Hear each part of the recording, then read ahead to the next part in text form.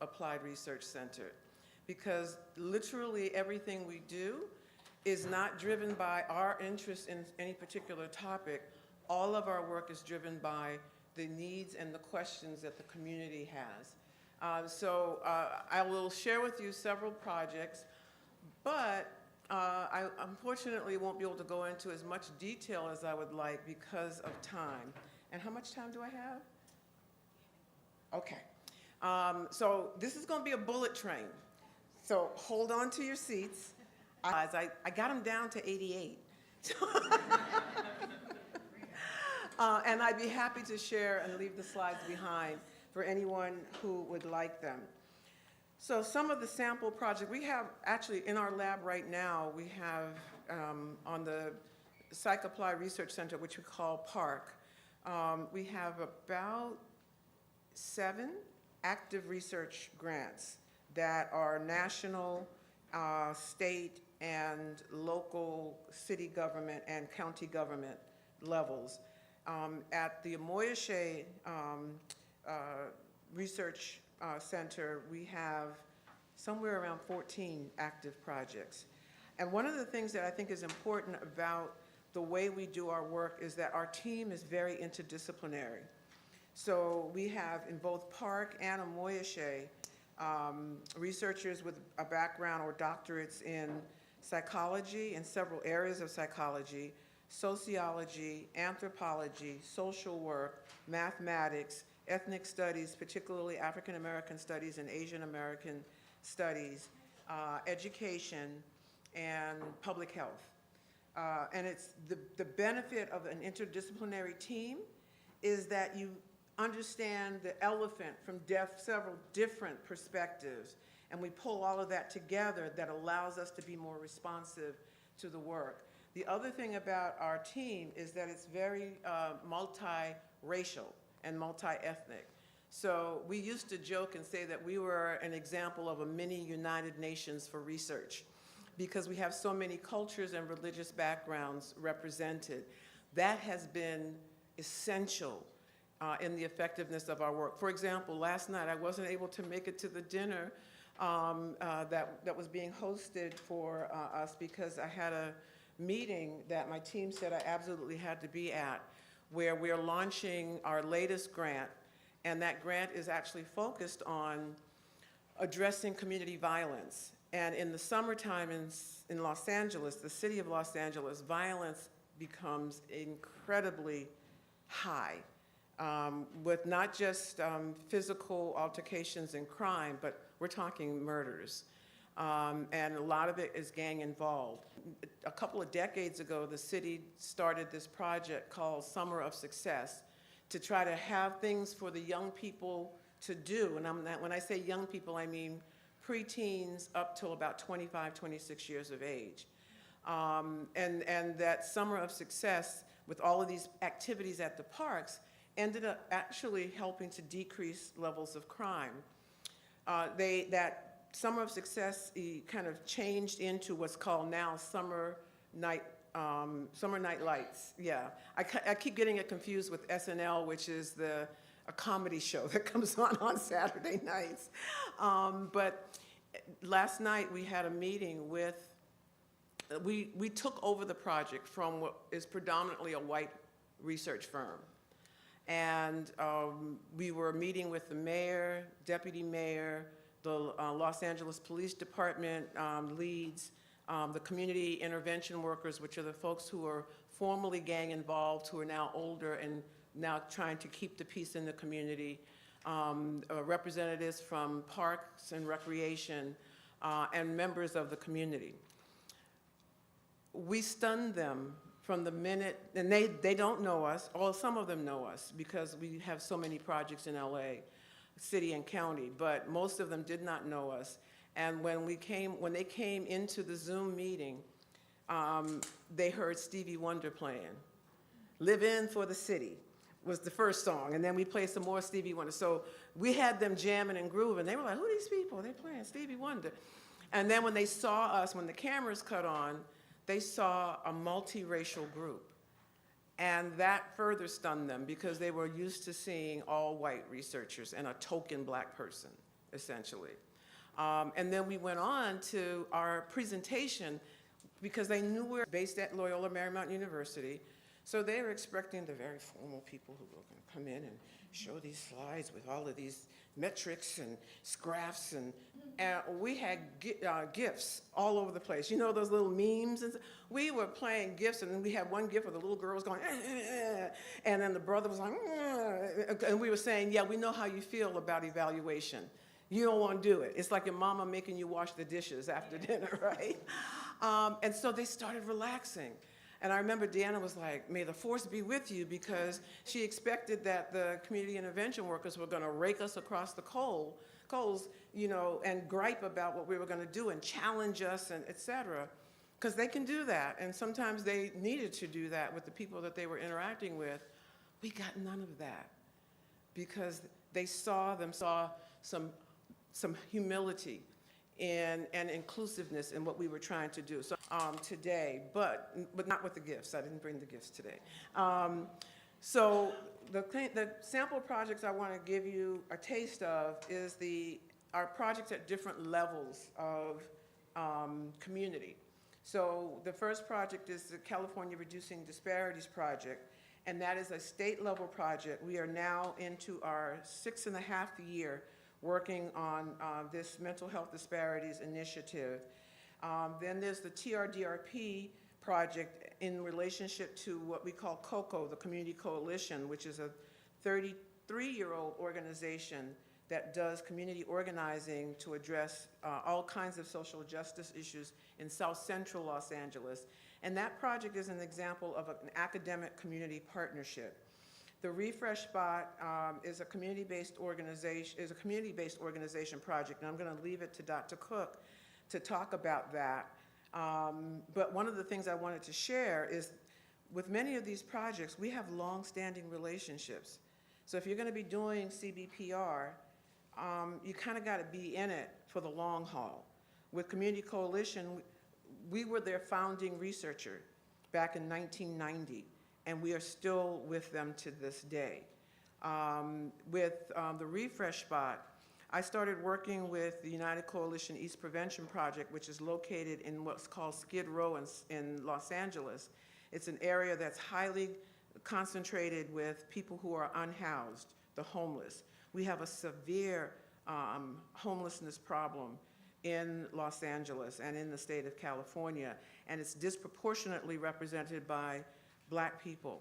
It used to be that Skid Row was populated by white men with an alcohol or drug addiction. That's no longer the case. It's highly populated with Black families, including children.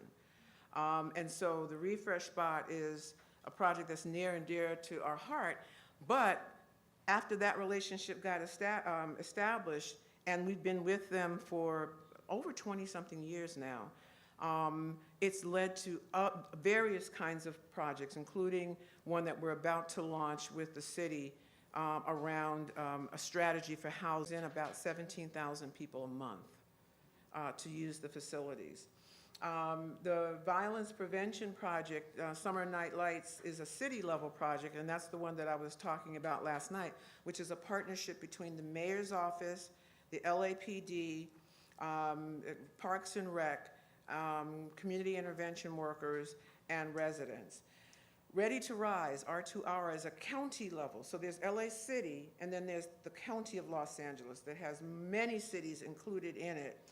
And Ready to Rise is an example of a positive youth development strategy that was, that required us to walk our talk in terms of our ethics as researchers.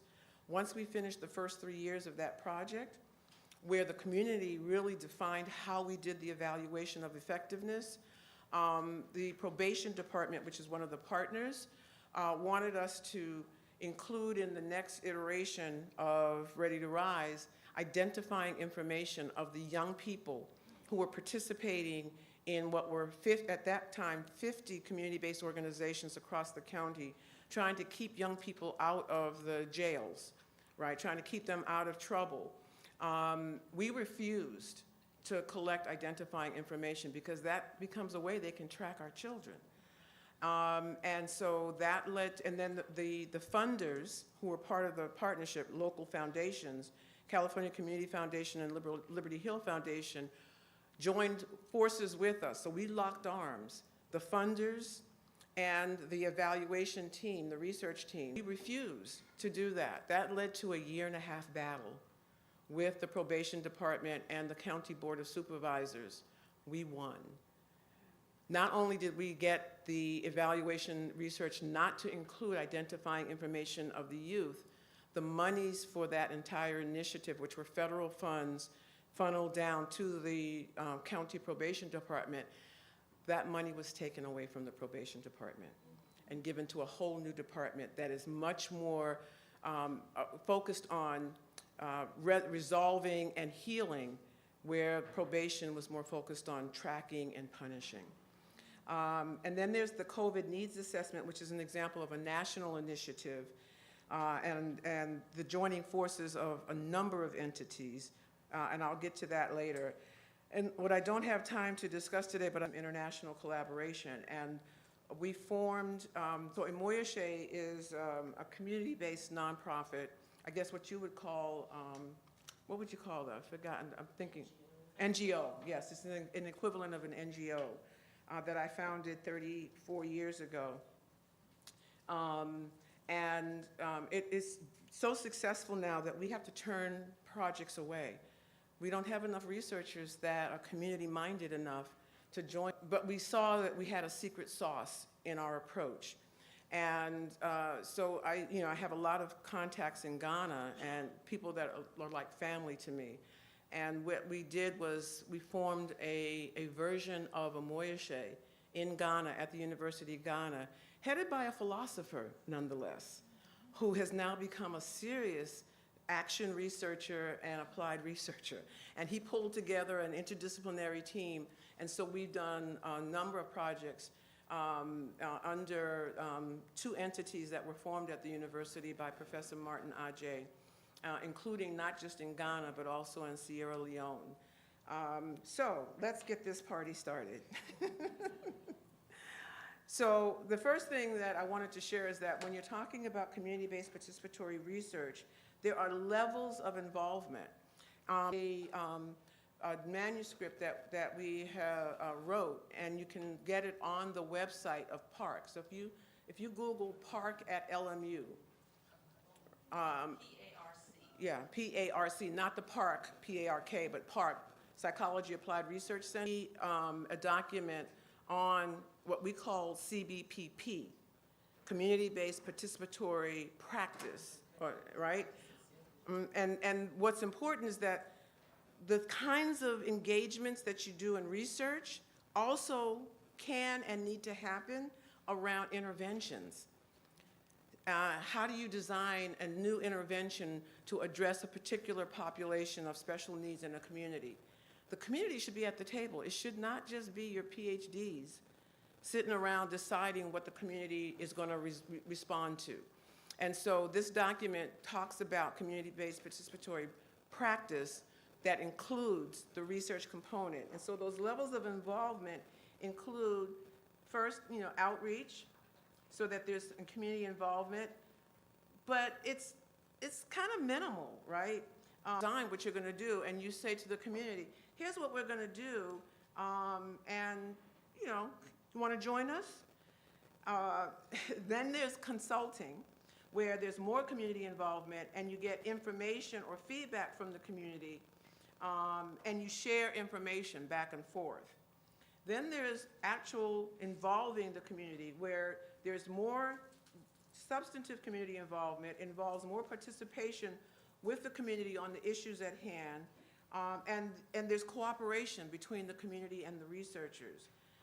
Then you get to what is really more meaty CBPR. That is collaboration. There's community involvement, for sure. There are partnerships that are formed with the community on every aspect of the project, from the development of the research questions and the issues that are going to be focused on to the solutions that are going to be developed. And there's strong bi-directional relationship. And the final decision-making on what is and is not going to be done is the community. The actual research questions are from the community. This is what we prefer, the shared leadership, but the reality is that is not always possible. The funder, often, whoever's given the money is deciding what is going to be addressed. And then you have to figure out how to shape-shift it so there's community involvement. So the important thing with doing CBPR is that it is a culturally grounded approach, and that involves the tools that are developed, the interventions, the research, and the evaluation. From start to finish and back again, what does the process look like? You have the issue. Identify the issues that are most salient to the community, particularly if you're on the far end, the far right end of that spectrum that I talked about. There is practically, I mean, since I became tenured, I was practical. I did clinical trials research until I got tenure. And so the research questions were driven by the work I was focused on. After I got tenure, I was like, all bets are off. Community, what do you want to see? So all of my research, 100% of the research that comes out of both Amoyashse and Park are driven by what the community is saying it wants to have addressed. And so that from the get-go, the community decides the research issue. The questions that are going to be asked have to be culturally and contextually appropriate and relevant questions. You can't ask questions that are based on some theory or construct that's in the research literature, but they have no applicability to the community. Then there's the methods that are used. The method needs to respect community concerns and how that community has been exploited over time. Those methods need to be flexible. So we're used to doing, research where it's almost like a sterile laboratory condition, and you establish the question and you come up with your method, and then you stick to that rigidly. That doesn't work in CBPR. You gotta be ready to, you gotta be ready to move with the community. Stuff happens, and you gotta be able to shape shift to be responsive to that. Okay, not sure what happened. So I'll keep going. Then there's the application and interpretation, right? You actually implement the research study, and then you get your data, and you have to interpret that data. That also requires community involvement in the interpretation. So the interpretation and the application is done in collaboration, in consultation with the community.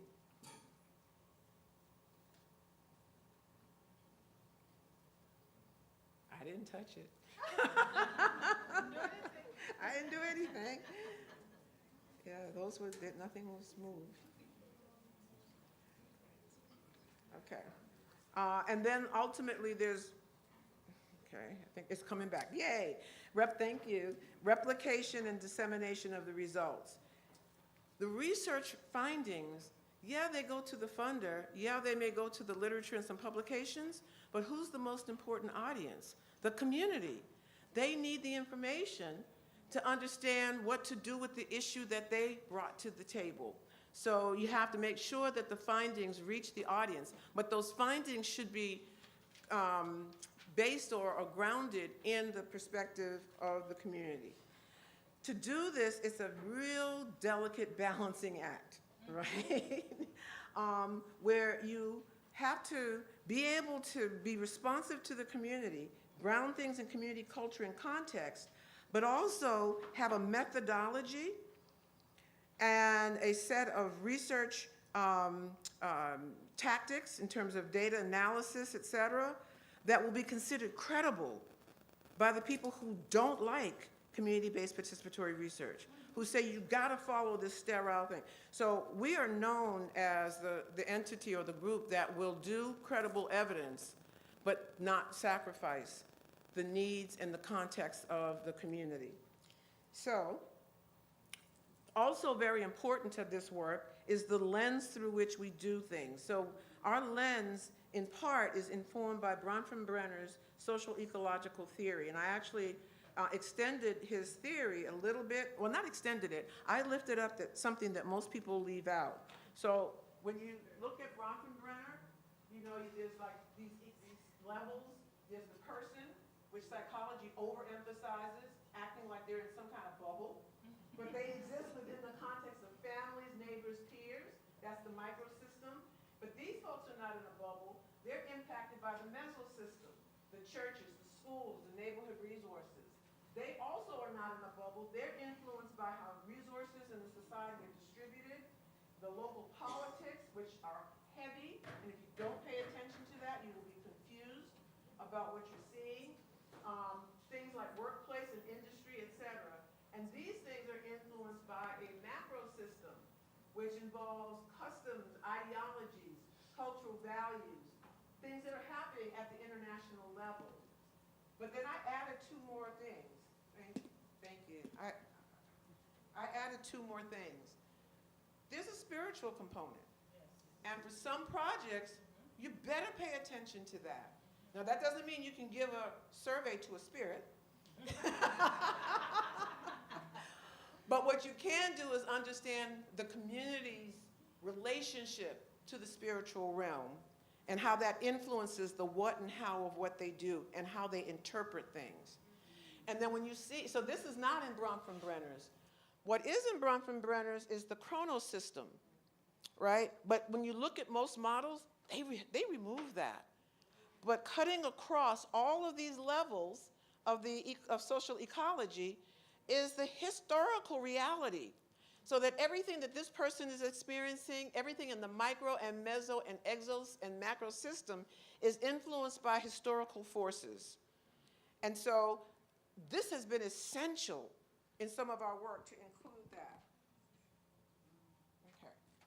So I'm going to skip this and move on. So at Park at LMU, we do CBPP, and we include students. I'm sorry, this is coming out a lot smaller than on my screen, but we include CBPP. We include our students. So these are actually some of the full-time research assistants who are also young. That becomes important. We have across the age span on our research team, because things that I might understand as a 65-year-old are going to be different than some of the 24 and 25-year-old bachelor's and research, bachelor's and master's level research assistants that we have, or the PhDs who are in their 30s and 40s. Age makes a difference on the research team. And we do everything in collaboration, so that this young lady here actually was in high school. We bring high schoolers in to the research team. They are incredible researchers.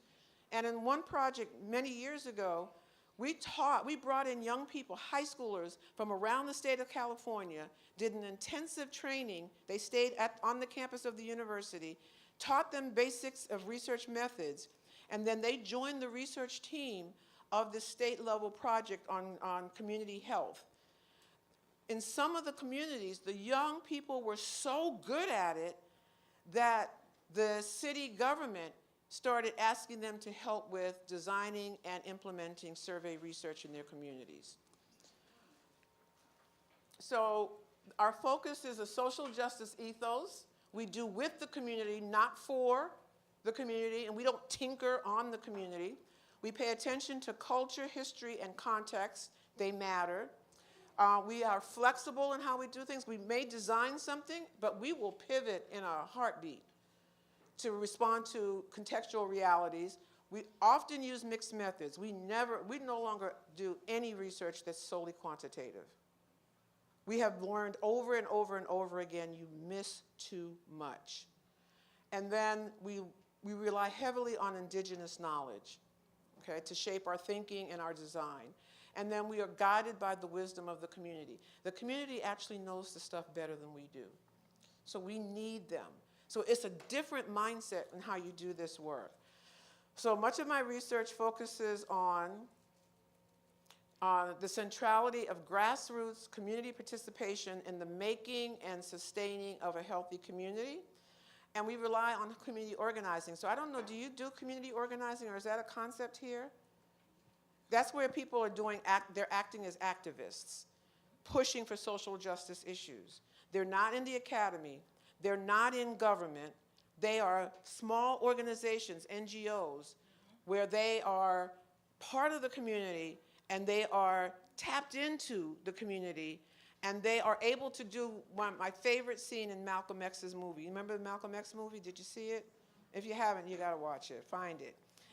There's one scene where someone was jailed in New York. Malcolm comes up, gets the person released. He comes out, the community is in an uproar. They're all gathered outside and ready to riot. But Malcolm, you know, has the respect of the community. He is a true leader. And he negotiates for the person to be released. He comes back out, and the Fruit of Islam, the soldiers of the Nation of Islam, are standing outside, and so the community kind of falls in line behind the Nation of Islam folks. Malcolm comes out and he does like this. And everybody in lockstep walks away. That's power. Community organizers have that kind of power. In a split day or two, they could have hundreds of residents in a neighborhood lining up at City Hall, lining up at the county government, protesting in front of the police department, doing testimony at government hearings. And that is what actually can promote change. So I work with them. A lot of our work is with them. And we actually have published papers now that show that community organizing is in fact a public health strategy. It's valuable. Tap into it if you can here. And so this is an example, for example, with Community Coalition, when we had too many of our children being taken away by social welfare entities and placed in foster homes, and they're protesting. And by the way, when you involve the students in the work, they become the future leaders. This is one of my students. He was an undergrad working with me, and now he was part of a community organizing outfit, and now he is part of one of the largest funders in the state of California, giving out the money. Here's $500,000 to do this community work. Here's $1 million to do that community work. This is an example of the folks from the United Coalition East Prevention Project, and they're, you know, showing their mobilization. Zelen is the lead. Charles, who you'll see in a video that Deanna's going to show in a moment, is one of the community organizers and the associate director. And this is the Skid Row community, the unhoused, the homeless. And what was interesting was we had to do surveys to try to address the alcohol problem in Skid Row. There's a big alcohol and drug problem among the unhoused in Skid Row, downtown Los Angeles. And so we would put on our T-shirts and get out there in our T-shirts and jeans and go find people, you know, on the sidewalks, in the crevices of buildings, et cetera, to do surveys. And I was about to tell you the girls' method. Let me not do that. Yeah. Oh, no. Yeah, I want to keep your respect. But let's just say we got like a 90% response rate from the unhoused. Okay. This is an example of the importance of young people doing the work, right? This is the South Central Youth Empowered Through Action. These kids were so underestimated by the wealthy and by government, which they used to their advantage. They were able to change public policy to remove billboards in South Central Los Angeles promoting alcohol and tobacco use. They were able to change public policy at the level of the state on education issues. And they decided, hey, one day they said, we want to do a survey because we think there's some issues that our peers are experiencing in the public schools, and nobody's paying attention. So we said, okay, what do you want to ask? They said, well, we already designed the survey. We just want you to take a look at it, give us some feedback, and then we're going to go and start collecting the data. So we did. We looked at their survey. It was actually pretty good. We just made some minor tweaks, and we made sure that the survey included open-ended questions. That was the gem. Now then we said, okay, let us know when you're done collecting the data, and we'll help you analyze it. One day they came in, a whole bunch of kids with big boxes. They collected 4,000 surveys in a couple of months. We were like, oops. Now, by the way, we were doing this and there was no grant. There was no funding. This is pro bono. You got to be ready to do that kind of work for the community. We analyzed that data, and the youth were right. Everybody thought the kids were going to be upset about the teachers and the racism. Yes, that was a problem, but they were more concerned about their bathrooms, which had a lot of toilets that weren't functioning. The sinks didn't have water coming out of it so they could wash their hands. They felt unsafe, and they were struggling with depression. And it turned out that the kids, because everybody said black kids and brown kids, they don't want to go to school. They wanted to go to school, but some days they couldn't go because they were so depressed. That study ended up being reported on in about 9 different papers, and it led to some public policy change. So our approach, our origins are from emphasizing PhDs to WMD degrees. Now what's a so this became less significant, and this became more important about defining who we are. What's a WMD? Anybody know? A what matters degree. I made it up. Because we no longer went by what does the theory tell us, what does the construct say, what does the empirical method say we should do, to what matters to the community and what makes sense to the community. So we became students in the Communiversity of South Central Los Angeles. So we build on cultural wisdom, values, practices, and principles.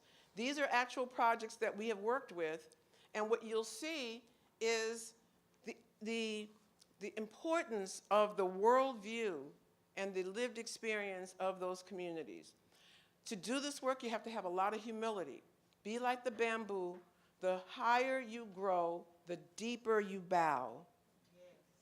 True humility is staying teachable regardless of how much you think you already know.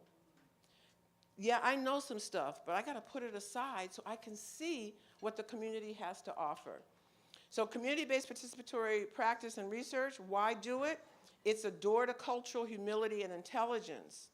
It's, as Murray Garcia says, a lifelong commitment to self-evaluation, this cultural humility, to recognizing power imbalances and developing mutually beneficial partnerships with community.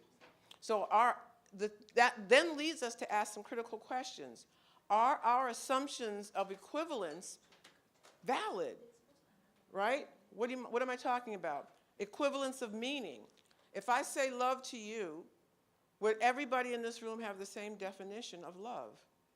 We tested that out actually in one of our projects, and we were stunned because there was a room of about 150 people, people who were running community-based projects.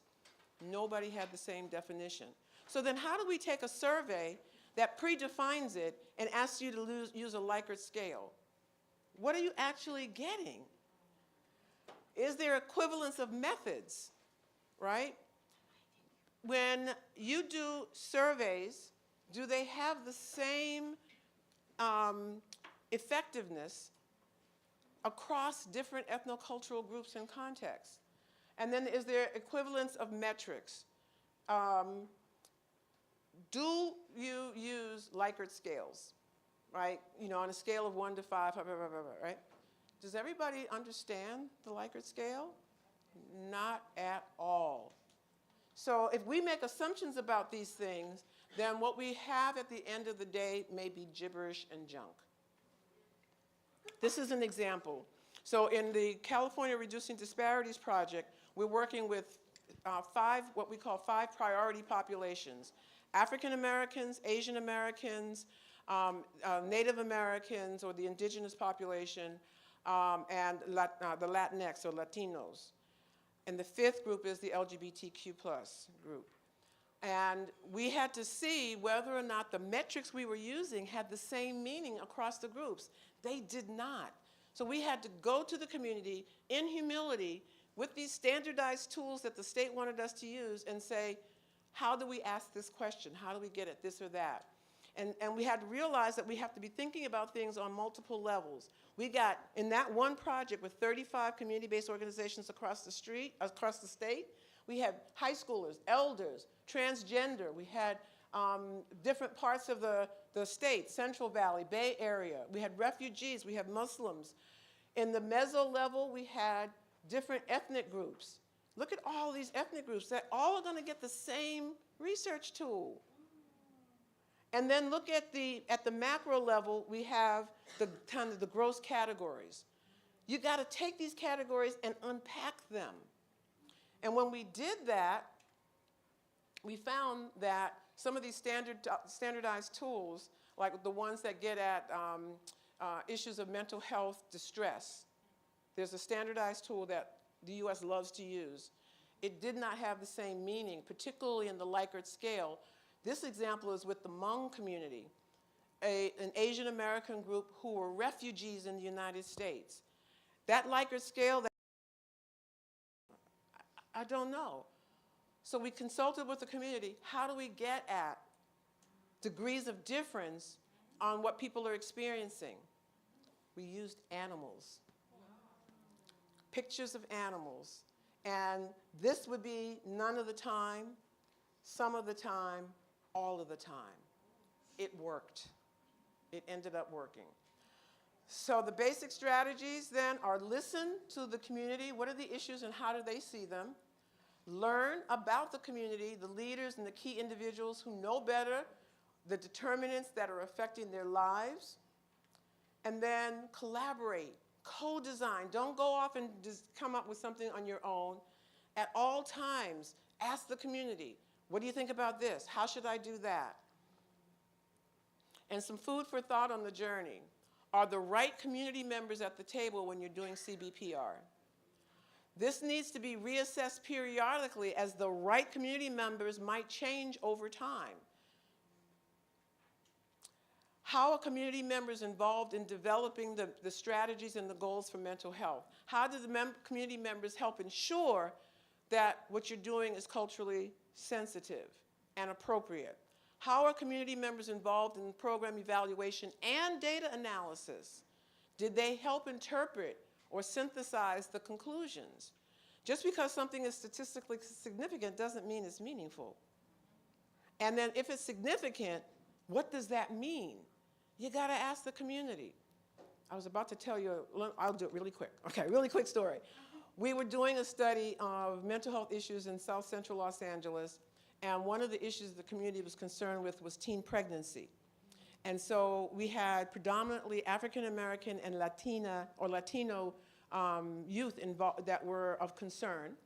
We did the study with community input and how it was designed. It turned out that there was a high rate of teen pregnancy among first-generation Latinas, the girls. And so, of course, the white researchers wanted to interpret this as something to do with the theories about judgment and morality and all of that kind of stuff. What we found when we consulted with the community is like, we said, here's what we found, and we said, what does this mean? It had a lot to do with, these are recent, particularly recent immigrants from Mexico. And they married younger than in the US. And what they were doing was just a continuation of a cultural norm, nothing to do with morality or ethics or good judgment or anything like that. And then how can systems and decision makers employ CBPP or R to advance policy and praxis? It's not enough to say, okay, this is what we found, and then go off. No, now you got to change systems. You got to change policy to address what you have found. So our first major grant proposal, well, it was actually not 25 years ago, it was 30 years ago, was with the Community Coalition. That's kind of how we got our start. It was a federal drug prevention grant. The big issue was the liquor store campaign, which officially launched in 1991. We're still working on the liquor store issue. I said, you got to be in it for the long haul. how did this come about? So there were all these liquor stores. You're going to see what I mean in a second. And we looked up the names, the organizers, looked up the names of the owners of the liquor stores, and they were mostly Asian Americans. Actually, they were all Asian Americans. And now Mayor Karen Bass reached out to this man, Bong Wang Kim, who had an Asian American youth program, and a couple of other Asian Pacific Islander American leaders. And she said, we want to do this campaign, but help us figure out how we do this so we are not perceived as anti-Asian. Post the 1992 uprising, we had the campaign to rebuild South Central. So there was work going on, unity between Black and Asian Americans. They started trying to work on the issue, then came the uprising. And guess what the community did? They were like, okay, government, you can't figure it out, we're gonna help you. They burned down the liquor stores. They burned down a lot of they left other businesses alone, but they burned down a lot of the liquor stores. And so post the uprising, that campaign got launched. 35,000 signatures in petitions were gathered in just a couple of months. And those petitions were taken to the political leaders, and it prevented the rebuilding of 150 liquor stores, right? It led to the conversion of another 44 liquor stores to become community-friendly businesses. And it helped establish the coalition, the community coalition, as a powerful community voice and advocate for promoting health and public policy. So, you know, we continued to do the work because a lot of the liquor stores were still remaining in South LA, but there also was another emerging issue, which was access to food. You say, aren't you in the United States? Yeah, don't believe the hype. We got a lot of issues. So in this community of predominantly Latino and African Americans, these stars are the grocery stores. Two problems with this map. There are large areas, and you don't get the feel for the spread, but there are large areas where there are no grocery stores at all. That's a problem because a lot of folks don't have cars. So how do they get to the grocery store, and then how do they get those groceries back? And you don't have money for taxis. And our public transportation system sucks. So now we have people without access to healthy food, which causes a whole host of health problems. And some of these liquor stores, like the prominent grocery stores, they're places like Ralph's and Vons. But we have a lot of grocery stores that are really substandard. Gigante, Superior, El Super, low quality food. And we found, with the community going in and investigating, we helped them to become investigative reporters of their doing systematic data collection. We went in and we started taking pictures of the food products, the meat, the bread, the dates on the cans. Guess what? We found that the Ralphs and the Vons in places like Beverly Hills was sending their old food to our communities. They were recoloring the meat, putting red dye in them, all kinds of things, right? So we have a clear problem with, we call it food apartheid. So here's South Central Los Angeles, where I do a lot of my work. These are the grocery stores. Those are the liquor stores. Grocery stores, liquor stores. This is after the uprising, right? And then they want to say, well, there's a big alcoholism problem. You think? There's no jobs, but there's a lot of liquor stores. So what would research, practice, and outcomes look like if we privilege the perspective of the community?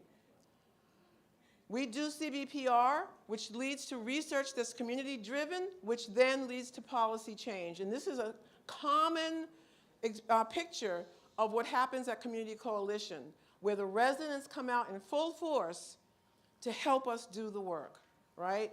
And that's actually the front of their offices. They do the actual surveys. We had, in addition to alcohol, we had crack crisis. We took a pulse on the community because that's what Coalition actually thought was going to be their focus. And the community said, yeah, that's a problem, but the liquor stores are a bigger problem. And so that then led to recognizing we always need to let the community drive the research process and be where the community is not what our research or the funders say we should be at. Respond to the moment. And so we have a lot of town hall meetings in those smaller community settings that then the community took it to the county and city and the state. And so this is an example of the community now at a public hearing. They didn't expect us to show up, but we did. They underestimated us. Community whipped out their data and said, and this is statistically significant at the 0.001 level. And we expect you to do something about it. Okay, I'm gonna skip this. So here's a question. Which of these businesses poses the greatest threat to historically marginalized communities of color like South LA? Liquor stores, smoke shops, marijuana dispensaries, all of the above or none of the above?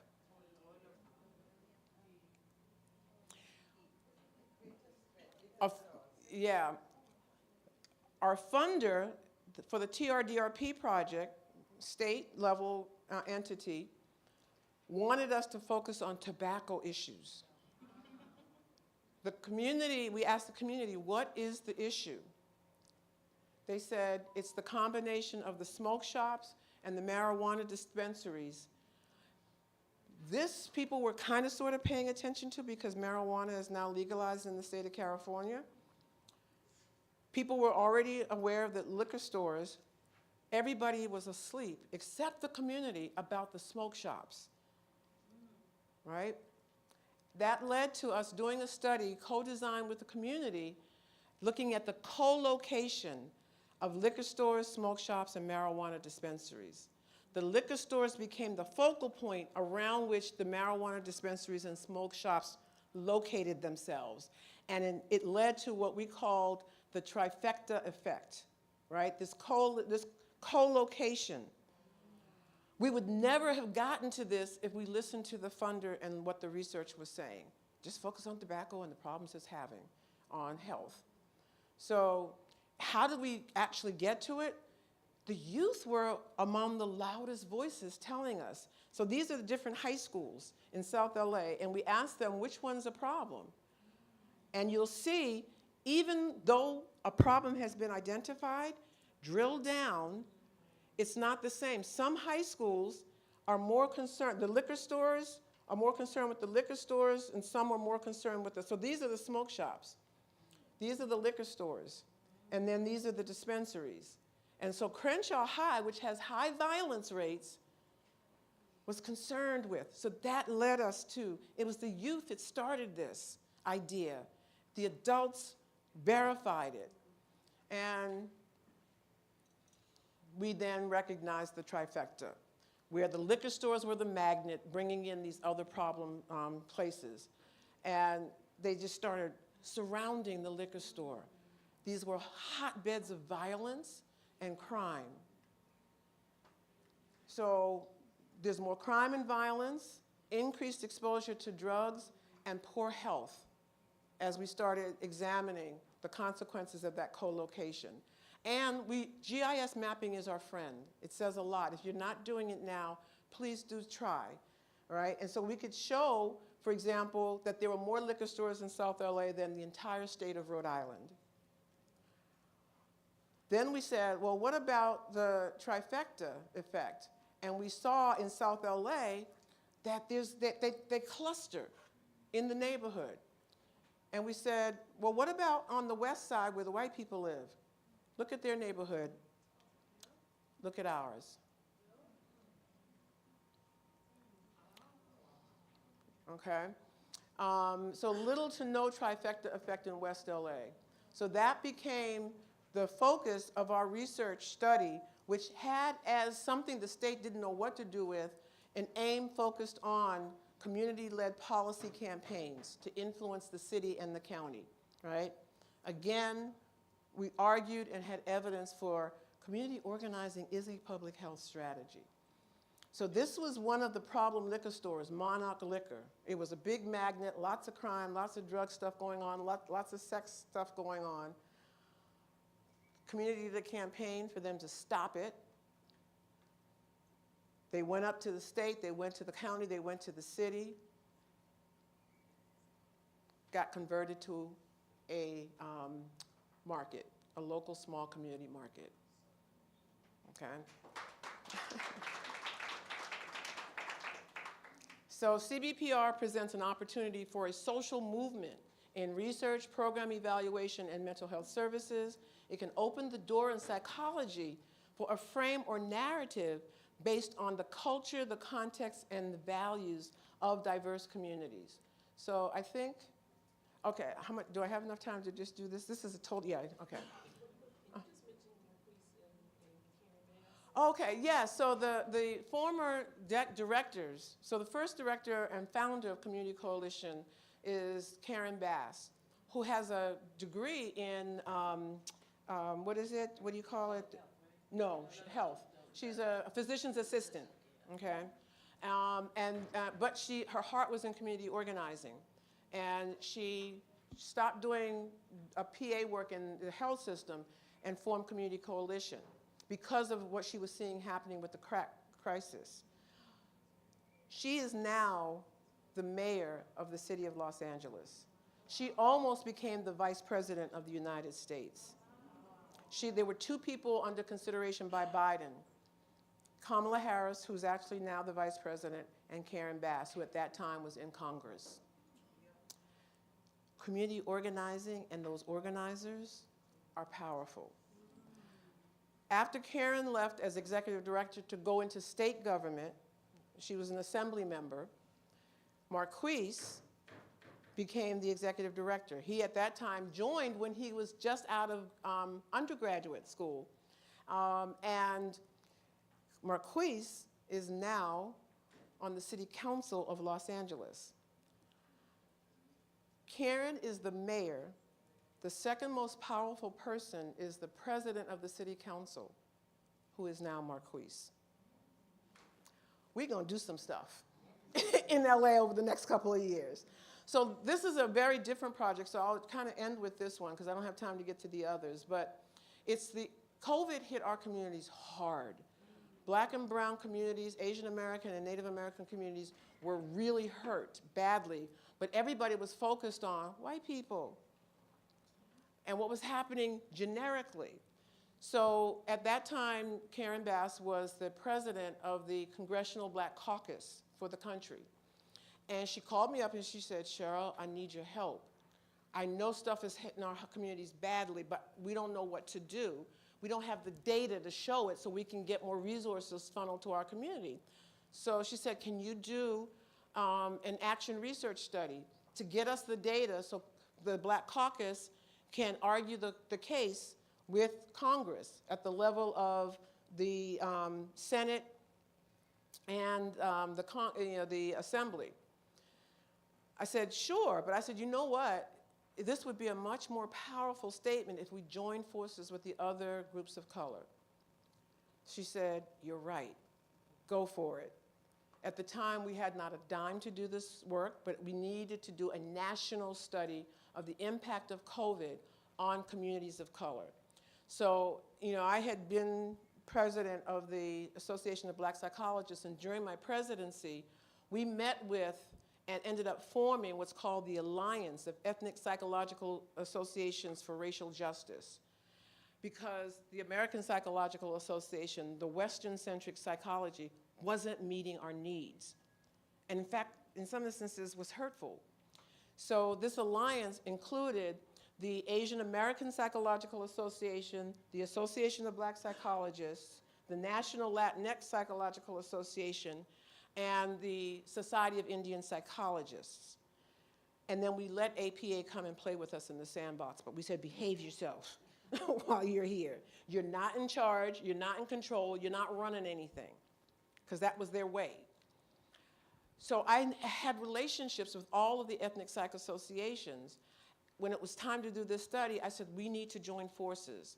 So I was the principal investigator, and I brought them all in, and we collectively, with community, designed the most massive study of people of color. And in some instances, the largest sample that has ever been collected on Native Americans on any given issue came out of our study. So, and we joined forces with the National Urban League, which is a Black social justice organization, civil rights organization, and they kind of housed our work. So what did we do? We did a rapid assessment. We had 4 research questions, and we all collectively, these research questions came from Congress, and then we collectively translated that into a nuanced, deeper assessment. We were able to, from December of 2020 to April of 2021, an overall general sample of 24,944 people. We also then got access to some federal data, 154,064 elders of color, and then access data of 2.7 million 3rd through 8th graders. We pulled in some of our community groups, Community Coalition participated and focused in on South LA. USEP, that homeless community in downtown, they collected data. 8,549 Native Americans participated in the survey, only because community-based organizations said, we're in, we'll help you get to the community. The American Psychological Association brought some data to the table. And so anyway, you see, this was one of the most robust studies of communities of color. And we also brought in a panel of subject matter experts, right?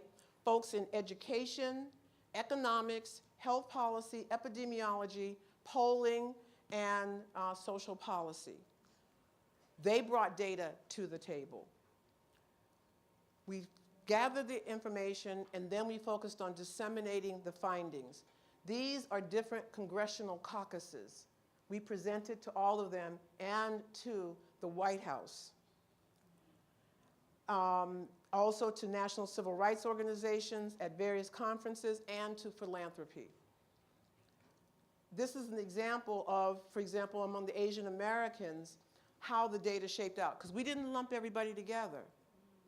We said every group deserves its moment of focus and attention, because the cultural issues, the contextual realities, and the consequences of COVID exposure were in fact different. Now, how does general psychology and social work do and sociology do their work? They put everybody together.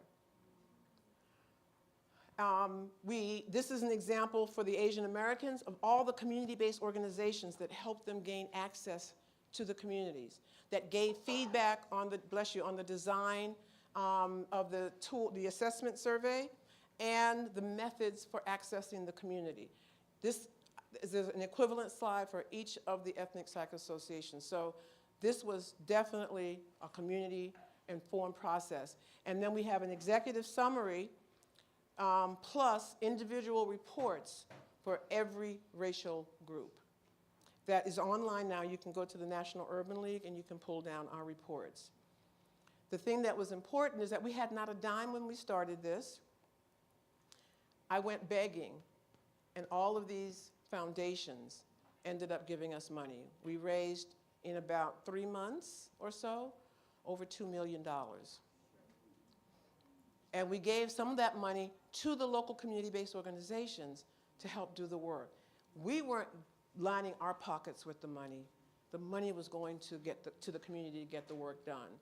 So some important takeaways: seek to understand from the community's perspective.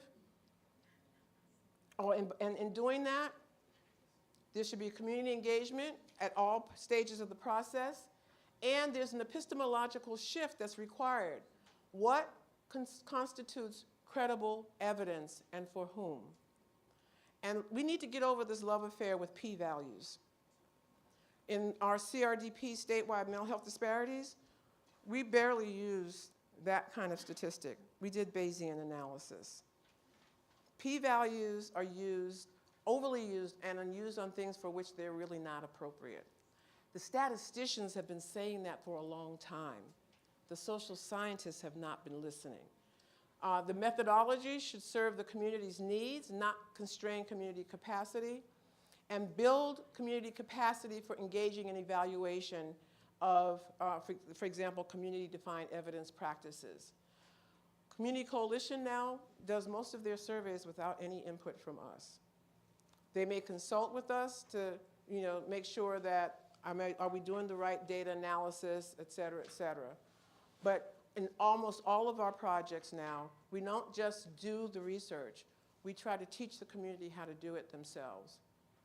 So I'll stop there because I think my time, I have 1 minute left.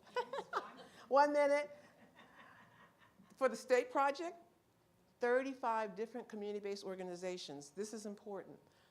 They're doing mental health prevention and early intervention services. None of them are using what is called evidence-based practices. You gotta ask a basic question. Evidence for who? If you interrogate those studies that lead to something being called an evidence-based practice, CBT, FFT, all the T's, right? When you interrogate those studies and you look at the samples, we're not represented in there. You may have, like, for example, a standard study, let's say it's 100 participants. There may be 10 Black people, 5 Asian people, 2 Native American, 2 Asian American. The intervention requires, let's say, 16 sessions. When you get to the 16th session, you now have 3 Black people, 1 Native American, no Asian American. I mean, and then they conclude, this is evidence for everyone. But those strategies, those interventions are culturally bankrupt. Our communities, the rate of people dropping out is a reflection of the fact that they don't see themselves in this intervention. They don't resonate with them. So these folks said, we're going to design interventions that are grounded in our culture, our history, and the realities in the context within which we operate. They killed it. We did a 5-year study with them. They co-designed it. That Hmong example I gave, they were one of the communities. And we were able to show credible evidence using Bayesian analysis that their mental health distress decreased, their connection to their culture and community increased, the programs were working. We also did a cost-benefit analysis, and we were able to show the state that they save millions of dollars using this, not evidence-based practices. So that is, there's a paper that and I'll end here for real. There's a paper that we published because we had to help the communities reveal what they were really doing. They were hiding their interventions under the names of the EBPs, under the strategies of EBPs. So they would say, oh, our intervention uses mindfulness, because they think the funders will then say, okay, you're okay, you can do that. There's enough published stuff on mindfulness strategies. When we went in and we did this exercise with them, we got them to reveal themselves. What they were doing is actually not mindfulness. It was a combination of critical consciousness, Freirian style, and spiritually based and culturally based strategies.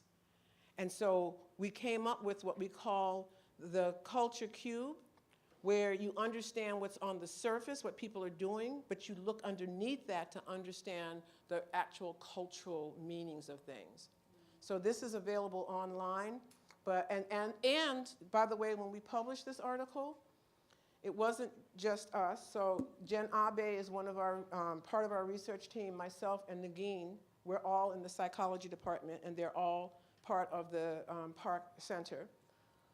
These folks are from the community. Don't just publish yourself. These folks designed everything. We just helped them to feel empowered to say what they were really doing. These were the folks that told us how to measure things in ways that made sense for the community. So they should be part of the publication. Thank you.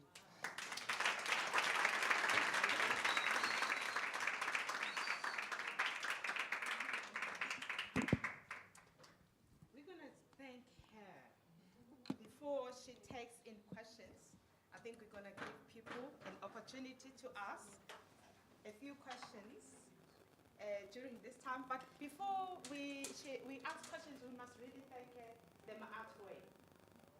The Ma'atwe is, we first acknowledge ourselves. Ooh. So we call it. Ooh. First we give ourselves some love. Now we are giving her the love.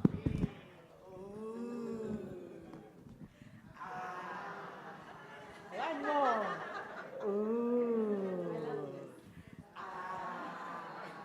Yes, she has been wonderful. And to think we are not alone. So many book stores, how it changes how we see things. I'm scared. If we're to do the same, we'll be surprised. Colleagues, it's an opportunity to comment, ask questions, give inputs. You have something? Yes. Shall we pass the mic? Good morning. Thank you so much for your presentation. It was honestly lovely. You said, let the community drive the intervention, right? What tips can you give us on how to mobilize a community? Because something that we notice is that communities in South Africa have recognized the need, but they don't mobilize in the way that the American communities mobilize. They don't rally around organizations to try and make a difference. So how would you say we help or assist them to mobilize and recognize that they could do better through working with organizations or different governments, organizations, or what have you? That's a great question. In any given community, so first of all, think about what is the community you want to work with, and then look at what are the neighborhoods within that community. You got to drill down to, small clusters of streets, et cetera, and find out who are the leaders and the gatekeepers within that community. Establish a relationship with them. Ask how you can be of service to them. Before I started in Moyashe or Park, I actually used to just go to community meetings, and I would sit in and I would listen to find out, what were they concerned about? What are they talking about? I would then go and watch them at city and county hearings and see what were the things that they were trying to promote or get addressed.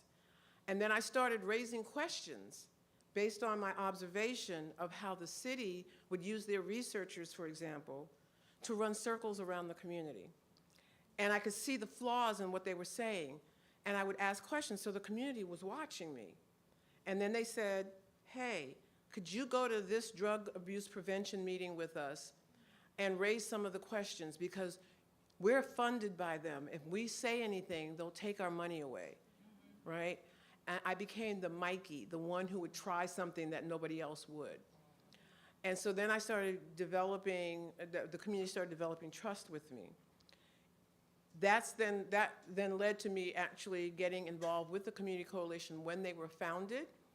And for the first year, they now I have a new relationship. I'm the researcher. They didn't know if they could really trust me. They raked me over the coals for a year. They said, no, you can't ask those drug questions. You can't ask those questions. You can't do it that way. Even though I knew it was possible because I'd done it before on some things related to STDs. But I said, yes, okay, we won't do it that way. We'll do it this other way. So you have to kind of just find out there are leaders. They're not necessarily connected to an organization. Some may be. And then once you identify them, start developing a relationship with them where you're showing and demonstrating your trustworthiness and your commitment to that community. So it takes time. But once that's established, we actually have more people coming to us asking us to do research than we can accommodate. It's actually breaking my heart.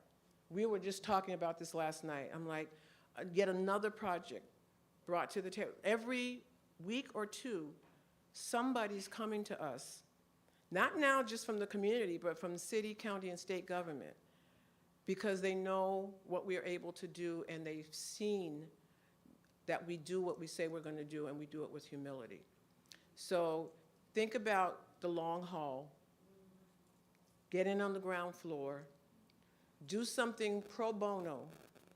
I do a lot. Most of my stuff that I'm doing in the community. Yes, she does. My son, who's a little businessman, Mom, what is wrong with you? You know, but it's about, remember we watched the video yesterday about know your why and the what will follow? I know why I'm doing this, and it is what, and that energy comes out, it's apparent, and people will let you in. Yeah.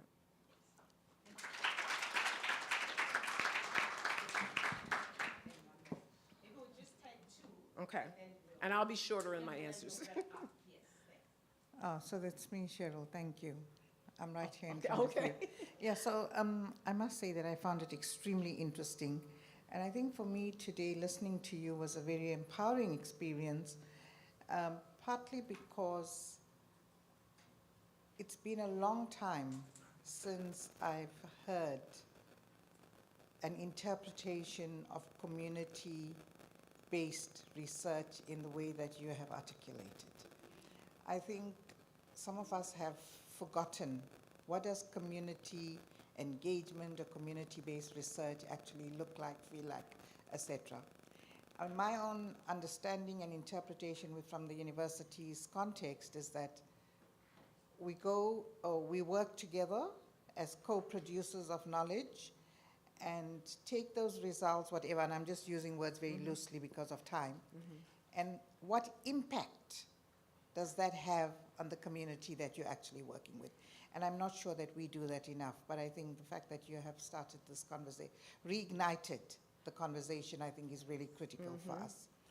I'm reminded of some research that we did with some, I was involved in, like in 2004, where we did participatory action research with a rural community.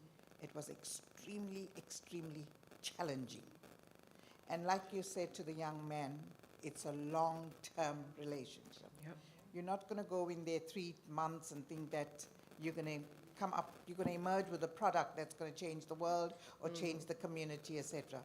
It takes about 2 to 3 years before they even can, they can even trust you. Yeah. So, I mean, and I think what's important is also to equip oneself with what do participatory action research, what are the epistemologies, what are the methodologies, what are the sensitive areas?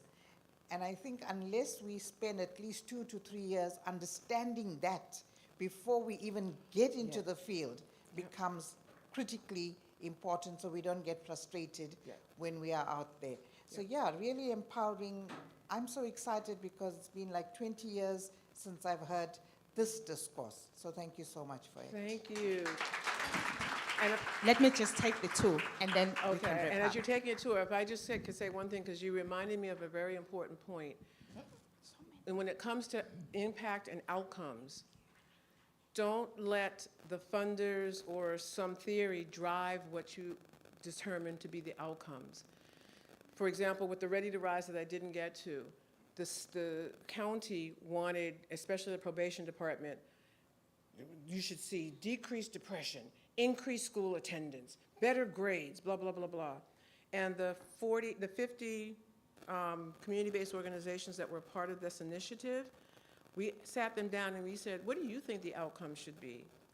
Never in my research career have I seen such unity of thought.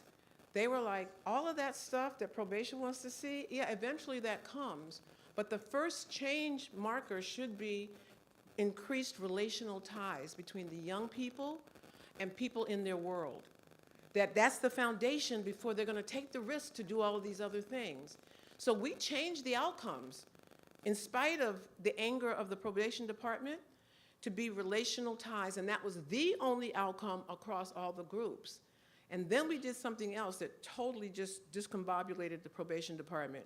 We said, young people, you define the outcomes for you within each program. There was a model in the UK where they did this. So we took that and we worked with it, modified it, and we had outcomes that the youth defined that we then kind of like using qualitative analysis, were able to organize them into categories of outcomes so we could present kind of clustered results. But it was not what probation said. So be clear on outcomes over here are fine, but there are benchmarks to that that are important outcomes that become the focus of the research design and what's going to be reported out. If you keep with that, you'll see the movement.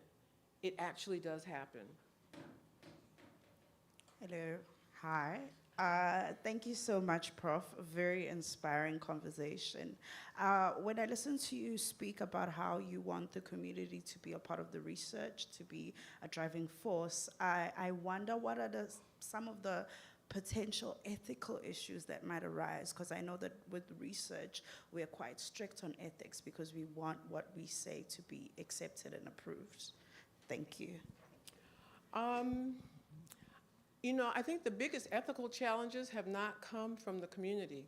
They've come from IRB committees that don't understand community-based participatory research.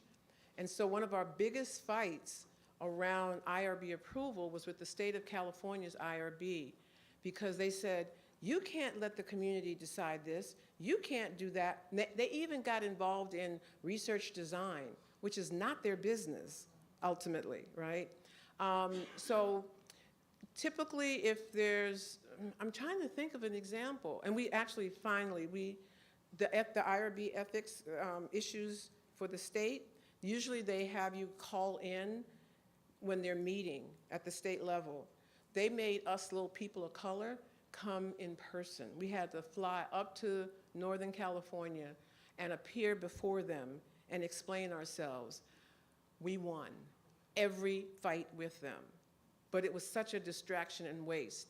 Now, in terms of the community interventions and the way the community wanted to do the research, most of the issues were not around ethics, but around how can we make this doable and workable within the context of time, locations of things, methodologies that ultimately could be considered credible at the end of the day.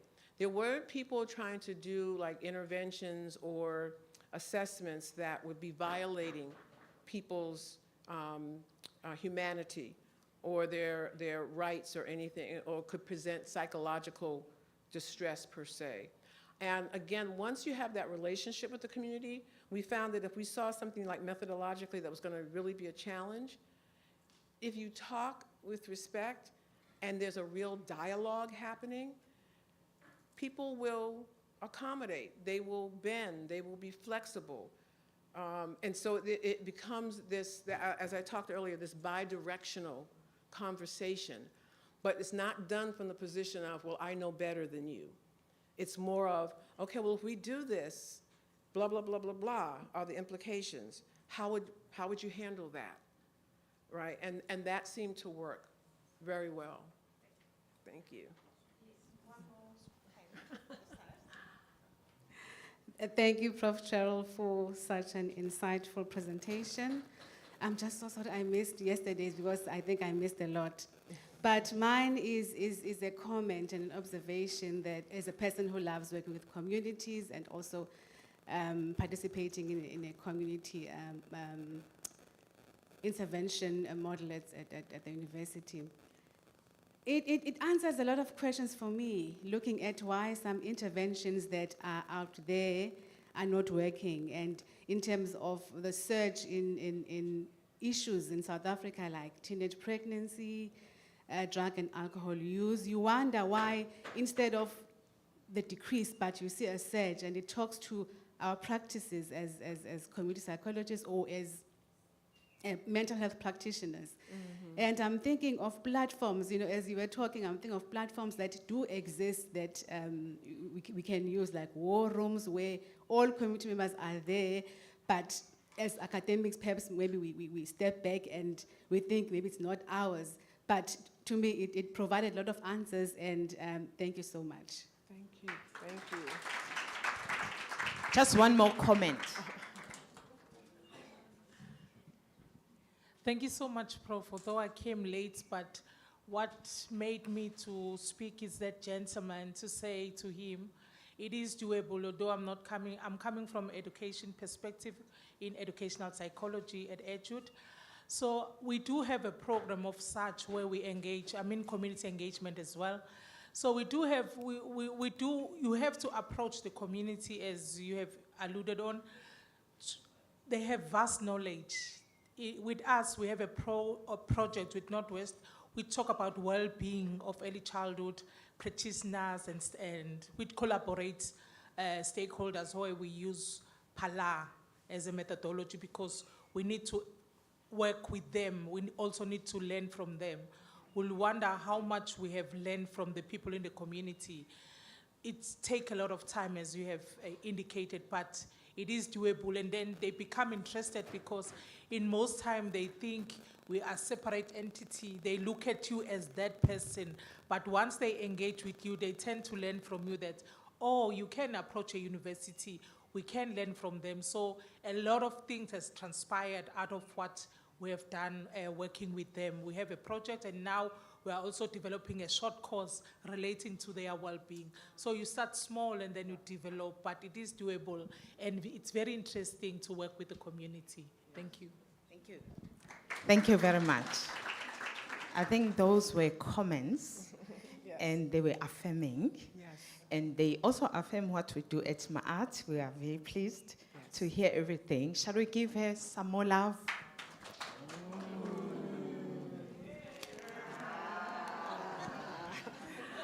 I just want to say I apologize. I'm going to sit at the back for Dr. Cook's presentation because I have to leave by noon to catch my flight. So thank you, and I wish you the best of luck. And please go to our website and take whatever materials you think will be helpful. We're going to be updating it, so check again in a couple of months. Thank you. Thank you. Yesterday, she was running a workshop on emancipation circles. I think our brief was not clear initially, that you don't need to be a professional into psychology or social work. You can just be a person who's interested in communities to run the emancipation circles.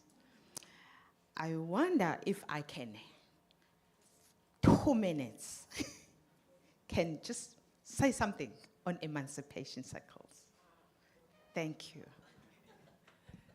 So the Association of Black Psychologists joined forces with an organization called Community Healing Network, which was a group of lawyers, business people, educators who are concerned about the levels of racial stress and racial trauma within the Black community in the United States and abroad. And they had an idea that what our community needed was a way to heal from and protect themselves from the ongoing, unrelenting, multi-generational assault on our humanity, our dignity as people. And so Enola Aird came up with this idea of emotional emancipation circles, but she didn't know what they could do. She just knew that they could be something that could be useful. And so we said, we got you. You know, we're going to help you because we believe that there should be community-defined evidence approaches to doing the work with our people.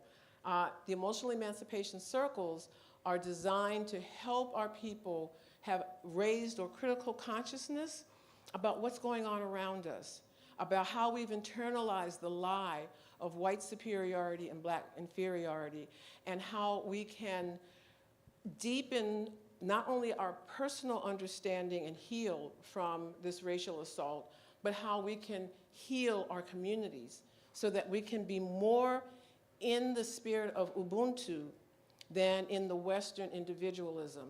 So these circles started in the United States. There are 7 keys to emancipation that unlock 7 forms of action that ultimately can lead to liberation, as described by Fanon and Biko and Sobukwe and others. These circles can be anywhere from an intensive weekend to over several months. When we first started, they focused on the United States. Then it spread to the Caribbean and Canada, several countries, then in Europe, particularly in the UK, and then to Africa. Everywhere we've gone and done the circles and trained people on the circles, it's like our people see, this is something I can relate to. It's like fish taking to water. Even though we started in the United States, the issues, the experiences, the consequences, and the need for liberation resonate with the Pan-African African family. So we are hoping that South Africa is going to take hold and actually launch circles and join the family around the world that's trying to do this work.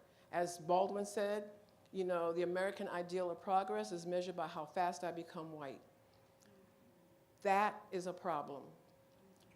We don't have to be white. We cannot be white. We shouldn't want to be white. And things, white standards should not be the focal point of how we walk and live in the world. It's time to be free. It's time to breathe. And like Marcus Garvey said, we've got to emancipate ourselves, and none but us can free our minds.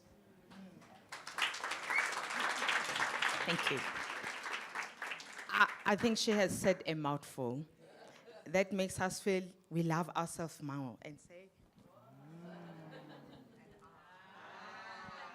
Thank you, colleagues. Shall we then go for tea? We'll come back at 11:45. Thank you.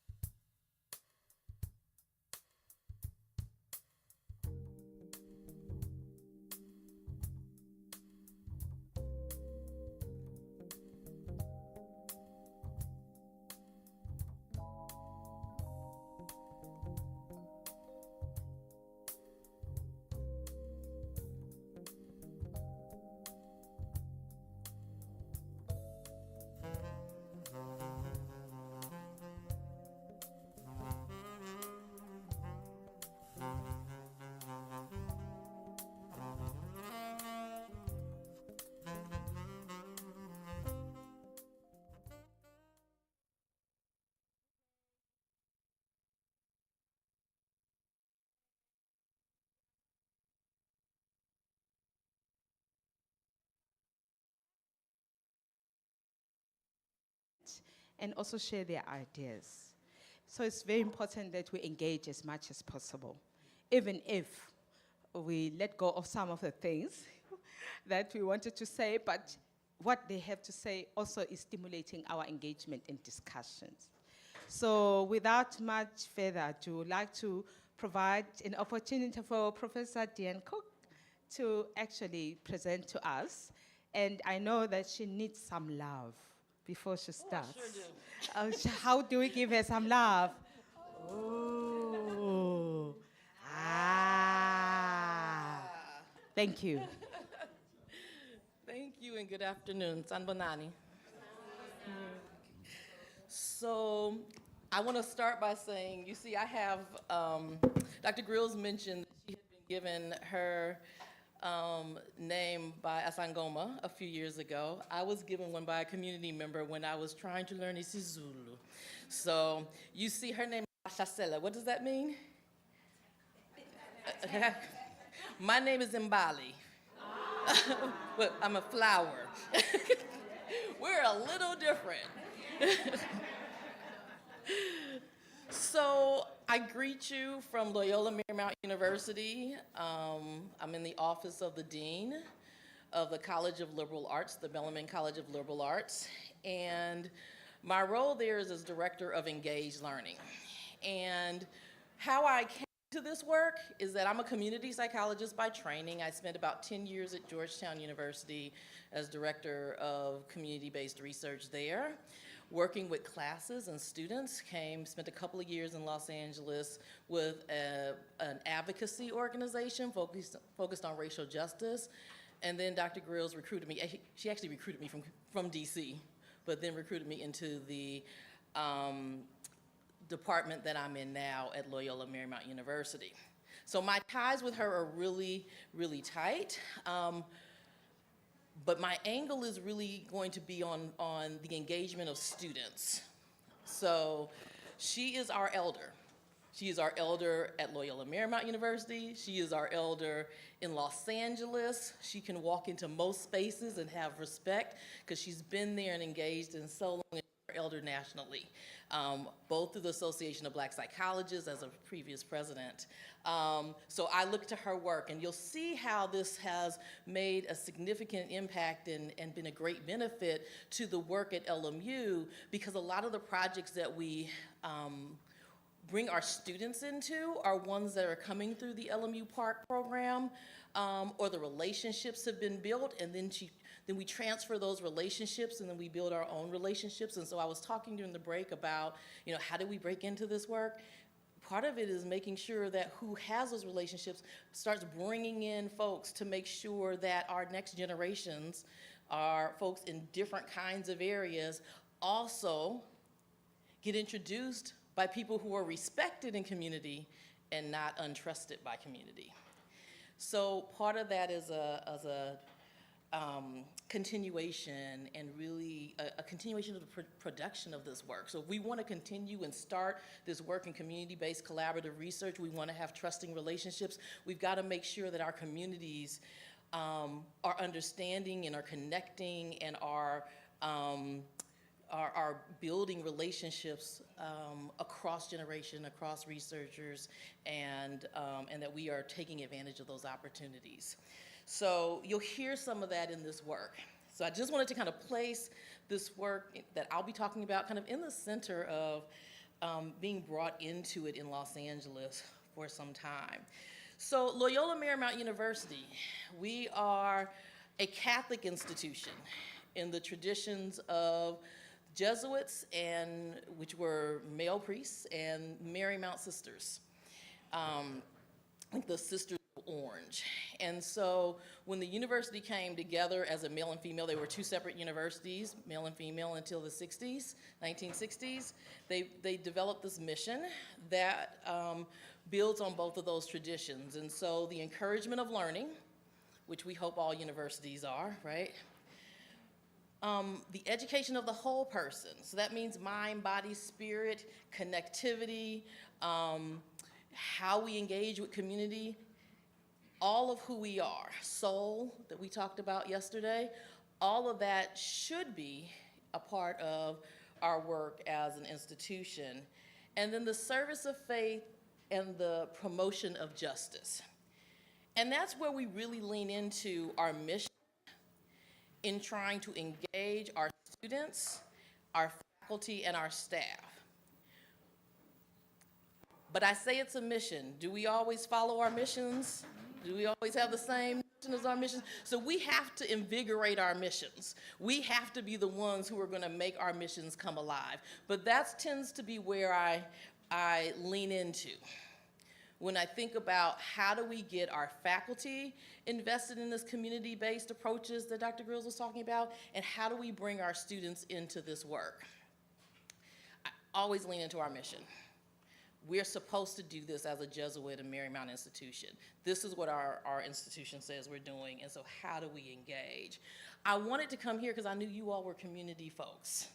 I had heard that the University of KwaZulu-Natal was focused on community engagement, and so I'm looking forward to the conversation. And I've been hearing some pieces of it since we've started here, but I'm really looking forward to that conversation as well. So, I'm Director of Engaged Learning. What does that mean? So, when I first came in, they had just begun a new core curriculum for our undergraduate students.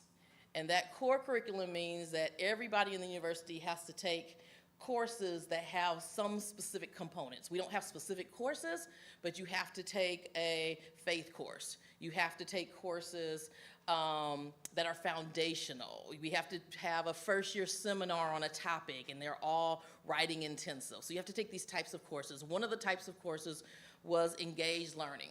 So I came in as the first director to really try to promote and push our students being involved in engaged learning. Engaged learning is defined by our university as classroom studies with experiences beyond the classroom that challenges students to think critically and deeply about their subject and about the world we live in or an issue. So it's supposed to push our thinking. It's supposed to be something where our students have to actively involve themselves in communities, in an issue, in a topic of justice. It should involve hands-on work. So it shouldn't just be theoretical work. We're not just reading about social justice, but we're actually having to be involved in some aspect of doing social justice, doing engagement. The way they defined it, once we got past that, was real fun, because they have defined it as community-based learning, so work where you're working hand in hand in partnership with community-based organizations, but it also could be faculty-based, faculty-mentored research, which doesn't have to be community-based, field experiences, an internship, but they don't say what kind of internship, or study abroad. Now, that seems a little confusing, doesn't it? It could be a lot of things. Well, that became confusing for our university. They just, in the last 3 months, changed this criterion. And so we're gonna start seeing how that works. Leaning more into the community-based learning, leaning more into work within a classroom that supports how communities are trying to address and solve their own problems. And that can be across multiple disciplines. So I work with faculty who are political scientists. I work with our African American Studies faculty. I work with our philosophers. I work with our psychologists, our journalism. So we've got folks doing journalism who are doing this kind of work, and across a plethora. We have 17 different departments in our college. And so my job is to really help them think about how their disciplines can do this work in support of justice, in support of advancement with their students.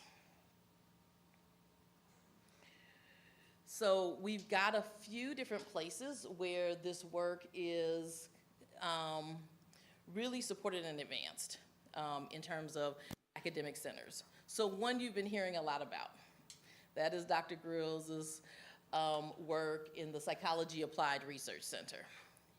So a lot of the projects come through there. But we also have a minor in Justice and Peace Studies, and so, for instance, right now we're looking at a collaboration with community organizations in Ireland and some in the US around issues of justice and housing and community violence. So we're looking at developing those kinds of relationships where we can learn from each other, and we were talking a little bit about that in the break as well, about how we can learn from each other in this work. We've got public and applied history projects where they are taking on issues of our indigenous folks and making sure that people know the topics that, know the history of sort of where our university stands. We have now in the US, probably in the last 3 to 4 years, on a regular, do land acknowledgements. So we're sitting on indigenous people's lands, we just happen to be occupying it, right? And so we are trying to uplift that. And so some of our public history projects help us uplift those kinds of statements to make sure that we are understanding our history. So if we're looking at that chrono system that Dr. Grills talked about, we need to understand sort of where did we come from and why are we sitting here? And why do we have the right to sit here? Do we? Giving us opportunities to sort of think about and critique and question even our own space and place. Center for the Study of Los Angeles does a lot of work related to polling and political issues. So they are often going to the polls when people are getting elected at the local level and finding out sort of what are the perspectives of the people who are going to the polls. Who's going? Why are they going? What are their issues? Why did they vote for that person? Why did they vote for that issue? Why did they not vote for an issue that comes up? And then the Center for Urban Resilience is doing work both in ecological studies. So one of the things that's interesting about Los Angeles is we're an urban community, and people from other parts of the US will come and wonder why there's an oil well sitting next to a house.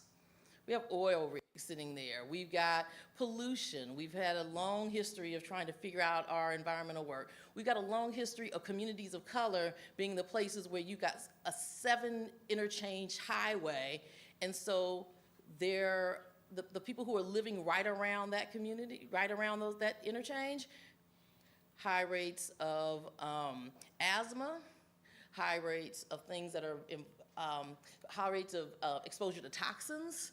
And so we've got folks who are looking at those kinds of issues as well, and how are people engaging with that? And then what do you do about that? Because the highways are now built. They're there. How do we deal with that? So these are some of our centers and our programs that are really looking at how do we engage and talk about these issues.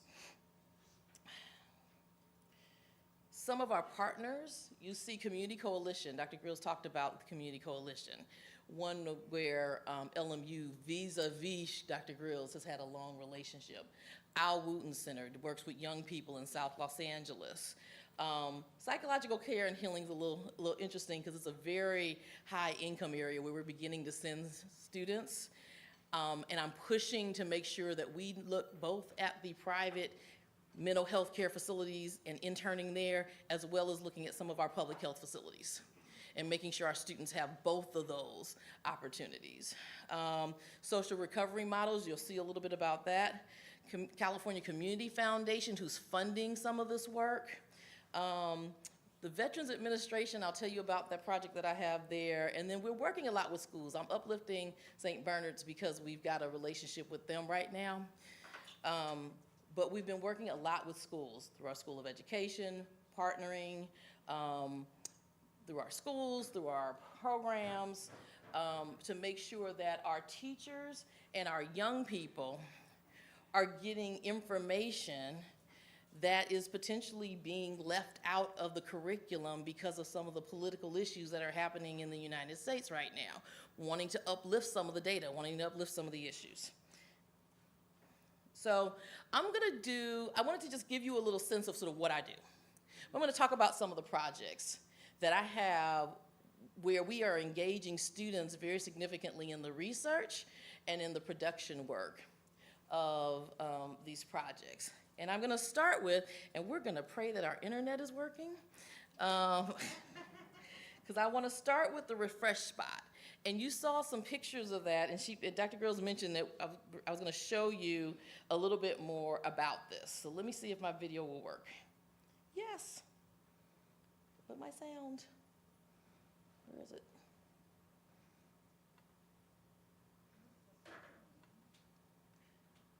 Okay, if I can get assistance with sound, that would be great.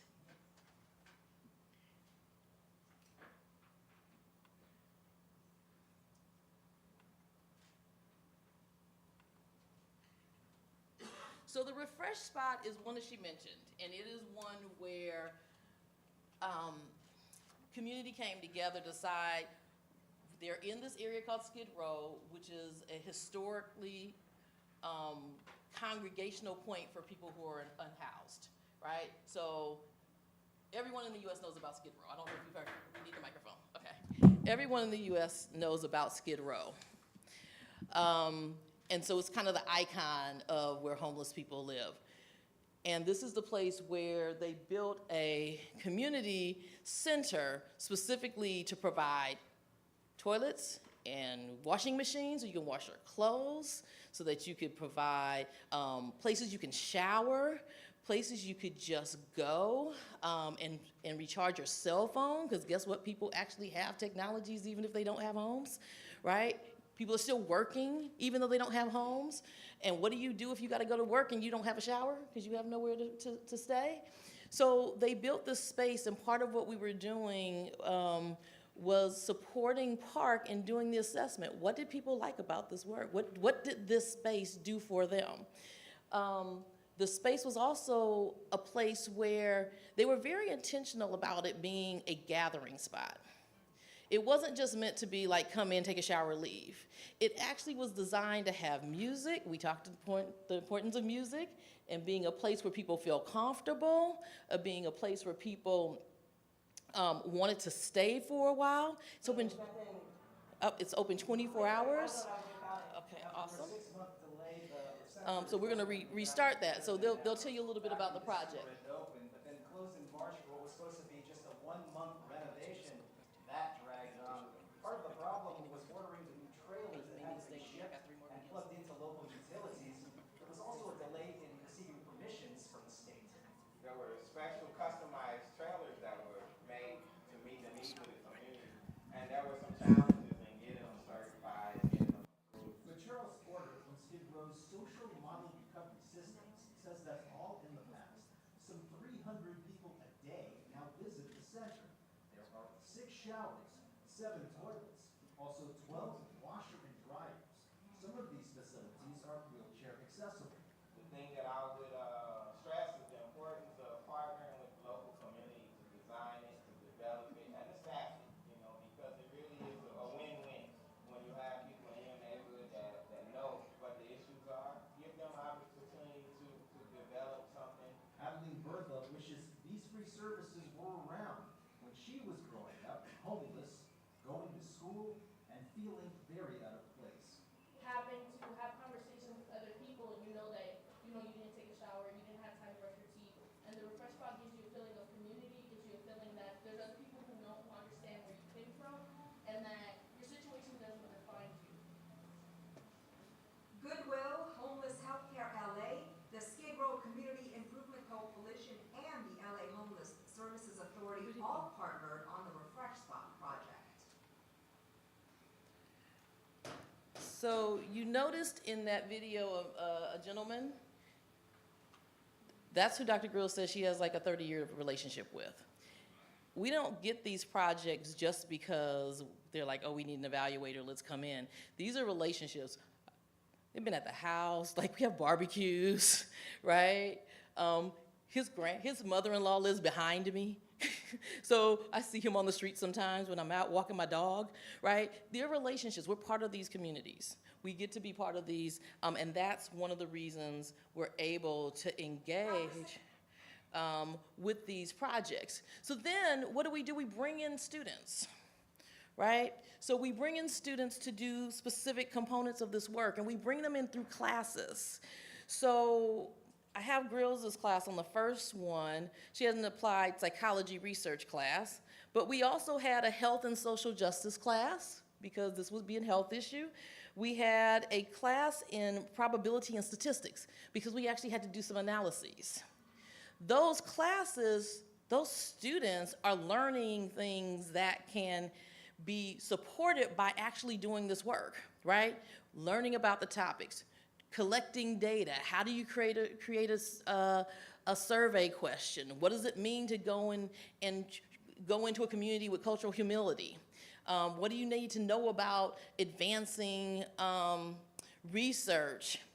Even though they're not the ones holding the relationships, there's ways to bring people in. Some of those folks now have started working at the Refresh Spot. It's an introduction to community, but it's also really, as an engaged learning director, it is about applying and augmenting their classroom work as well. So it's a dual focus.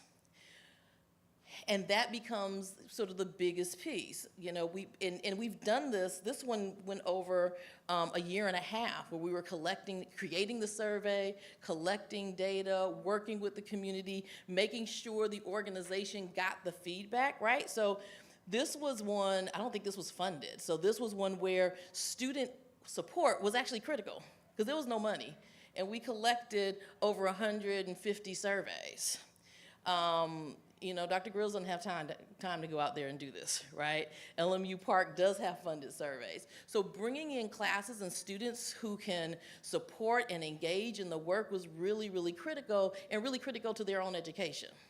So now hopefully we're expanding this group of people who can do work and who begin to think about and reflect on, well, why did I get to come into this? Because, yeah, don't show up at the Refresh Spot just randomly like, hey, I want to do a survey, right? Don't just show up and say, let me talk to these people. We all had to be brought in, introduced, given legitimacy to be there.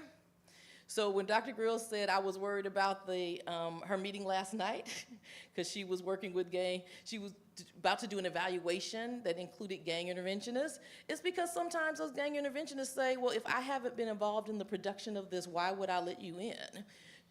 You know, her team and the way in which, as she rightfully said, the way in which they approach it is different. So that's one part of it. Her reputation precedes her. That's another part of it. And knowing that, you know, being clear about the fact that, yeah, we know, like, researchers don't always have the best reputations. Evaluators are often not the first person you want to talk to, right? We're kind of the last people. I got a call the other night about, oh, yeah, we did this project. Oh, yeah, we forgot to call y'all. We need you to come in and help with the event. I was like, okay, no problem. Because I'm a yes girl. So my view is part of my role is engaging with community is if you call me and ask for something, the first response is yes. And let me figure out how, right? Dr. Grills is probably like 10 times that, right? And she said it was bringing her heart that there's some projects that she just doesn't have the capacity to do, but it's yes, like what can we do? What can we do to engage these folks? Another point that I wanted to make about this is that we have this mission for the university of engaging communities, and part of our role is really like, how do we make sure that the university is really living up to its own mission? How do we make sure that the university who says, well, if you want to have a community organization come on campus, they need to pay for space. They need to pay for catering and things. So I have a budget where I have just paid. I'm like, I refuse to have a nonprofit organization from South LA working with Black and brown folks who got out of incarceration, who just got out of jail, try to pay $2,000 so that they can use a space on campus. That's sitting there with lights and air conditioning, whether we're there or not.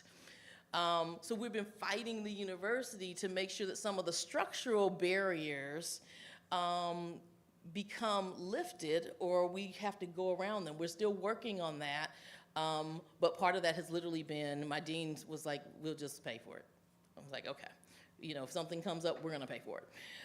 So trying to find those ways. Understanding that universities have structures, and they have needs, and they have desires, but what we're trying to do is have them not address their financial needs based on the backbone of community-based organizations who are really trying to promote social advancement, which we say is a pillar of our university. So we're working on that. But we did this over 3 semesters with the Refresh Spot. we had some interesting findings. People felt refreshed. That's my first finding over there, right? The post-test, they were more refreshed than when they came in. And if you look at the right side of this thing, you'll see where they were lower, they were irritable, a little less irritable, a little less angry, not so much different on self-consciousness, right? So we're looking at things like, so what's important to them? Were they energized? Now, are these the surveys that we think we necessarily, or the questions that we necessarily might come up with if we're looking at a standardized scale, right? No, this is what the community members said they wanted to know. They said, we want to know if you're refreshed, if you're energy, if you're happy, do you have inner peace? So we asked those questions. We didn't say, here, we're going to do a self-esteem survey or a depression scale. We didn't use Beck, right, or whatever we're using these days. We said, what do you want to know? And we looked at some of those data. It changed the types of services that they provided. How they approached services, making sure that there's always welcoming, and then thought about sort of what are the next steps for engaging with the homeless population in Los Angeles. So this is one example of how we engage students and classes and the university in thinking about this work. Dr. Grills has been talking about how she does this from the platform of a university, but really as a researcher. And so, this is really how do we then bring in our students in our institutions. So I'm gonna see if this video plays. Hope Springs Eternal, because my videos, I didn't actually download them, so I've been a little worried about it. So one of the topics that I focus on a lot is the topic of incarceration. So Los Angeles in particular, but the US has the largest carceral population, one of the largest in the world, right? We incarcerate at higher rates than the rest of the world and with higher populations. We're actually reducing now, and I think we're at about 2 million people incarcerated. We've got about 14,000 people on an average daily basis in our local jails. So just to clarify the US system, jails are where people go when you get arrested.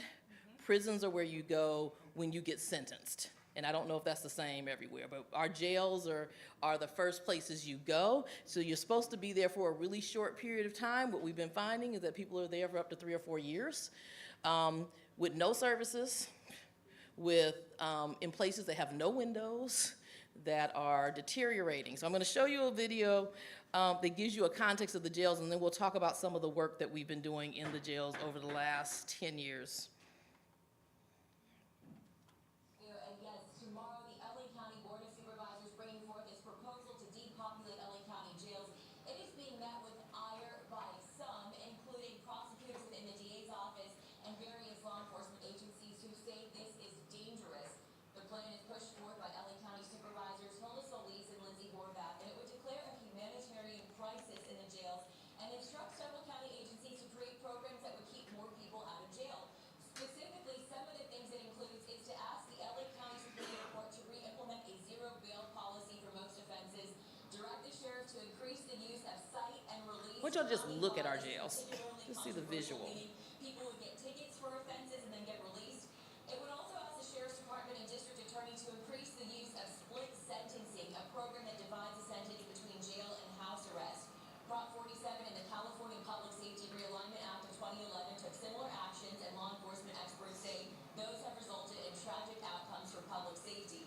The Los Angeles County Police Chiefs Association and the LA Association of Deputy DAs says they were blindsided by this proposal, only learning about it on Friday. And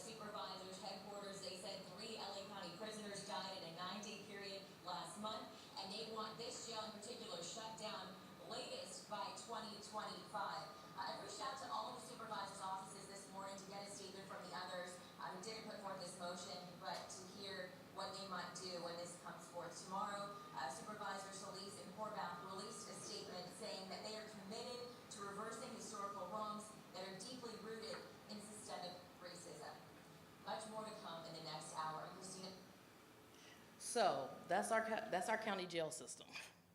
14,000 folks on average across what is either divided as 4 or 7 jails, because there's one that's divided into 3 different jails, across about 100 miles. So our county is very large, so people could be kind of anywhere. So you heard a few things in this mix, right?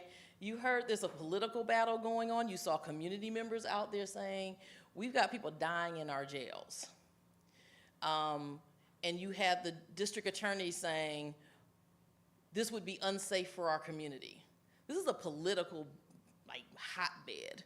We've had DAs in several counties, including Los Angeles, that are considered our progressive DAs, and all of them have gotten recall efforts as soon as they stepped into office. So if you want to do anything like closing jails or doing community-based incarceration, where you might stay at a community center rather than in a jail, or you might have an ankle monitoring bracelet, which has its own issues. You get called soft on crime, and you get called, somebody who needs to be out of office. Guess what doesn't reduce crime? Anybody have a guess? Jails. Jails do not reduce crime. You can look at the data on that. They actually produce greater criminality, right? You go in and you commit more crimes, even particularly at lower levels, right? Because now you're going in with folks who are committing higher levels of crime. So keeping people in there for a long period of time does not pan out as an actual practice that helps jails, and one helps crime. But that's the argument, and that scares people if we say you're soft on crime. Oh, crime is up. Well, actually, crime is down, but don't let the data get in the way of your opinions, right? So there's a lot of scare tactics about soft on crime. So we've been working over the years with thinking about the prison industrial complex in the US, which is a continuation, I won't go into the details, of the enslavement process. It started right after emancipation in trying to build up the jails, and then during the drug wars in the 1970s, that became our massive increase in our jail and prison population in the US. But we're doing a few things. So there's been a couple of sets of surveys. So our jails are meant to only house people for like maybe days to months. And so in there, you're in generally locked cells. If you go into the women's prison in Los Angeles, there is one window that's way above on what is their recreation spot, which is about a room, about half the size of this room. There's one window at the top of it. Otherwise, you are inside a metal facility, typically behind bars in what's called a pod. So there may be like 50 locked cells, and then you have a space to come out in, but there's still no windows there. The windows are only in this one spot. That's not conducive for people to stay for long periods of time, but we have people that we've surveyed in there that's been up to 3 and 4 years who have been in these facilities. And I'm just gonna say a personal note, my nephew has been incarcerated pre-trial for 2 years now in one of these kinds of facilities, right? What are we doing? This is not meant for folks. They have started programming within the jail because you're not meant to be there, there's not programming. In our prisons, we actually have programs. You have yard space, you have training programs for careers and that sort of thing, but in the jails, you really don't because you're not supposed to be there for very long. So they started a program called Education-Based Incarceration. And so we have done a couple of different needs assessment surveys within the jails. Well, who has to listen to the jails? The Sheriff's Department. So they tend to be in collaboration with the Sheriff's Department. But we're going in and talking to, the first set of surveys was with women who are incarcerated in our women's jail in Los Angeles. What educational programs do you need? There's a wide spectrum of things that people will talk about, but fundamentally we need something. You have only small pockets of people who are able to get access to education. And when I tell you we found out what some of the options were, we were only able to provide some because LMU was willing to provide some. We did a reentry program. We provided yoga studies because we actually have a master's in yoga studies at Loyola. And I think those were the 2 programs that we did: a reentry program, master's in the yoga studies program, and then a intro to psychology. So we had Dr. Grills' students were learning intro to psychology, and then they went and taught it in the jails. After that, we kind of got booted and didn't get an opportunity to come back. While we were doing the surveys, though, we had about 30 students from different classes who went in, got their security clearances, went in, got trained on surveying, went into these jails, and did the surveys with the women there, and learned about the systems of the jails. Because we're not going to ever really hear, outside of going in there, anything about the jails. Nobody wants to go to jail, right? Nobody wants to go into the jails. So having the opportunity to go in and sort of see what these situations are like gives our students the opportunity to say, oh, wait, let me think about our justice system differently. When we hear from the DAs that are saying, oh, that we're being soft on crime, everybody needs to go to jail, we now have an image of what that jail is. And you can take a moment and think about, okay, as a student, do I believe this narrative? Do I believe that this information is there? What else can I find out about our jails? And I have a way to think about this work and actually visualize what this experience is like. And you're meeting people, and that's the other really critical thing in even doing our surveys. People have images of who's incarcerated. So going into the jails, and we're talking with women. This was a written survey, but we were actually doing it in small groups with the women and the men who were incarcerated. People got to talk to folks, and once they finished their survey, they're like, well, let me tell you about this. People with PhDs in jail, people who are talking about their motherhood, talking about their work and their experiences that our students never thought about. They have an image, oh, it must be this, it must be that they're in jail, as the reasons why they're in jail. So our students got an opportunity to really engage and talk with folks and see what these experiences are like. So now you can rethink, when you're in these positions of power, what are the policy implications of this? How do we engage in even understanding our news reports and the politics that are happening and the recall efforts for our DAs? What do we know about this? So we perceive this as both an opportunity for our research students to learn about research, right? How do we create the design? But we're learning about the opportunity, we're learning about what people's real experiences are. So we did this with women for some time. Then, about 2 years ago, the Board of Supervisors required that we do another survey of all the jails. And so we did surveys of all the jails and found similar issues. Went into Men's Central. Men's Central is a hot mess. Water across all the floors, everything in disrepair, and that's the one that they were trying to close down. So having the opportunity for our students to see this and experience this was really important. The other piece that I want to talk about a little bit is organizing and our women organizers. So I'm working on these surveys with the jails, but we're also working with nonprofit organizations that are doing work with and as people who have been previously incarcerated. So I'm on a board of an organization started by previously incarcerated folks, and then Women Organizing for Justice and Opportunity is an advocacy organizing group, part of a New Way of Life reentry program, and that is a women's reentry program started by a woman, Susan Burton, who was incarcerated for 20 years off and on, and then came out and said, we need housing and support services for people who are coming out of incarceration so that we can stop the reentry into the jails and our prisons. So we work with them a lot. And one of the projects that we did was with these women who were talking about reunifying with their kids. They were focused on the fact that when you go to jail, your kids get put in the child welfare system, oftentimes taken from you, and after 16 months, you cannot get your children back. You lose parental rights, Once you lose parental rights, it means your child can be adopted out. So you could be in jail for 2 years, pre-trial, you haven't been sentenced with anything. Meanwhile, your child is in the foster care system and you're losing parental rights. You can get out. You could try to go and get your children back, even before losing parental rights, but then you have, as a person who has been incarcerated, you have a lot of hoops to go through. So you could, typically you have to go to court, probably every week or every other week.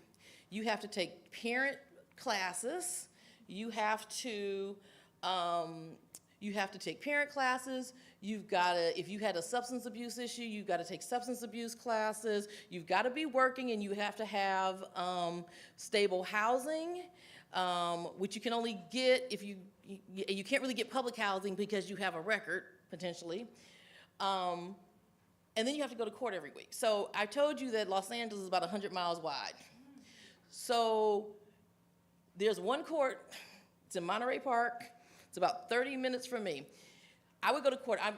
I supported foster youth, so I would go to court. There was one year I was going to court every single week, and I was seeing these parents come in trying to get their kids back who are taking buses from 70 miles away to get to this court case every day, every week. After they have, oh, I'm sorry, I forgot one other thing. They have to have weekly visits with their kids. You have to have weekly, you have to have a job, you gotta have housing, you gotta have weekly visits with your kids, you gotta have parental training, and if there's any other issues like substance abuse, you gotta have those training. That's 5 things all in 1 week, every week, that you have to do that are in conflict with one another, right? So how do you get your kids back? Yeah, exactly, I don't know.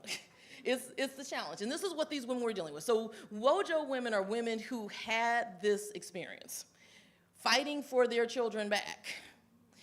And so because I'd been working with A New Way of Life, because I'd been working with WOJO on several projects, we continued to do some of this work, and I had a class in community psychology, and I said, well, what do we need to know? What do we need to document? We know you know the issues, but we need that information documented so that you can present it to the organizations that are going to help you advocate for some changes. So we had 3 courses that worked with this. So my course, then we had Dr. Pearson's Culture and Crime and Punishment course, and then a course in Sociology of Marriage and Families. And we got public records, because that's how you get information about these issues and topics. How many children, how many women regain custody? What are the reasons that they do not regain custody? Because that's in the court documents, why they didn't give them custody, and which women. Demographic, are African-American women getting custody or not? Is it Latinos who are getting custody or not? And then we were gonna do a survey, and one of the women, let's see if she's in here. Nope. And I said, well, we can do a survey for you. And what did they say? Nope. We'll do our own survey. And I was like, okay, cool, right? Because this is about community empowerment. Like they were like, we don't want you to come in and do our survey. We know what we need to ask. So I said, okay, cool. Do y'all know how to do a survey? Nope. I was like, okay. So what we're gonna do is my students in community psychology are gonna do a training on how to do surveys so that y'all can develop a survey and then figure out how to engage. And one of the best things that I saw come out of that was both my students like really using creative means to do this training, but then the women, when they created the survey and we reviewed it and we worked together, on making sure everything was together, and we're like, well, I don't know how we gonna get this survey done, right? And they're like, oh, we know how to do that. They had some systems in the jail. They were gonna get it in the jail. Like, I can't do that. I can't get that through IRB. But there was something that you're not supposed to use in the jails for stuff that they were gonna use. They were gonna get, they're gonna talk to their groups. So this was theirs. This was not ours. But we were able to support and advance their work and make sure that they were doing things that would then be acceptable, but they did it. This is theirs. They had the opportunity to understand, and they've been pushing policies around women regaining their children for years, and some of them have succeeded. So I'm trying to think if Ingrid is in any of these. Ingrid Archie is the woman who told me, absolutely not, you will not do our survey. She got her children back after this work. So, you know, we have different ways of doing it, but our students can be involved in this work. They can be a part of this. I'm gonna show you a little video of another project. Now this one's, I'm gonna give a little bit of an intro to this. This is a project, this is a federally funded project that I have. It did not, I say it didn't start from community, but I'm not sure it didn't. So the reason I do this project is because I met with a professor who brought me to a friend of hers. He is a Chinese American, Korean War veteran. And it is at the time when the US is dealing with what got termed Asian hate. Asian people were getting assaulted on the street. It was during COVID, right? People had blamed China, including our president, the China virus, so people were being physically assaulted and hated upon, and buildings were being tagged and vandalized. Because people decided they had a negative image of who Asian people were. And so I met with Peter Chow, and Peter Chow, older gentleman, we sat down, he took us to lunch, and he said, what we need is for people to know that we fought for this country too.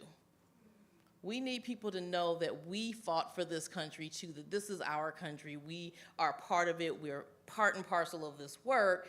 And so it started this project where they got federally funded by the Veterans Administration to tell the stories of veterans whose narratives and whose stories haven't been told. So we think about, and I don't know what shows up here, but in the US, if you look at World War II veterans or veterans in the military, you don't see people of color. You don't see black folks, you don't see Asian folks, you don't see women. We're getting ready to start with women this year. And so we wanted to change that narrative. I start with that framing because our project is a cemetery project. And that's not always the first thing I want to lead with. Because the project is a biography project. The project is an uplifting culture project. But it's with people who are interred at the LA National Cemetery, which is our military cemetery in Los Angeles. And so I think this is my video. Let's see. We had student projects where they are doing the research on these folks, biographical, primary source research, and creating biographies and doing things like these videos about our veterans. This is one that just got done, and I'm only going to show you kind of the overview part, but they're talking about individual veterans too, because it's 10 minutes long, and I don't want to show 10 minutes of video. So I'll show you a little bit. If you're north on the 405 freeway in LA, you've probably glanced to your right and seen a giant plot of land with gravestones sticking out. This is the Los Angeles National Cemetery, a final destination for over 90,000 U.S. veterans who, originating from all around the world, have contributed their lives for the safety of America. More than a symbol of patriotism, though, the LANC is a vast resource of life stories that offer insight into our history as a nation of many different avenues.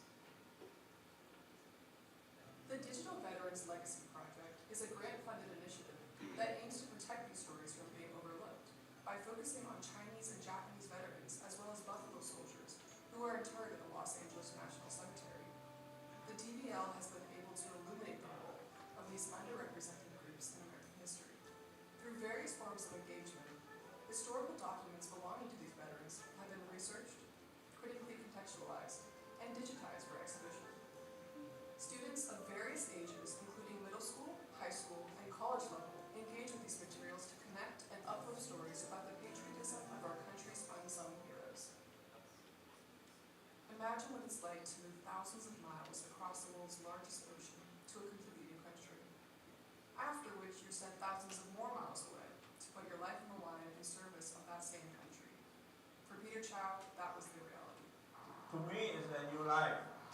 In New York, a lot lot of difficulty on the Chinese new immigrant go to abroad to establish the footprint in the U.S. Mr. Chow is a U.S.-Vietnam War veteran from Shanghai, China. He immigrated in 1966 at the young age of just 16 years old. I report to the Wall Street, the Army recruiting station, and they take a exam. They tell me your pass. They lock me up. Tell me the bus is outside waiting for me. Go to Fort Worth, Georgia. I almost cried because I have no help. I never have a chance to return home. Mr. Chow served as a member of the 5th Mechanized Infantry Division and received the Bronze Star Medal for his service. He describes how his military service garnered him a newfound level of respect in American society. Sometimes you have some kind of prejudice, Some people don't like you, It's a lot of people look at me because I'm Chinese, It's a little different. But if you have a confidence, everybody respect you. Because you do the thing right, you serve the community, everybody will respect you, So that's just one of the stories. He is obviously not interred at the cemetery, but he's one of our founders of this project, right? So he brought us into the Asian American Veterans Organizations. We got into the African American Veterans Organizations because they wanted to make sure that the stories did not get lost, that people were really a part of this work. And a part of this nation building. We've had students working, this is a student project. So students are doing these biographies. They are working on the biographies in classes. We've had 7 LMU classes that are doing the biographies. We've got research interns who are working this summer to make sure our biographies are accurate. We've got folks coming from philosophy and psychology who are doing this work. And they're creating things like this. This is a student project. We didn't create this video, right? I should have brought my high school projects. We've been training teachers to talk about these stories as well, and those students are creating videos. So we're trying to bring these narratives and stories and histories and uplift them so that people can do something with that information. Right? So that we can remember, we can have that chronology to say, today we're here, but this is where we came from. And we're here because of this, right? One of the things that I think about with that work, we look at Japanese American, Chinese American, and African Americans. And it always strikes me to say, Mr. Chow's Chinese American. There was a Chinese Exclusion Act in the United States up until World War II. It meant that you could not become a citizen. He's post-World War II. But they fought for the country because they wanted to become citizens, right? Because they were excluded.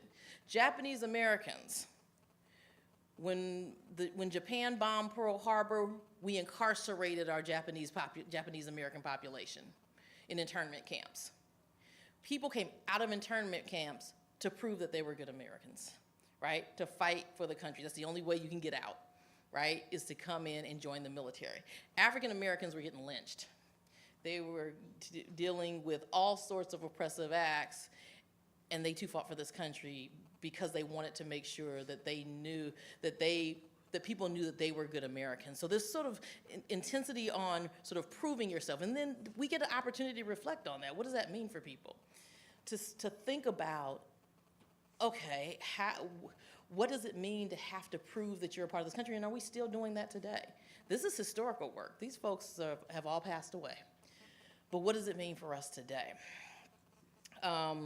So our students are learning how to do biographical research. They are working on writing skills. They are learning about these histories that they probably have not learned about.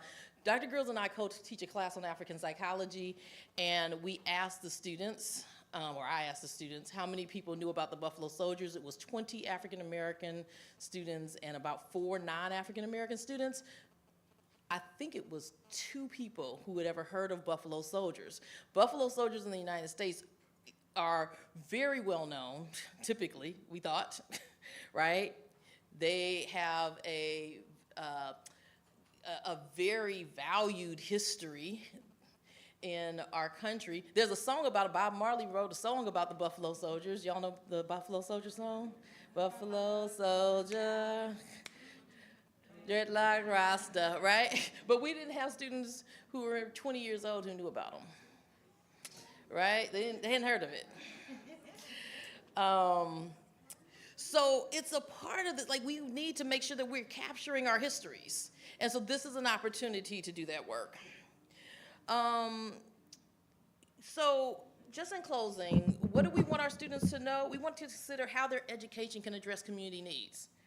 We want an understanding of the importance of culture, the importance of ongoing relationships with communities. Know that you're not joining this community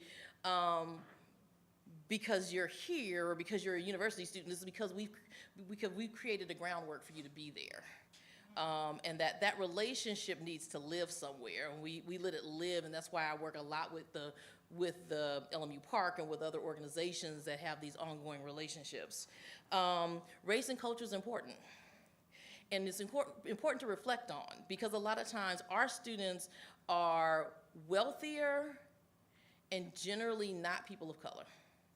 And so when we're working in the jails, we have to make them critically, like, okay, what does this mean that what you're seeing is that 9% of African Americans, 9% of Los Angeles is African American, but 30% of the jails is African American. What does that mean? Are we more criminal? No, right? What are some explanations for that? How do we do this work? Hopefully they're understanding the complexities of working in communities. But then hopefully we're also inspiring students to continue to do this work. Dr. Grills is my elder, right? She is the beacon of making sure this work is profoundly impactful on communities. We've got a team of folks kind of here, but as she says, the young people that get stuff done, right? And we got to make sure that our young people are engaging and thinking, and that it's our job as elders to really make sure that we're bringing folks along and getting an opportunity to think about this work. So I'm going to leave it there. It's warm in here. I know people want to move around a bit, but hopefully that was helpful or giving you some things to think about as we think about student engagement in this work. Thank you.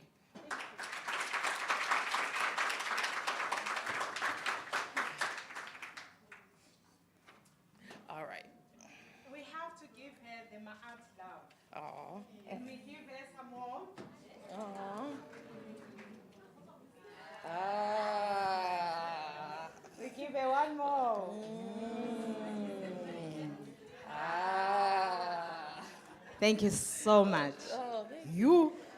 Now I feel guilty because our students are going to look at us and say, what are you doing? How are you going to expose us to so much? Because we already know there is so much to do. And the reality is, you know, when I had the soldiers, the sailors for years and years and years. And they were traveling. And then when they were just about to reach home, they were thirsty. And the whole time they were shouting, please, we want water. And the people on the other side, we said, cast your buckets where you are. And they said, no, we want water. They didn't understand that they were now no longer in the sea, they were on the shore where there was fresh water. So you must cast your buckets where you are. Amen. And I do think your presentation and that of Prof. Grills is actually telling us that there is so much depth and knowledge embedded in our systems. Absolutely. But we are always asking people, hey, help us.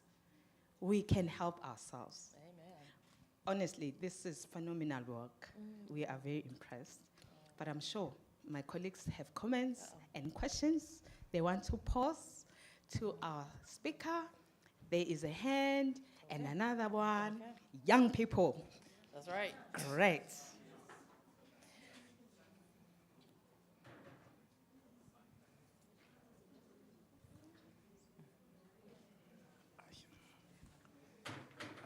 Thank you very much. Greetings, everyone. My name is Nzulu Msiv. Just wanted to make like a few comments Okay. about your projects and everything.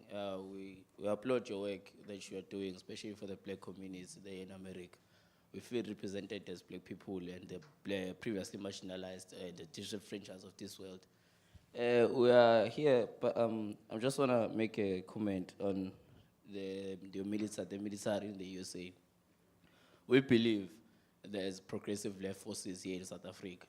There's the army in America represents a neo-colonial agenda in the world. We take this, we draw this inspiration from the invasion of Iraq, where they saw American troops, black American troops, 7,000 of them being killed, whereas the invasion was based on a lie. They never did any apology to any of those families and the country that they invaded for no reason. We stand here and we say that if you can pass on the message to that guy whose name George Bush or something and Tony Blair there in the Western Hemisphere, that they must compensate those soldiers because many of them that were lost, they were black. And we stand by them by all meritorious times because the invasion of Afghanistan, the 2019 reports of the, I don't know what institute was it, reported that over 177,000 people have died in the Afghanistan war. And that is a crisis, a serious crisis, because the people who are recruited to these military are black people, and they are always on the front line of these issues. Secondly, again, we reiterate the call that America represents a racist class society, which prides itself in the oppression of black people. You see, so some of the initiatives that you're doing for the black communities are very formidable, and we need more and more people because we don't trust the political space of America because they are more on the foreign policies, and the term patriotism relates to how much you invade or exercise your power over other countries, especially in Africa. America has created so many atrocities in the world. So many atrocities, but they don't get accounted to. So that's why we are saying that please pass on the message there. But from George Bush administration to Barack Obama, and tell them that's one reparations in this country. Thank you very much. All right. If I had the platform, I would absolutely share the message. And I know I always stand to be critiqued when I pull up the Veterans Project, even in America. I've got folks who work with me who will not put their name on this project. They have helped me because of what our military does represent and what we have done. And so I don't discount that. What I'm hoping to uplift is that we've got lots of people who even in the midst of that don't get any representation. It's as if they didn't exist. They done nothing. And we can critique what they did. I don't discount that. But we've got folks who, like I said, were being lynched and killed in the United States when we're going over to other countries, who are getting killed in the streets and incarcerated at great rates. And their attempt was to be able to say, well, you know, we really belong here, so stop treating us badly while we're in the midst of everything. So I applaud you. So I thank you. And if I have a tea with George Bush, I'll be happy to share it. Humble greetings, everyone. My name is Samgelo Kulu. I've been covered mostly by my fellow comrade. I want to make a few comments on your presentation. On your presentation, you spoke about the population of jails in the US. And I want to pose a question that have the government, or is it safe for the community members that former fugitives must be released back to the community? I know that there are initiatives that were introduced, like the ankle monitoring, that can monitor the person's behavior, movement, and so on. But I think with the increasing levels of technology in the present days, those such things cannot be trusted as they can be passed or hacked. I will reference with South Africa because I live here and I serve as a primary data and a living reference. In South Africa, we had and are still having number of people who come from prison in and out because they cannot survive in the outside world. They feel like the prison is their comfort zone. So what are the initiatives brought by the government to minimize that in America? To deal with the reincarceration and people coming out and the challenges that they face? Yeah, I would say it's more on it's more of the community that is trying to push those kinds of initiatives. So where initiatives have happened, we had, I think it's 137. There was a big advocacy campaign to, in 2012, I think it passed, to not jail people who are 999, nonviolent, non-sex offenders, and there's another 9 that I'm blanking on. So to reduce the number of people who are actually in these places like Men's Central Jail or Central Regional Detention Facility or pitches, right, where you have absolutely no opportunity to engage in any of this work. But it really is the nonprofits. It's the community members. It's the folks who are coming out who are pushing for these changes, because you heard the DA say we really want, what you're doing is making our communities more unsafe. Well, what's making our community more unsafe is that people are coming out, we're incarcerating way more people of color and way more black folks than we have, right? 30% of the jails are African American and only 9% of the population is in Los Angeles. Housing, access to jobs, and a lot of the policies that impact whether you can get a job and whether you can get housing. So if you get out of jail, you actually can't get support for public housing. If you have a conviction, you can't be in a public housing space. You can't stay with somebody who has one. So I can't go to my grandmother's house who's in public housing because she will lose her housing if I, as a person with a felony offense, comes and stays with her. So we're pushing to change some of these policies, making sure that people have access to the resources that are there, making sure there was a ban the box about in 2014, right? The box is that box you have to check when you're applying for jobs that said, do you have a felony conviction? We got passed policies that said that we're gonna ban that box. We're not gonna let people get completely dismissed from jobs based on the fact that they have to say up front that they have a felony conviction. So it's these kinds of policies. It's changing the way that women have access to get their children back. WOJO does that as a project, but there's a lot of the work of A New Way of Life, which is where WOJO is housed, that's about what do we need to make sure of in terms of policy changes that people have access to jobs and housing, and not punitive things. I mean, if you come out of prison, I'll talk about prison now, you come out and you're on parole. You can't go places. You have a very limited period of time. A lot of our reincarceration is about is based on people not following these policies, which is you can't go out of a certain area, you can't stay out after dark, you can't see certain people, you can't be involved with other people who you might have been involved with before you were incarcerated. All those things send you back to prison, right? Not necessarily committing a new crime. So more people are recommitted because they violated parole obligations than they are by committing actual crimes, right? So, but systems want to maintain systems. So it really is communities that are pushing and challenging and advocating. So when I said that we've had progressive DAs who are trying to do some work, yep, the ankle monitoring is not the best, right? So you're getting monitored, you're getting around. This is just my opinion. It's still better than being in Men's Central Jail, where you have no access to anything, but it's not the best, no. There's also community programs. There's also substance abuse programs. There's other things where you can be supported and not necessarily solely monitored. So I don't disagree with you. So yes, but it's our communities who are doing this work.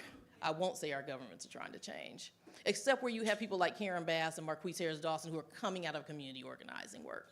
Yes, sorry. Good afternoon. Good afternoon. Prof. I hear you and I salute your work, but I'm interested in the reclaiming narratives from, my name is James, I'm a researcher with the Department of Criminology. And just from a statistics point of view, you have more black male, particularly between the ages of 17 to probably 45 in the jail in US, UK, Australia, and all that. And that is a global narrative.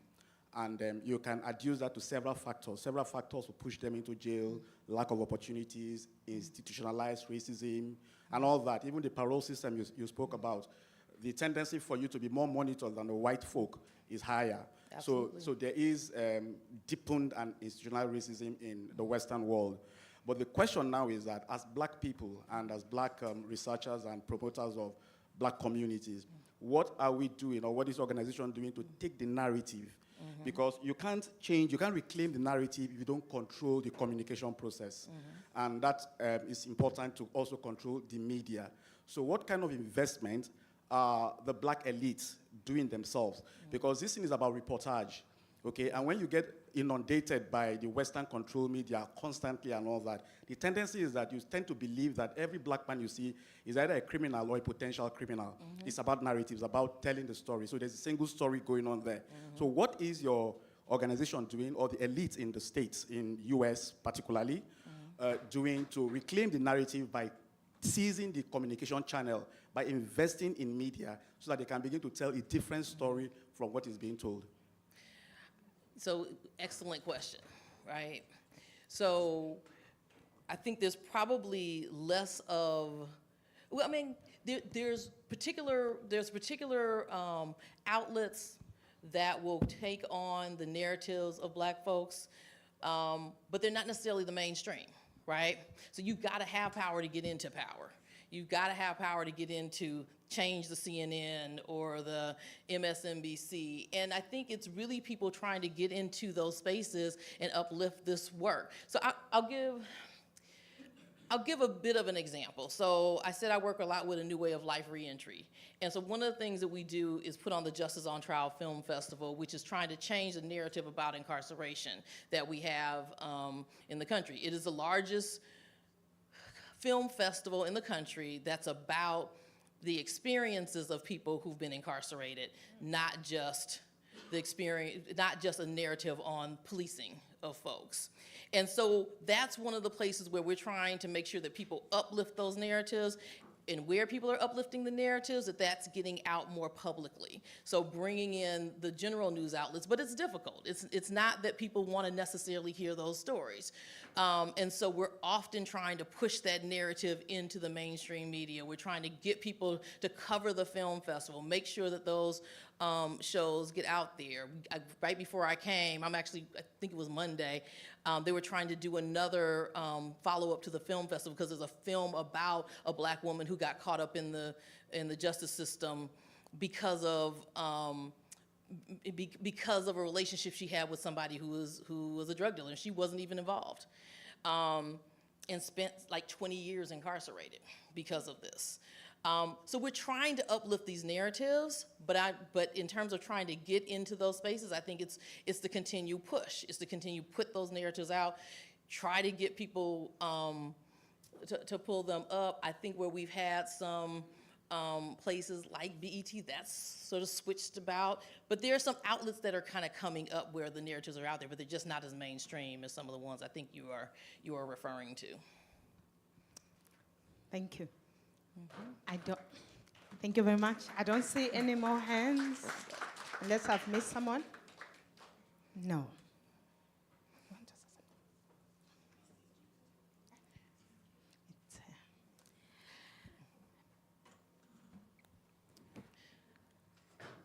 So I'm just gonna say, I appreciate y'all. I love how I come after Dr. Grills, because I was like, oh, I'm gonna get some pushback. Which is okay. I don't mind being critiqued. That's part of that humility part, right? Part of this work is about, listening and seeing what we come from. I'm not unhappy with the work that I do, but I don't say that this is the end all and be all. That we're taking pieces of the puzzle, and we're taking pieces of this work, and uplifting stories and narratives. addressing and trying to promote counter narratives, but it is not done. And I will take on projects that you know might hit with a military, and trust me, I've already seen some of the critiques, but I still think these narratives need to be told. Thank you very much. I would like to give Prof. Gopal an opportunity to thank Diana. Thank you. So Diana, that was really amazing, and I think from the nature of the questions that you received, I think you would realize how you have provoked our thinking in different ways. And I think that's testimony to the transformation that we are already experiencing. We want to say a huge, huge thank you to you, and we know that I think what we say is till we meet you again, because we shall see you soon. Thank you so much.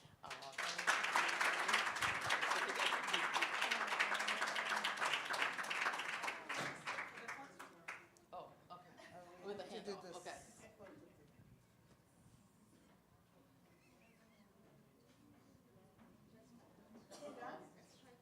Oh no, there's more.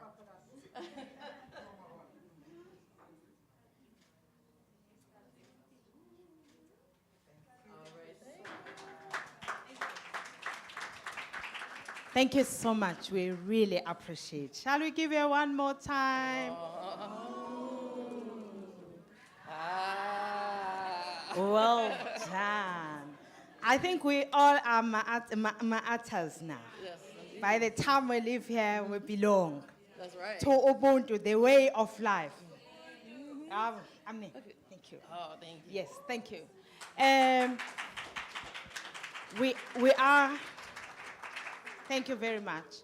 We're going to take one more presentation on curriculum transformation, and then we're going to have our lunch at 2. Immediately after lunch, we're going to have a presentation from the Art Institute and from the team, and then we'll have a discussion, and then we close.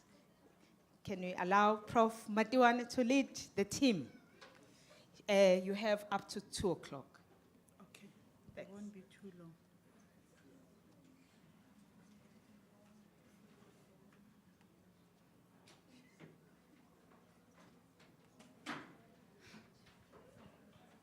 Colleagues, good afternoon. I like interaction. Good afternoon, colleagues. Good afternoon. Lovely, lovely. I think this flows very nicely from the presentation that we had from Dr. Cook. And as a school of applied human sciences, we are currently reflecting on the issue of curriculum transformation. We are asking ourselves a lot of questions around what is curriculum transformation? What is our role in ensuring that we transform the curriculum? And so what we are going to be presenting, I'm just leading, but the entire school, represented by different people, will be sharing their experiences in terms of what we are trying to do as a school in addressing the issue of curriculum transformation. When I tried to look at what is curriculum transformation, and as we were busy with our new strategic plan, the 2023 to 2032, we were trying to align our plan with that of the university. I came across the work of, I think, UKZN. Most of you must be familiar with his work. I came across the work of Hlatsoayo and Khumalo, as well as Santos. And they were looking at what is it that the South African university should be doing to decolonize the South African university. And they realized that there were 3, and I was actually interested in the use of the words protracted challenges. There were 3 protracted challenges that they picked up that they are saying the South African university is faced with in trying to transform the curriculum. The first one is they need to recognize, critique, and dismantle the deeply embedded colonial academy. That's the one challenge that they're faced with. The second one, they are saying they need to re-emerge and resurrect the epistemic, sorry my typos there, black and other marginalized, hidden, and silenced global South epistemologies. And the third challenge that they say they're faced with is that of confronting the deeply political and contested side of teaching and learning in the university. So this is what I want to premise our discussion around. And as we were planning our new strategy, particularly around teaching and learning, and in transforming the curriculum, we identified 5 drivers for transformation for our school. We looked at the issue of pedagogical innovation. For us, it becomes very important that we begin to think, what innovations in pedagogy do we bring in within the school to try and make sure that we become relevant and we speak to our South African context. We also looked at the issue of decolonizing and Africanizing the curriculum. We also have fit-for-purpose assessments, because we recognize that assessment plays a critical role in teaching and learning. And do we know how to assess appropriately to achieve our learning outcomes? Do we know how to construct assessment in such a way that it addresses what it's meant to address? And then we, in line with our new university strategic plan, we have the issue of entrepreneurship. To what extent is our curriculum in the school addressing the issue of entrepreneurship? And then the last one, we also looked at the issue of research-led teaching and learning. And we believe that should be a critical component of what we do as we try to transform the curriculum. And I'm going to speak very briefly to each of those, and then I will allow my team to share their thoughts around where they are in the different disciplines within the school on the issue of curriculum transformation. So in terms of pedagogical innovation, one of our mandates is to address the historical injustices by embracing diverse teaching and learning strategies. We need to look at our strategies and see whether our teaching and learning strategies actually embrace the diverse group of students that come in front of our classes with their different levels of understanding, different levels of knowledge, and their different competencies that they bring within the classroom. The second one is adopting critical pedagogy that will facilitate problem-solving skills. This also speaks to the graduate attributes of our students. When they leave, are they able to think critically? Are they able to resolve problems and recognize problems that are embedded within their communities, within where they are residing? Okay? The third one, incorporating targeted student feedback in designing curriculum. We realize that we do ask students to provide us with feedback, but what do we do with that feedback?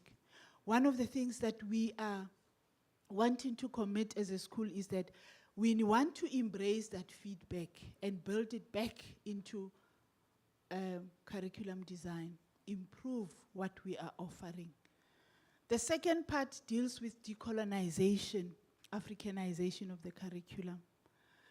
Here we are saying we need to critically examine and challenge Eurocentric and Western knowledge canons. We need to claim, reclaim, and explore the African history and heritage. Then we need to center African knowledge canons and experiences, because currently they are marginalized. We need to bring them to the center. So that's about decolonization and Africanization of the curriculum. Then we looked at issues of fit-for-purpose assessment. We need to be able to develop and design assessment as learning, assessment for learning, and assessment of learning. For ourselves, we need to understand those different types of assessments. We need to understand how do we then link them up with learning outcomes, objectives of our material, and how do we then design curriculum such that we are able to embrace all that. Then we looked at the issue of entrepreneurship. Are we responding to industry and market needs? And are we then exposing our students to skills that will make them employable when they leave our university? The second aspect is, are we inculcating a mindset of being active citizens as students? Are we encouraging our students to embrace the mindset of active citizenship? And I think the presentation by Diane was a classical example of how we can actually incorporate that and give our students the opportunity to be exposed to that. Then lastly, research-led teaching and learning. We've looked at the issue of integrating cutting-edge research into our teaching and learning. Part of what we do as academics within the school, do we take what we learn and bring it back to improve our curriculum? Or are we still teaching a curriculum that was designed and developed by someone else based on certain epistemologies and realities of whatever time frame, right? And then lastly, we're saying engaging students in research as part of teaching and learning. Again, what Diana gave to us are classical illustrations and examples of how we can allow our students to go out there, experience communities, but during that process, learn about certain concepts that we teach them in the classroom. Not just about doing research for their own research projects, but research that integrates into teaching and understanding the community and what it is all about. So I'm gonna pause here. I don't know who's gonna come first from my team, just to share with us. Maybe I should give our boss the opportunity from psychology at Peter Marisburg. I think we are fortunate enough because our DVC is a psychologist. Prior to him occupying the post that he's occupying, he was teaching in psychology. And there was a lot of groundbreaking work that was done in psychology, and he agreed graciously to share with the audience what has been done to transform the curriculum. And I think particularly to look at the concept of decolonization, Africanization of the curriculum. Can I hand over to you, Prof?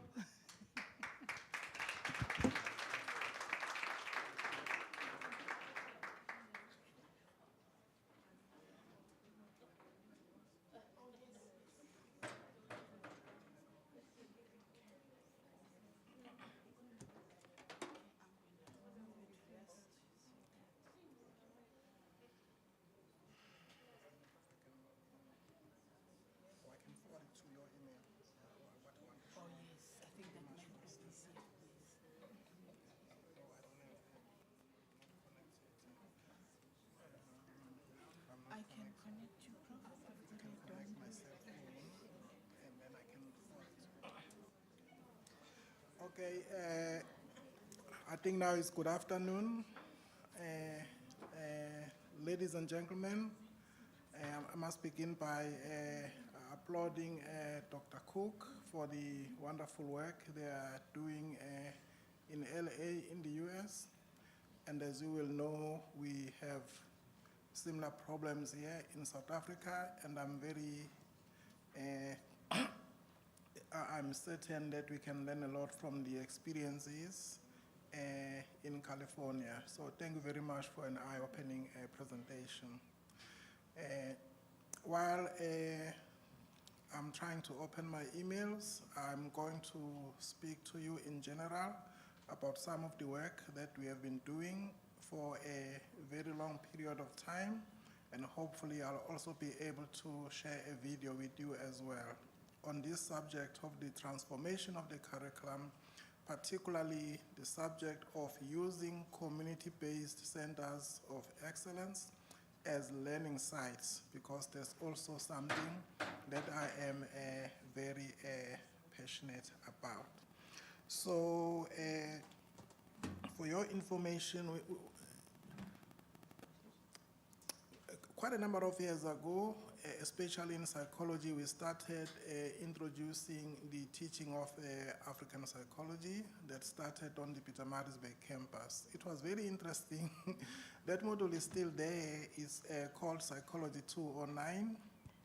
But the interesting part about the module is that the very, very first cohort that took that module was primarily African American students, as well as students in general who had come from a summer school in South Africa. That was how that particular module was launched, and in the first instance, it started with about 10 or 9 students, and within a very short period of time, it was one of the most popular modules on campus.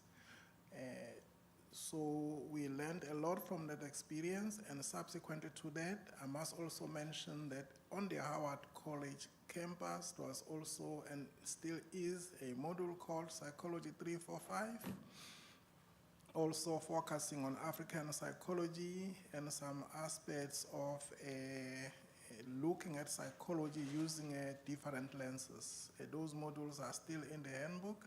Unfortunately, it will take more time for me to open the handbook and show those modules. And later on, we brought on board Professor Augustine Noye. I was hoping he was going to be here today. Unfortunately, he is gone back to Nigeria because of some family commitments.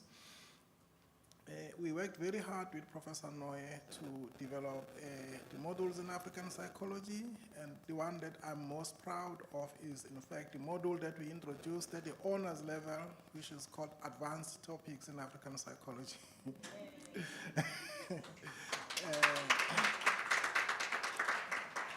What is interesting about that is that, in fact, it is a compulsory module for all psychology students, which I think we were amongst the very first universities in the country to get the module to be compulsory for students to get their honors degree or complete their 4th year of study in psychology in a South African university.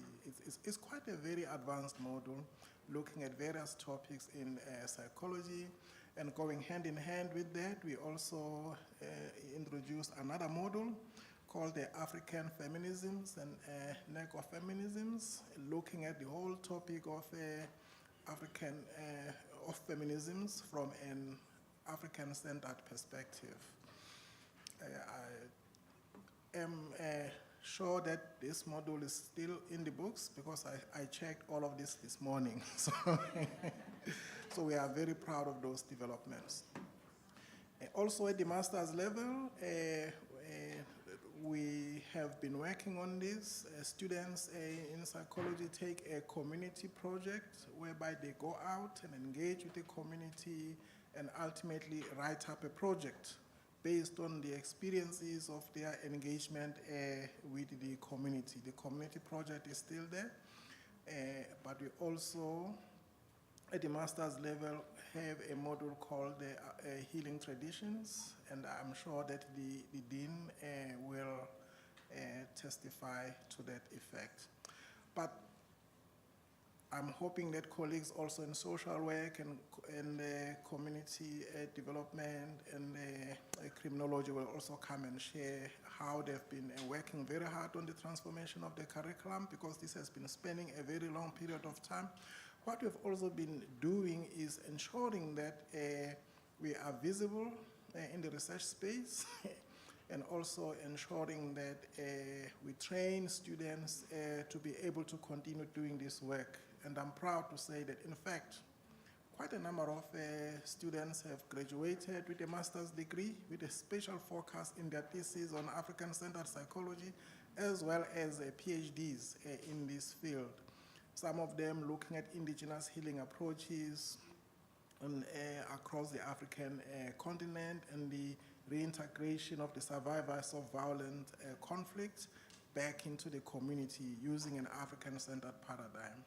All those works are available in the internet. But what I want to share with you today is, because I have been emphasizing this issue of grounding knowledge in the community, so I do want to play a video for you if I can. I'm going to forward it now to Dean Matwane so that she can play it for us. The video, prior to 2019, prior to COVID-19, we actually used to take students to the field. We used to take them to traditional healing villages where they were instructed by experts in indigenous knowledge systems.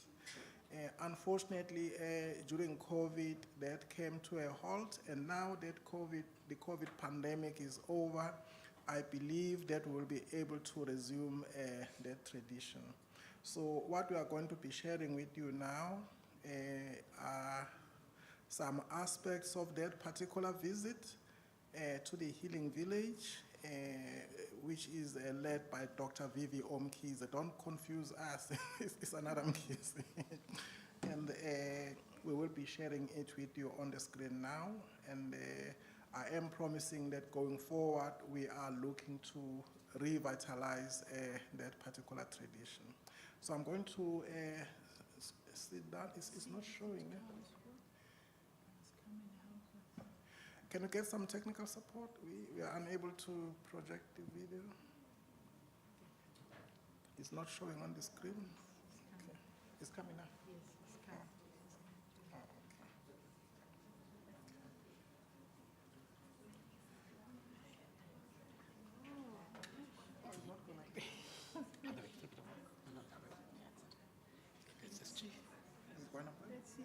Also, investigative strategies equals identifier as an external research and learning unit.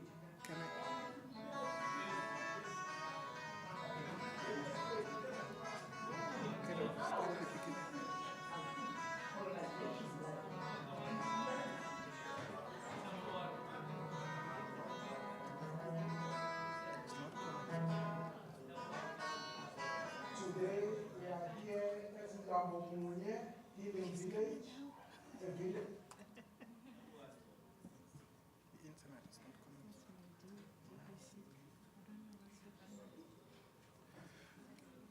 So what we're going to show here while they're working on the technical aspects is the students' experiences when they went to the healing village, as well as their engagement there with the traditional healers.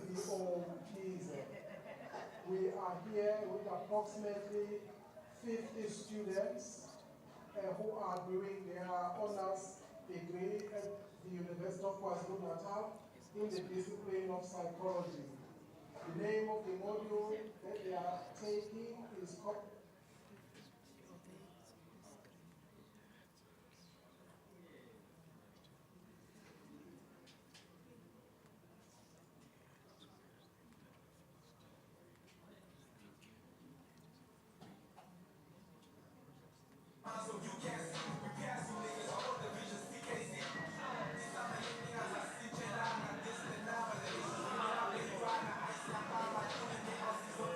Thank you very much. Bafika abantwana la emlamunye esigodlweni behamba no Deputy Vice Chancellor uProfessor Mkhize, behamba futhi namanye ama-colleagues njengo-Honorary Professor Magwaza from the African Forum of Psychology bezobona la esigodlweni. So I took them through my life ukuthi kwenzeka kanjani ukuze ngifike lana ngithwase ngamukela umsebenzi wabantu abadala nokuthi sisebenza kanjani nokuthi how have we managed to make this God so huge, and also university ibe ne-pride yokuthi ikwazi ukusi-identify as an external research and learning unit.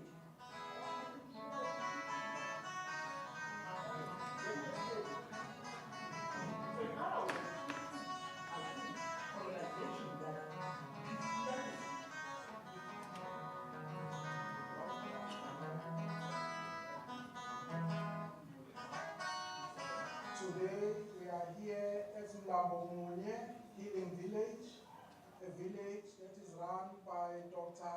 V.V.O. Mkhize.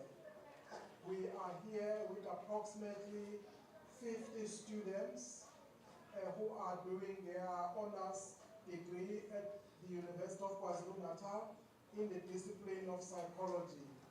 The name of the module that they are taking is called Advanced Topics in African Psychology. Now, these students have been taking lectures for the entire second semester of 2018, focusing on African psychology.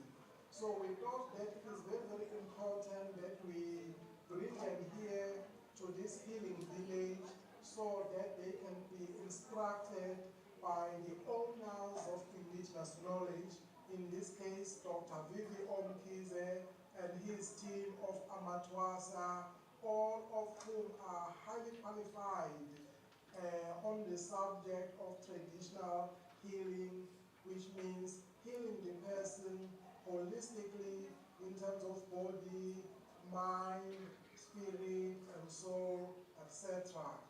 Now, this is part and parcel of our initiative as the University of KwaZulu-Natal to decolonize the curriculum, but also to insert indigenous knowledge systems into the curriculum to affirm our students, no matter the backgrounds that they are coming from.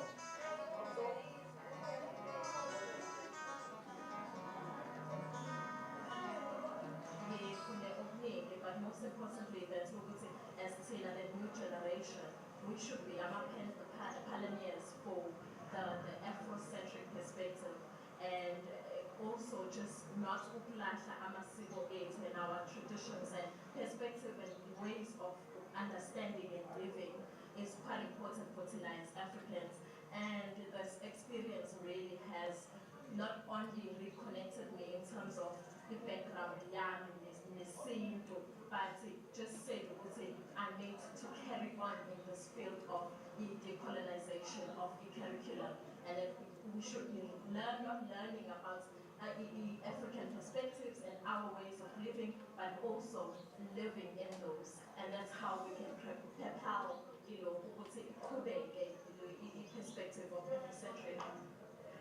Every morning, 4:30, they wake up and then they make fun. And then they take those stones and put it on the fire. Those stones must be burned. Those stones, you're correct. So the first process that we do to you when we heal you, depending on what was identified, is a woman. So we steam. You go to the steam room, you get naked, and then there is a clock, a sheet, right? You sit down, the female, and the female, male, and the male, and so on. The female get attended by a female Makosi. If you are a male, by male Makosi. Then the bucket there with water, hot water, boiling water, with muti, then they throw the stones. We must throw 3 times. First one, nice. Second one, third one, we jump in.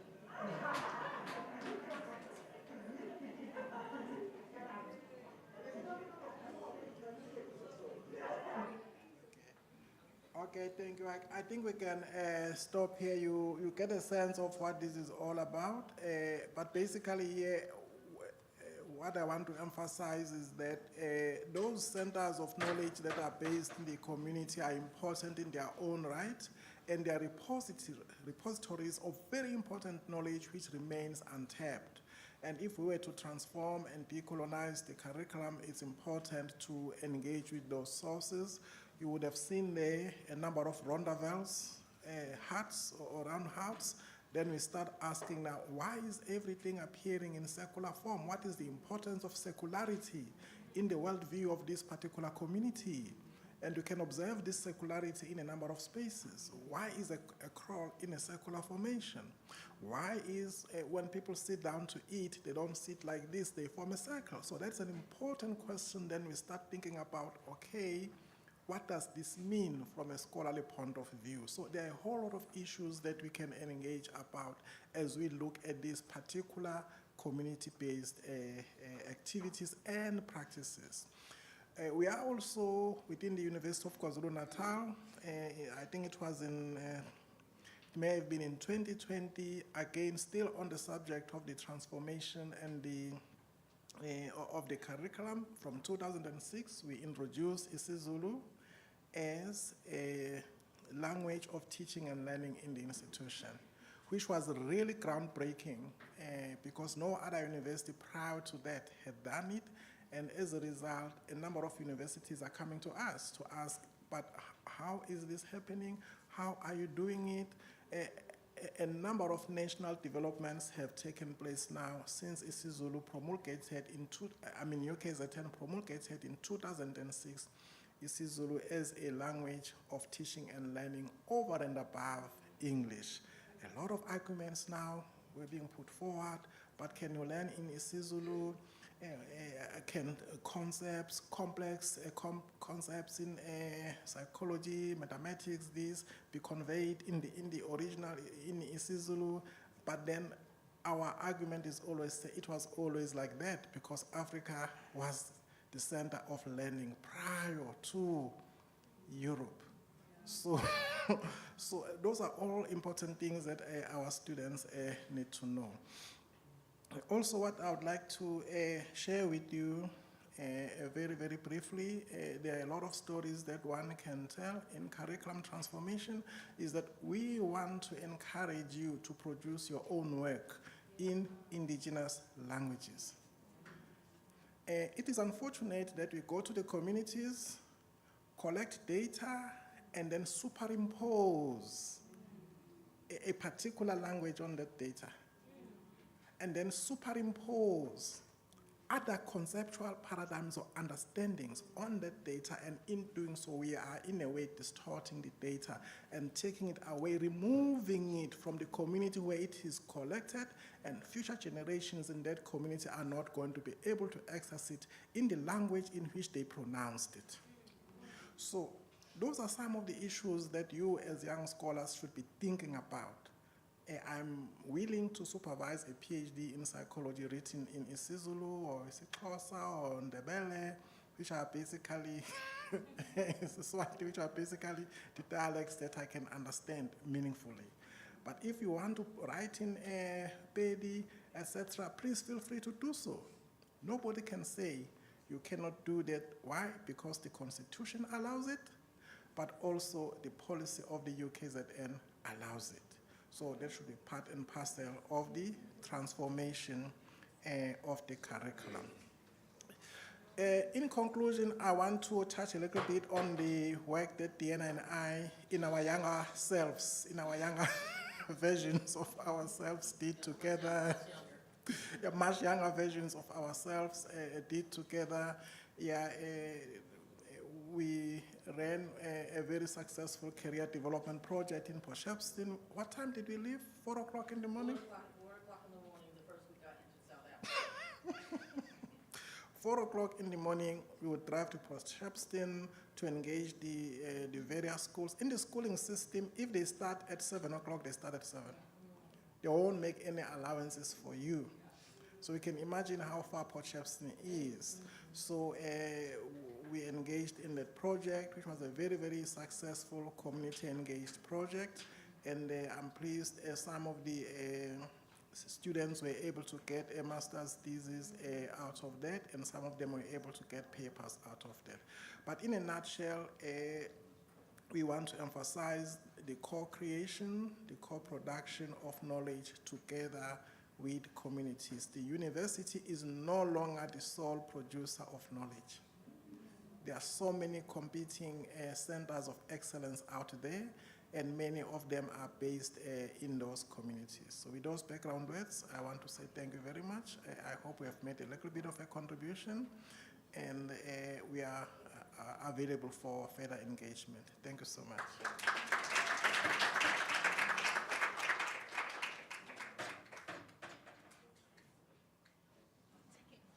Thank you very much to our DVC for his input. We have 3 minutes, but I'm going to abuse my, just for us to go maybe 10 minutes for the other disciplines just to share with us. I don't know who's gonna go next. Okay, thank you.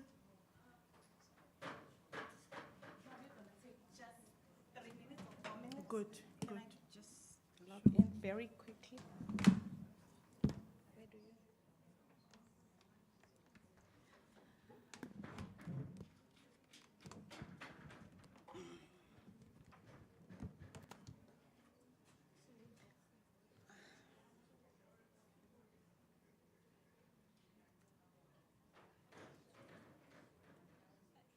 Colleagues, good afternoon. My name is Maud, and no, I won't be that long.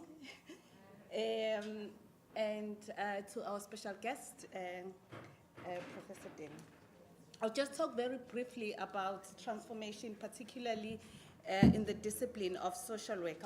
I'll move very quickly, just perhaps starting with a basic understanding that in social work we view transformation as a work in progress and evolving, and also being able to respond to local context while remaining relevant globally. And one important point to us is decolonizing the social work curriculum and strengthening mutually beneficial partnerships with the social work industries and beyond, but more importantly, to ignite academics and students' consciousness about transformation. So for us as a discipline, this is quite important. So in terms of where we are, as I've said, this is an evolving process for us. But one important task for us as a professional degree is to make sure that our degree and our curriculum is in line with the standards, BSW standards as articulated by CHE, and also adhering to UKZN language policy, and Prof has highlighted briefly on that. In the past, we have worked on in social work isiZulu terminology projects that involve students as well as academics. So that project is ongoing. The terminology project is there, and many words and phrases that we use in social work are sort of in English and not in isiZulu. So we had to work in terms of how we use those terms in isiZulu appropriately. And also just working with our tutors to make sure that they are bilingual, and more importantly also to promote the inclusivity of students with learning disabilities. It's one thing to have someone translating, but it's another to make sure that that student fully participates and becomes engaged in classrooms and beyond.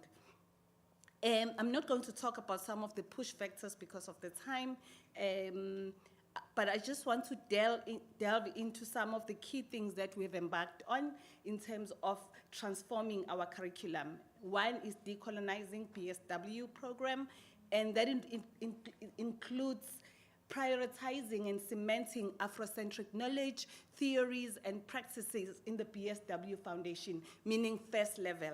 We now have a module that is called Afrocentricism, Human Behavior and Social Environment module. And that module is very helpful in making sure that students are cemented in this basic concept so that as they move in level 2, level 3, and level 4, they are well grounded in terms of their knowledge. And we can obviously keep on building from that very firm foundation. And also just aligning our program with some of the key contemporary issues. In this example, I've highlighted this module that used to be called Gender, AIDS and Violence, and in the past this was a key issue.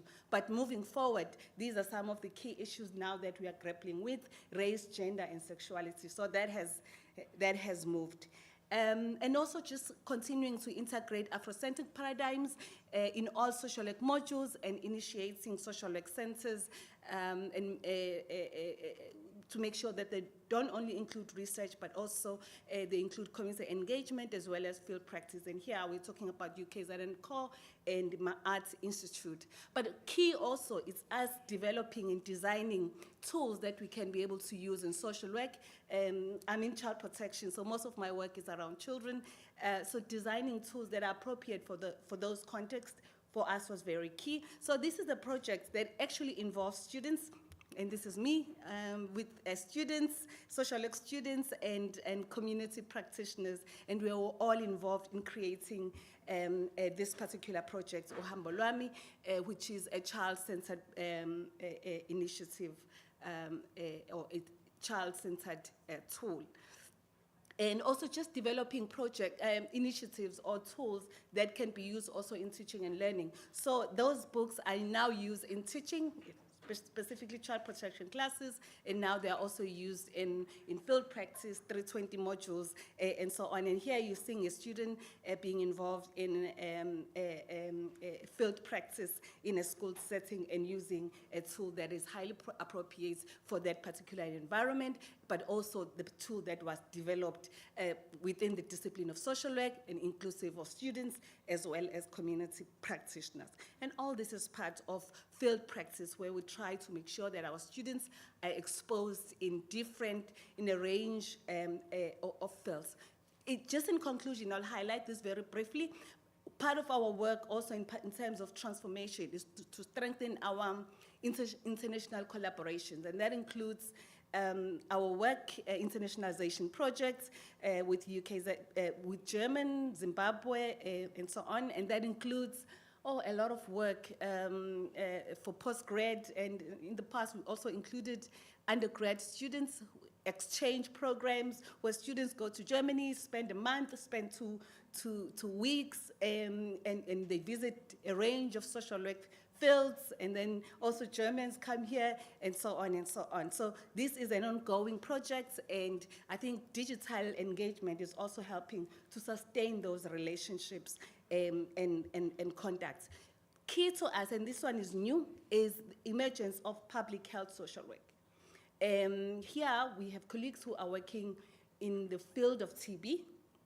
That center in Caprisa now includes field work where students are placed and they conduct social work, they provide social work services, and it's an emerging field, and some of them have been employed in that particular a branch, and it is really growing with some of the students really being fully involved, and also a social graduates now working in that field. The other one that is also part of public health is trauma-informed HIV cure research, and we started this project last year, and this year we are placing students, and two postgrad students are also working in the field. So we are also trying to branch and see where social work is relevant and grow in that field. So this is all part of the transformation, as I've said, and these are some of the activities that we are involved in to make sure that our students are exposed. I think I've exhausted my 3 minutes.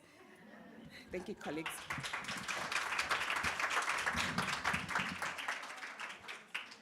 Thank you very much, Dr. Mtembu, for sharing your experiences from social work.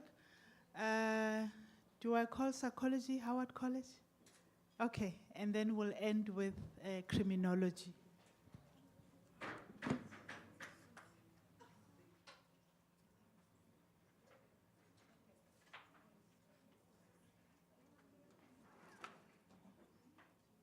Okay, good afternoon, everyone. Good afternoon. Lovely to be here. It's been a beautiful day thus far. So it really is my honor and privilege to be able to share with you this afternoon some of the very good work that we're doing in psychology in terms of transforming our curriculum. I think our emphasis has always been, and I speak not just in terms of my own personal opinion, but on behalf of psychology, we've always had a specific interest in developing our curriculum in a way that it responds to the needs of our students, right? And so what does that actually mean? It means that we have to make a concerted effort to understand our students. Who are our students? What are their unique challenges?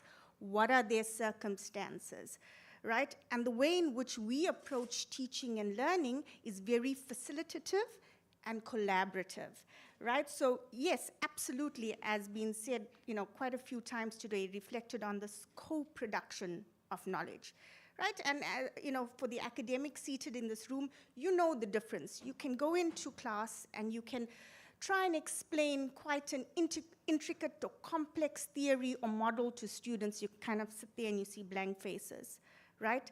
Flip it around. In order for students to receive information from us, they must be engaged, they must be interested. So we've been using very unique, novel kinds of platforms and methodologies to kind of stir up interest from our students. We use poetry, we use narratives. And what I found particularly useful when I teach is I go into class and I say, okay, we're going to talk about this theory, and then I talk about myself. And students like, oh, okay, that's interesting. I never quite knew that about you. And then you almost see guards drop down, and students are more willing to kind of engage and share, and they see that as a safe space. In psychology, so we have staff meetings on average once a month.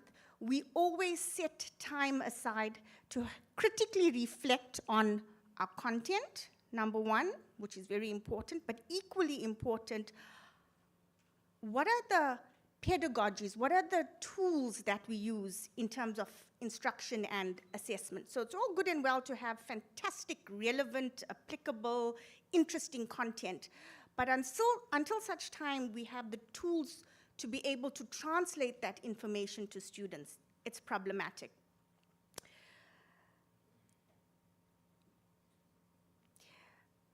When we look, particularly in terms of the discussions that we have, when we look at, okay, how do we actually transform our curriculum? So we have all these wonderful ideas, and we speak about, deconstructing knowledge, and we speak about including the voice of the student, but how do we actually do this practically, right? We find the voice of the student very important. We take those QPA evaluations very seriously, right? And it's quite clear to see the difference. You can see when a student receives information and it seems foreign, abstract, and fragmented, and you can see the difference when a student light bulb goes off. So what are we doing in the classroom to kind of facilitate this? There are many different shared positions that we have among staff in psychology, and there's just two that I want to briefly touch on in the interest of time. The first, and again, we've spoken about it at length today, is the nature of knowledge and knowledge production. So again, we focus quite heavily on kind of sociological and philosophical approaches to teaching. Many of us in the discipline operate from a social constructionist paradigm, where we get students to think about, okay, this is presented as truth, this is presented as knowledge, but truth according to who? Are there different ways in which we can interpret this? Are there different ways in which we can understand this? Are there different positions, right? And we really kind of emphasize this co-learnership between academic and student sitting in a classroom, all right? And something that we really like to forefront is that how we produce knowledge is through social interaction. And we found this to be so useful and so meaningful. Again, it's come out quite loudly in some of our QPA evaluations. The second thing that I want to touch on, and again, it's been reflected on in different ways throughout today, is that we endeavored to create a curriculum that is purpose-driven. Now, what does that mean? Well, it means many things, and I just want to touch on a few things. in the first instance, if we are to create students that are graduate ready, that are ready to enter the world of work, we have to first understand, well, what are the needs of industry? What is required of our students? So something that we've developed in psychology is this wonderful survey that we've been sending out to various corporates in South Africa, where we're asking them, you know, in the past 5 years, what have been some of the positive attributes of our graduates? What do you think some of the pressing needs are in terms of graduates? If you were an academic, what do you think you would focus on in terms of capacitating our students with the requisite skills? So I think once we get that data back and we have a really clear and articulate idea of what the needs of industry are, that then feeds into what we teach, right? Because we're constantly asking ourselves the questions, what do we teach? Why do we teach? What do we teach? And how do we go about doing that? In psychology, again, we've had numerous conversations about this. We want to equip students beyond domain knowledge. Right? It's good to know theory, it's important to know theory, it's important to understand these different positions, but we want our students to develop not just intellectually, but personally, socially, and emotionally too, right? And I think Prof earlier on spoke about education of a whole person, and that's something that we're working on. So in closing, very quickly, you might be asking, well, practically, Shania, what do you actually do in psychology? And I just want to share a few findings with you from a recent reflexive exercise that we did with academic staff in psychology.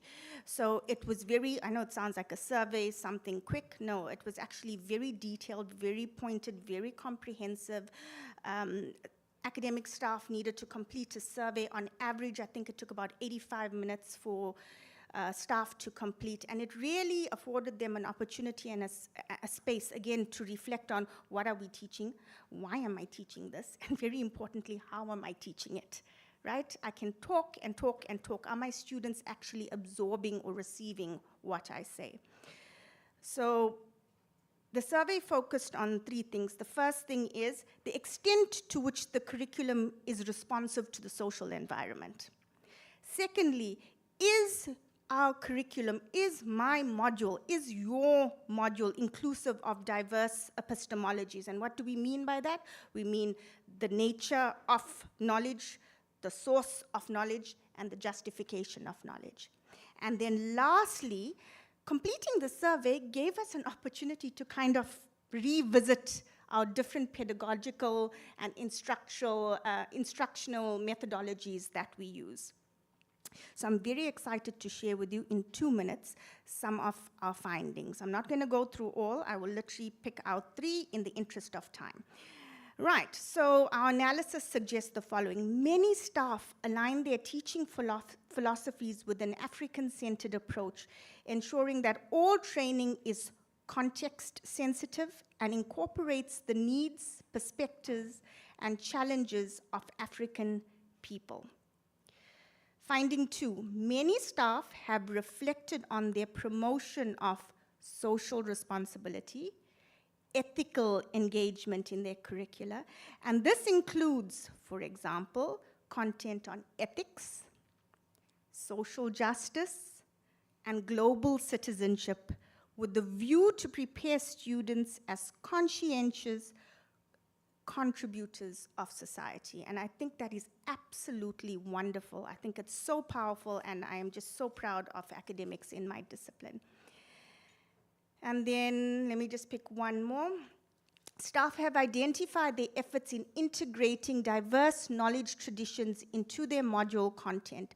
These traditions emphasize critical thinking, inclusivity, cultural relevance, student-centered learning, and the deconstruction of traditional power dynamics. So we really are doing wonderful things in psychology. Of course, it's a work in progress and there's still a lot of work to do. But I think I speak on behalf of my discipline when I say that we have made significant strides in kind of creating safe pedagogical spaces to at least rethink or rewrite what we teach. Thank you.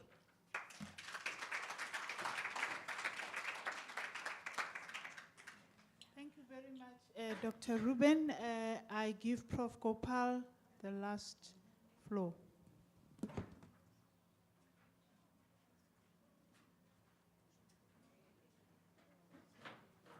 Thank you very much, Program Director. That's a very hard act to follow after Maud and Shania.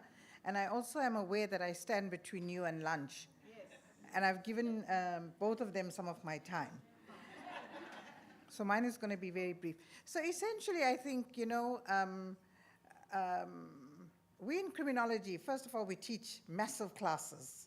So some of the nice things that the other disciplines are doing, we may not necessarily have started doing, but we started thinking. So we're getting there, okay? We started our roadmap, and we will get there very soon. So the next time I stand here in front of you, I will also have those pretty slides, etc., that I can showcase. But be that as it may, we are very fortunate in that criminology is a discipline that is not just relevant because, you know, without crime we don't have a society. We know that, right? Crime is part of a society. It's normal. We have to have crime. We don't have to. We won't be a normal society if we don't have crime. No. We won't be normal if we all know that, right? If we don't have crime, we won't be normal. And when we talk about crime, we're not just talking about petty crime. We're talking about different levels of crime. We have war crimes. Hey? We have war crimes. Those are crimes. Whoever gives the go-ahead for those crimes, we can call them war criminals. So I think it's important for us to understand that crime is a part of society. And I think that for us is one of the major transformative understandings of criminology in the first instance. In the second instance, you know, some of us have we come from a background where we understood outcome-based education. And Curriculum 2005, as it was known many years ago, in 2005, when the Department of Basic Education was introducing transformation in the education sector. And it began at the basic education in that space. And then gradually it moved into higher education, which was quite late, I thought, because we started outcome-based education or learner-centered education only in about 2013, 14, when we had a policy change, etc. But all of that was part of the transformation of the curriculum. But most importantly, I think what we look at in criminology is looking at transformation against the Constitution of South Africa. Because South Africa's 1994 Constitution heralded, gave us the gravitas for how education, whether basic or higher education, should actually start to transform. And when we look at that transformation, we look at it within its social context, we look at it within its economic context, as well as within its political context. So for us in criminology, it is situating transformation within those three paradigms, which are undergirded and supported by the 1994 Constitution, because it speaks about a human rights-based education. We don't have the time to go into detail, but we will do it. Watch the space for the next round. Thank you very much, ladies and gentlemen.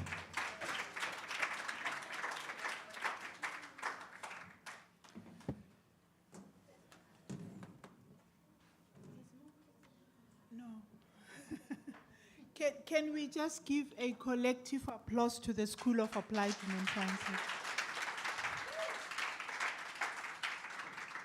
Thank you so much, colleagues. I think what you are you were hearing from the different presentations were the fact that we touched on pedagogical innovation. There was a lot that was said by Dr. Ruben that was touching primarily on that. And then we had a lot from Prof. Mkize and Prof. Gopal on decolonization, Africanization of the curriculum, including Dr. Mtembu here.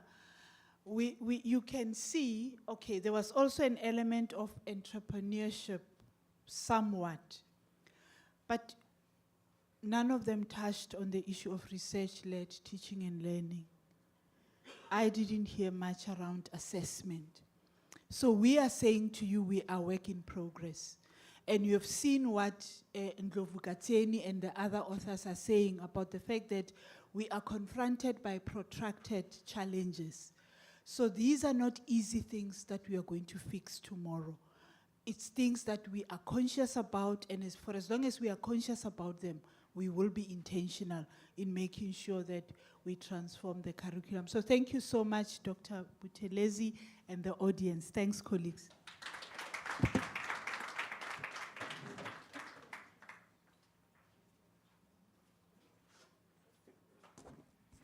Thank you, Prof.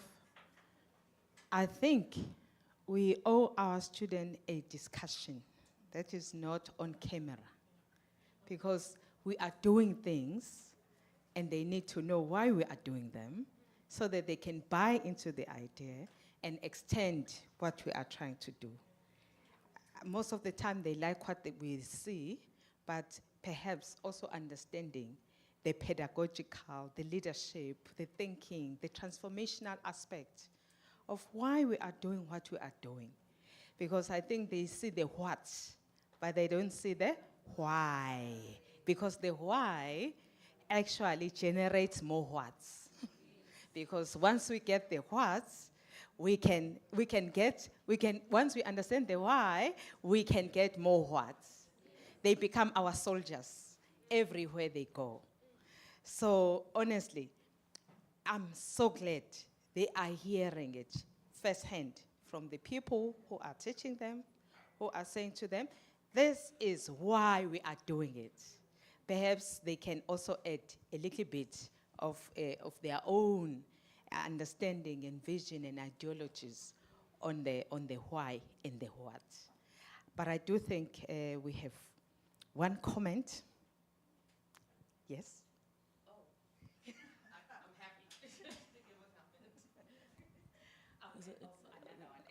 Okay. No, I just want to applaud you all. I mean, I think what I'm hearing in each of the departments and in the work that y'all are doing is the reason why I wanted to come. I asked Professor Mkize if I could come and visit because I had heard that we were doing this work in transforming the curriculum and thinking about an African-centered psychology and thinking about how we do in community engagement. And my first request was not to come and present, it was to come and learn. So I just want to thank you all for the work that you're doing and for sharing that work and allowing us to come and hear about it and be a part of it and share what we're doing as well. So thank you. Thank you. There is another hand over here. Thokozani, siyabonga kakhulu ngepresentation. Amahle kangaka ama-presentation because abehlukahlukene. Ngicabanga ukuthi mina ingwadla nje esibhekene nayo lana is our inability to ask fundamental questions. In whatever that we do, we are so much obsessed with these manufactured questions. Yabo. So, indaba kanje lama universities mesikhumbula ukufika kwawo la eAfrica afike as the extension of London colleges. I-interest ne-agenda yayisevolve was the agenda of uLokhuzana, the West. Imolubuka the administration, the professoriate within these universities. So, sikhuluma nge-decolonization. Some people think decolonization, they reduce it to the substitution of white academics with black academics, the white vice chancellors, bebega like black vice chancellors. I think in the lana is the issues around epistemology kakhulu, because epistemology iyona that drive us to the ontology of the people esikhuluma ngabo. Uyayibona leyo ndaba. So ngicabanga ukuthi kuthina sonke we should actually ask ourselves this question ukuthi this decolonization esikhuluma ngayo, how decolonial it is. Yeah, because imbuzo hle siyibuza kuyona even history ukuthi how African is African history. I think if so wenze njalo continuously sokwazi ukuthi si examine ngendlela efanele our epistemologies that we are using in our disciplines. And then sihlezi sikhuluma ngani about ilokhuzana post colonialism. There are some people who really believe that ilokhuzana post colonialism speaks about ukuthi siphelile colonialism. But when you look at umsebenzi wabo Achille Mbembe, he speaks about the continuation of colonialism within what we call post-colonialism. I think we need to look at umsebenzi kanjalo so that we can constantly and continuously examine umsebenzi esifundisayo. And then ke kwakhuluma ngendaba yesiZulu, the introduction of isiZulu, the introduction of African psychology within our university. But into ebalulekile ukuthi obani ababhali baleyo African psychology, obani ababhali baleso Zulu. You know, angase ngizwe about ukubaleka of African literature and ama origins ayo yonke into esiyikhulumayo ukuthi siwalinke with i-continent. Yabo, because ke sizibone isiZulu esifundiswa ngesingisi, that is very disturbing. Yayibona lo ndaba, it is very very disturbing. Into ebalulekile ukuthi nje sibheke ama-African origins ayo yonke ilokhuzana umsebenzi esiwufundisayo, because uhlezi uthola like these founding fathers, the founding fathers, as if mhlambe women back then were not thinkers. Yeah, but it just doesn't make sense. You found a white old man and then they say he's a father of this and that. So we need to decolonize even that, because baningi abantu abasebenzile ukuze sibe la sikhona. Yabo.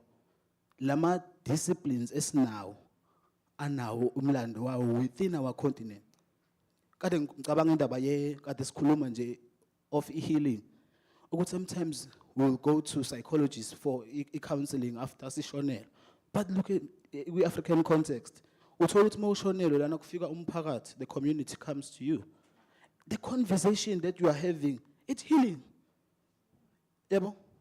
So we need to speak about into kanjalo and the importance so that umuntu angakaze abuke situation yakathi I don't have imali to go to a psychologist or a social worker so that I can get counseling after kushonela. Umuntu asebenzise lo anako. Yebo, any power le khona in our knowledge systems. I think it's very important to do that. Thokozani. Just one more comment and then we're done. Amandla. Wait, so once again, greetings. So, you see, we have an issue with the concepts of decolonization. As my brother here alluded, there's an issue. We have never conceptualized the thing of what it needs to be Africanized, authentical, and to redress some of the structural challenges that we face from the colonial past. Because the systems that we live under reflects that colonialism that was extended by imperialism. You see, the people who write about decolonization today are the people who were objecting to that concept when it was raised in Fees Must Fall. The duration of Fees Must Fall, the 2015, 2016, raised these discussions on how to decolonize the curriculum, how to decolonize institutions of higher learning, to be Africanized. But they protested for that. But now the people who write books that are sold there are the people who are in libraries and not on the streets. And now they come now as they say, no, let's decolonize. Okay, let's decolonize. In what sense? In what sense? What did you do? What initiative did you take as a step forward to decolonization? You see, so we have those issues. There's classism in black scholars in South Africa. Black scholars turn to elites. And once they turn into elites, they are detached from the social fabric and the material conditions of the society, and that's a fact. They are so detached to the point where a person can send a tweet right from the comfort of a home with data and tell you about how much black people are not empowering themselves to be liberated and be rich. They see, because the curriculum in institutions where they come from, most of them, these black ladies come from these same institutions that we are in, from these degrees. There are no thinkers of our time. There are no black thinkers who actually drive the struggle to say, we want to be economically emancipated as black people. That's the first thing. The basic thing that black people have a commonality with is that they're landless, they're jobless, and they don't have access to means of production, and that's a fact. And that's a fact. But there are no thinkers so to drive the narrative as to sort of what to do and how to make sure that the curriculum, even the same curriculum that is being taught at institutions, speak directly to the material conditions of society. Because we come to institutions of higher learning, we know the realities, but as time goes by, is a similar case that no. For the mere fact that we keep on referencing white scholars, and you won't get the much accreditation if you don't reference much of the white scholars, your dissertation is worthless. It's worthless, and it's a fact. So those are the things that we must speak on about. But for the first time, let's go east, comrades. Thank you. Can I just say, the T-shirt that was worn by Prof. Grills yesterday, it said, "Dear ancestors, I understand their assignment. The assignment is with you, youth, and I'm glad that you're the one talking, because that is your assignment. That is your assignment to understand what did they go through that, for what purpose? What is the purpose? Why did our parents cross rivers and drowned trying to get to the school so that you are the generation who can take the next generation forward?" I do think we need more of such seminars because they will give us an opportunity to reflect back. Because we need to fetch from the source, the Sankomfa, isn't it? So that we can move forward. Otherwise, we are forgetting where we are coming from and what brought us where we are. We think this is going to happen by miracle. The government, no. When it comes to transformation, we are the transformers. We are supposed to be taking the assignment by hand and moving it forward. No one can do it for us. Black people, you are on your own. That is your assignment. We have to really think beyond just being black. Remember, being black is a concept that has been actually sold to us. So our understanding of self needs to be regenerated from within and say, what is for me transformation? Because the school is providing transformation. That's why we are saying, let's all come to the party, and I do believe the school is going to do that. I know Prof. Matuan wants to say something, but there's just one more comment, and then we go to lunch. Thank you. Thank you, Doctor. I just want to say I understand that people are saying this is what was done in the past. This is what people are talking about when it comes to transformation. But the fact is that such platforms like this and the presentations that we've been listening to from the profs from other countries, they're just here to show us that the bait is passed down to us. Others have done their part, but now the question should be, what are we doing? What have we done?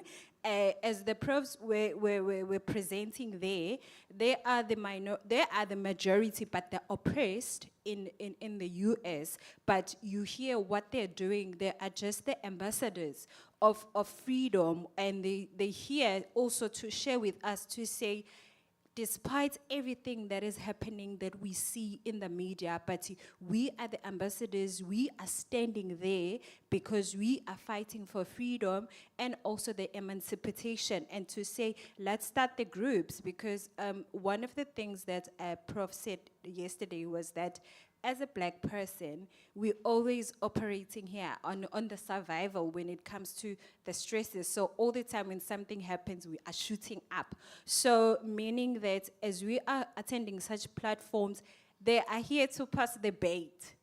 People have done so, the oppression has been there for 300 years, and we are the one, they said, we are the one who are carrying 4,000 generations of our ancestors. The question is that what are we leaving behind? What are we doing? Because we have doctors here, we have professors, but they are passing down the bait. They've done their part. Now it's up to us that as from today, from the information and the knowledge that we have gained here, what are we going to do about it? From 9 years to 10 years, when we gather, or if we find ourselves into such a platform, we should be giving the feedback to say, this is what I have done in the community. Because if you see, we are the one who will impact the community. They were talking about the spirit of Ubuntu, because we've been individualized. I was looking at myself to say, as a professional, we only engage in spaces of professionals.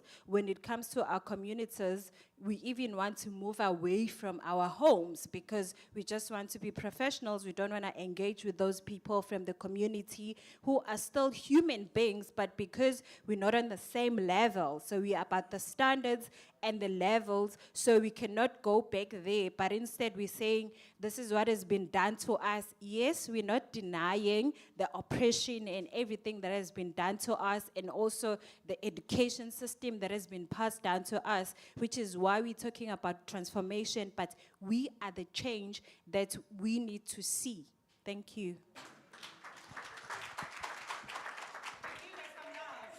Oh. Thank you. I just have a sentence to make. I think for me, listening to the discussions that are emerging, I feel that this seminar is achieving what we wanted for it to do. It is generating discussions, it's generating conversation. And for me as well, I'm comforted that we are indeed fostering critical pedagogy, because you are challenging what is happening, and that's what we want. You are also saying, let's co-create knowledge together. You are beginning to say, these are the gaps that we are seeing. This is what we need to be doing in order to address these things. So this seminar is definitely achieving what it was meant for. Thank you. That takes us to lunch, and the time now is 20 to 3, and we want to be out of here by 4. 4:30, maybe? 4? 4:30 is fine? Okay, right. No. We will try, by all means, to be out by around 4.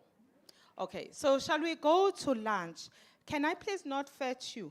If you are not here by 3:15, you're gonna miss something. No, they're gonna miss something. You're definitely going to miss something, because it will be playing here promptly at 3:15. Thank you very much. Shall we all go? Thank you.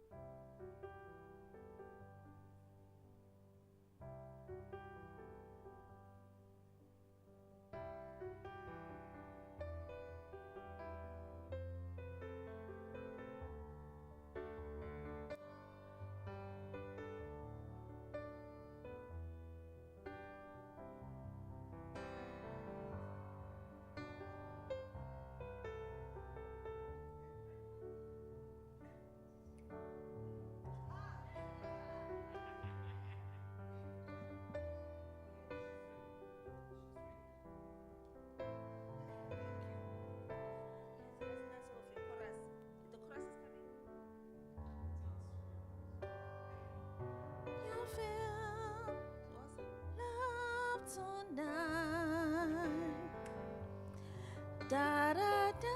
What's that? I don't know the word. Da da da da da da da da da da da da.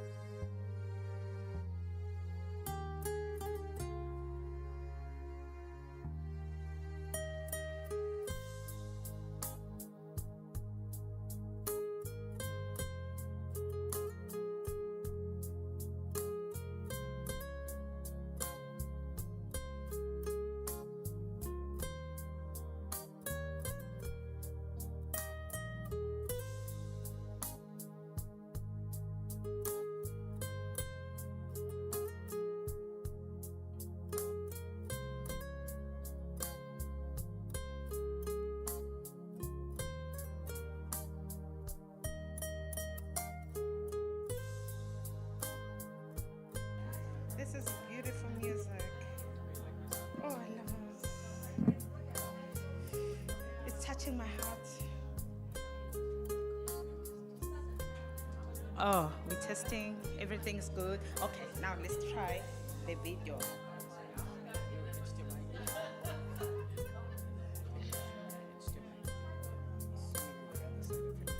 Okay.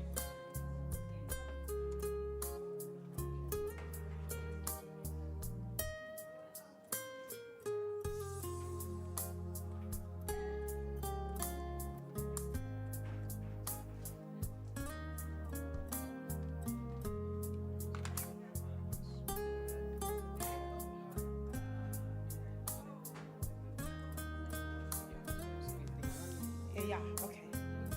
Let's, okay, just a minute. Just give me one second. Okay, okay, no, I want to,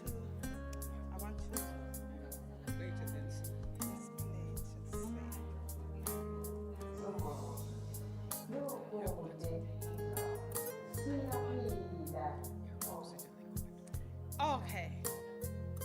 I think I did say those who are not here are gonna miss out something. So while they are not here, we will proceed with our program today. Good afternoon, colleagues. How are you? Sete Amaat. We are going to have a presentation by a team, but before we do, we would like to just play this video for you.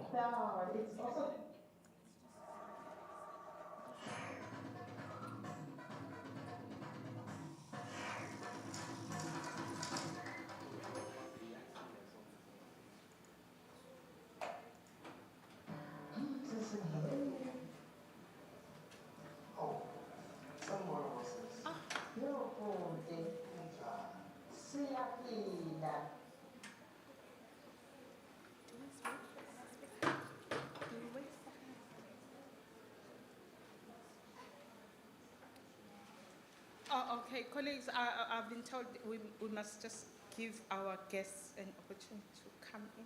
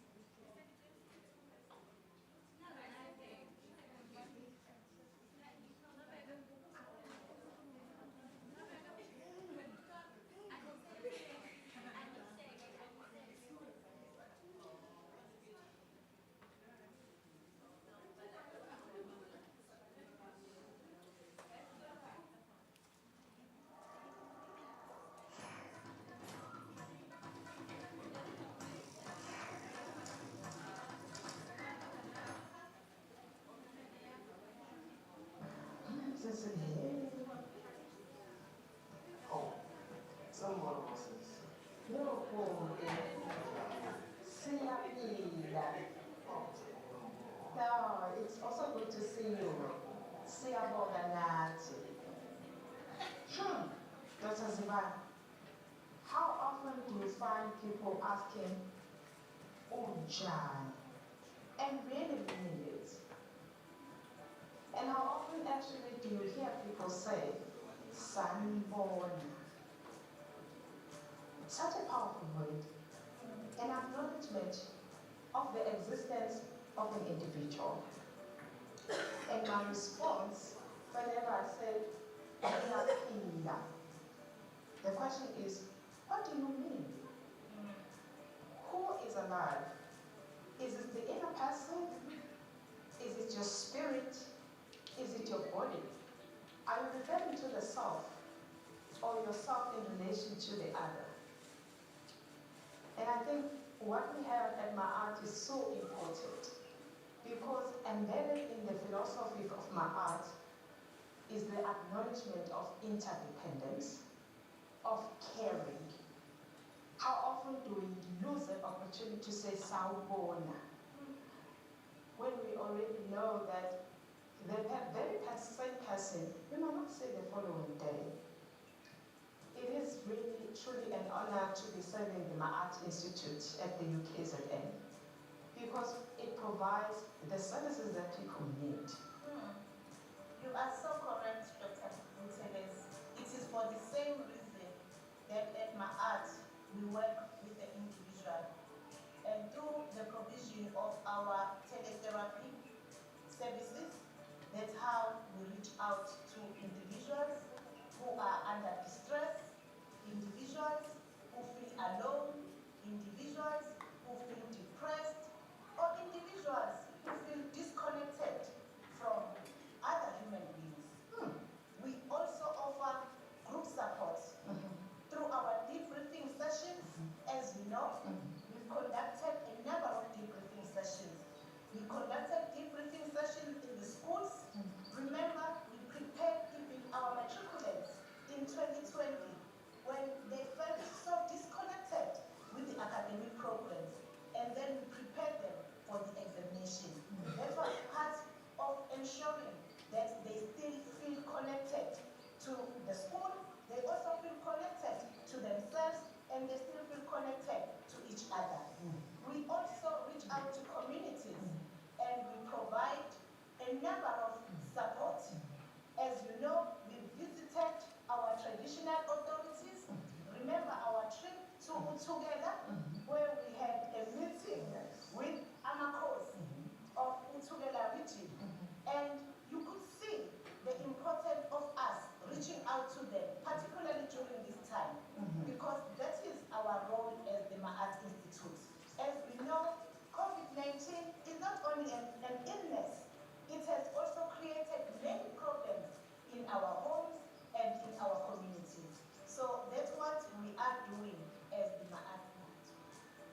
What we have been doing in rolling out an intervention that is aimed at providing the psychosocial, spiritual, biomedical, and other forms of social support to all those who are affected by the COVID-19 pandemic.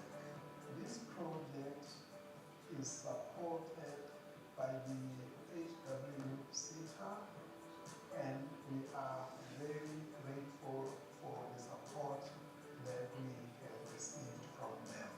The philosophy or concept of Ma'at is based on an ancient African value system which saw knowledge and everything in its totality.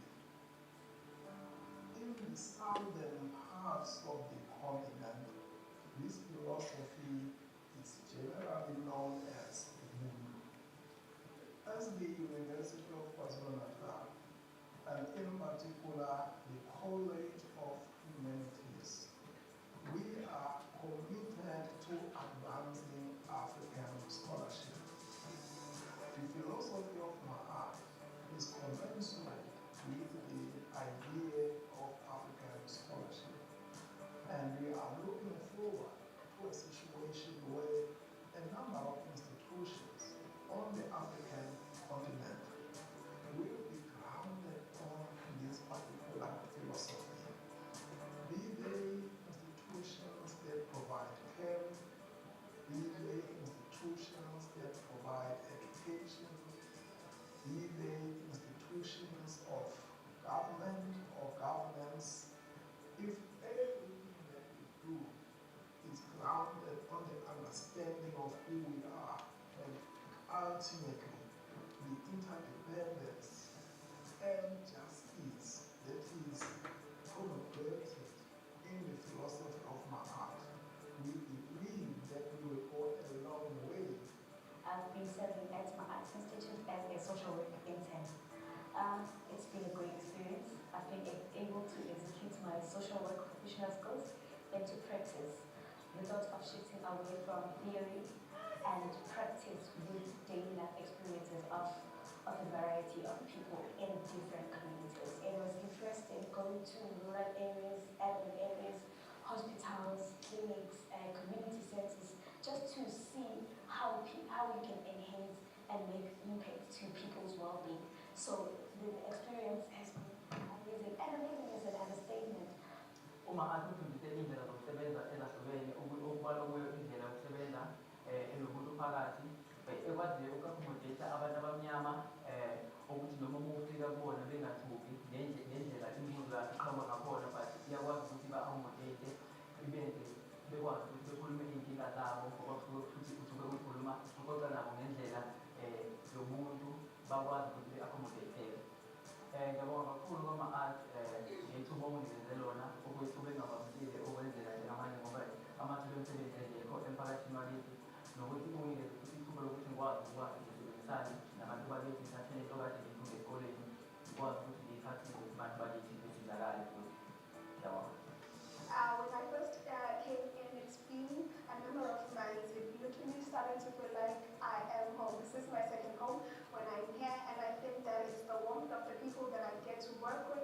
As an institute, our supervisors, they're always preaching the idea of Ubuntu, and we do not only preach it, but we live it as well. That is why sometimes you even come to work and in other people, that is work, because you get to be surrounded by people that actually feel like family. I've had a great time working here, and for more than anything, I'm most grateful to our Arts Institute for an employment opportunity, even though it's for a little short period of time, but getting an internship opportunity and being exposed to grow yourself individually as an individual or as a professional, especially at the times of the COVID-19 pandemic, has been an absolute blessing, and I'm very much grateful to the Institute. I really think that this program should continue. Health and Welfare Center has actually hit it on the nail by providing this opportunity to our interns who are actually experiencing the joys of their profession. And our services are confidential. Our services are provided by professionals who are registered by through their professional bodies. So that's why people are very confident in using our services. And we must continue doing the good work. Thank you.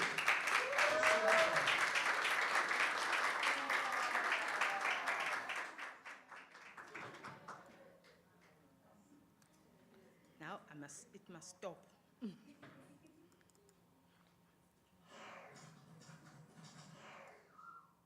Okay. I think I want to close it, and close it.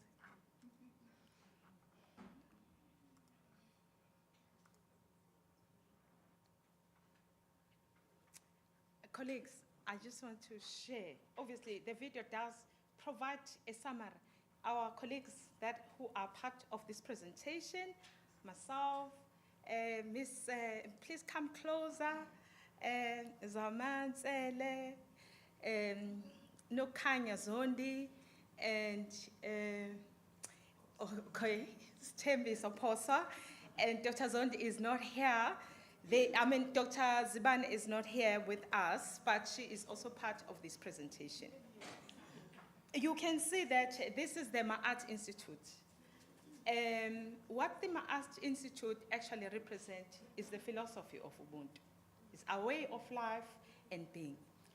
I know that you, as you are sitting where you are, you can see there is a feather and a heart. A feather on the scale and a heart. What does that symbolize? What's your understanding?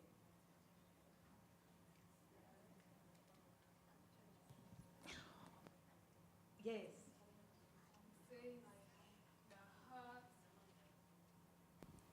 Ichaza ukuthi inhliziyo yakho isisindo sayo kufanele ilingane nophaphi.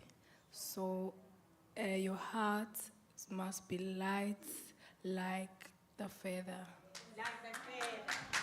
Yes, so when the judgment day comes, your heart should be as light as a feather. So which means you have a way of life, of living your life that is embedded in principles and in philosophy.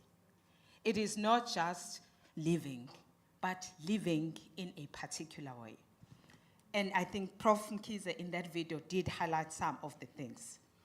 So, in essence, we are just locating this program. This program is actually located within the School of Applied Human Sciences in the College of Humanities. UKZN runs across 5 campuses, 6 schools in the College of Humanities. And you see number 1, which is the School of Applied Human Sciences. That is where we are located. And when you are looking at this School of Applied Human Sciences, we have 4 disciplines, which is culture, communication, media studies, criminology, psychology, and social work. Hence, Ma'at is located within the college, within the school, and also within the university. That's why we have the Ma'at Institute. What is our vision? It is to actually pioneer African-centered psychosocial community service scholarship for 3 reasons. To empower our communities, for holistic well-being and capacity using evidence-based methods. So we can see that this is what we are actually all about.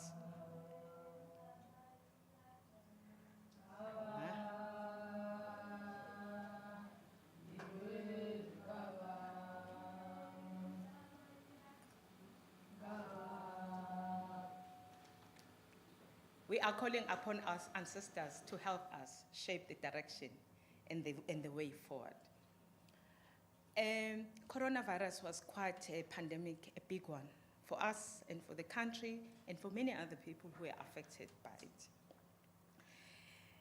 it. Families had to endure. I'm just putting this particular picture because when we were talking about the psychosocial, spiritual element, in fact, that was the niche area. Much as there was a pandemic, you know, the doctors were doing their work, the nurses, and all the frontline workers. But as psychosocial support specialists and practitioners who are co-facilitating knowledge in the community, ours was to really go back to the spiritual component. I'm using this particular picture because you can say a person is folded in plastic bags. Do you see plastic? And what is the significance of being in a plastic bag within an African context? The difficulty, the challenges, the realm, that how do I connect to my people?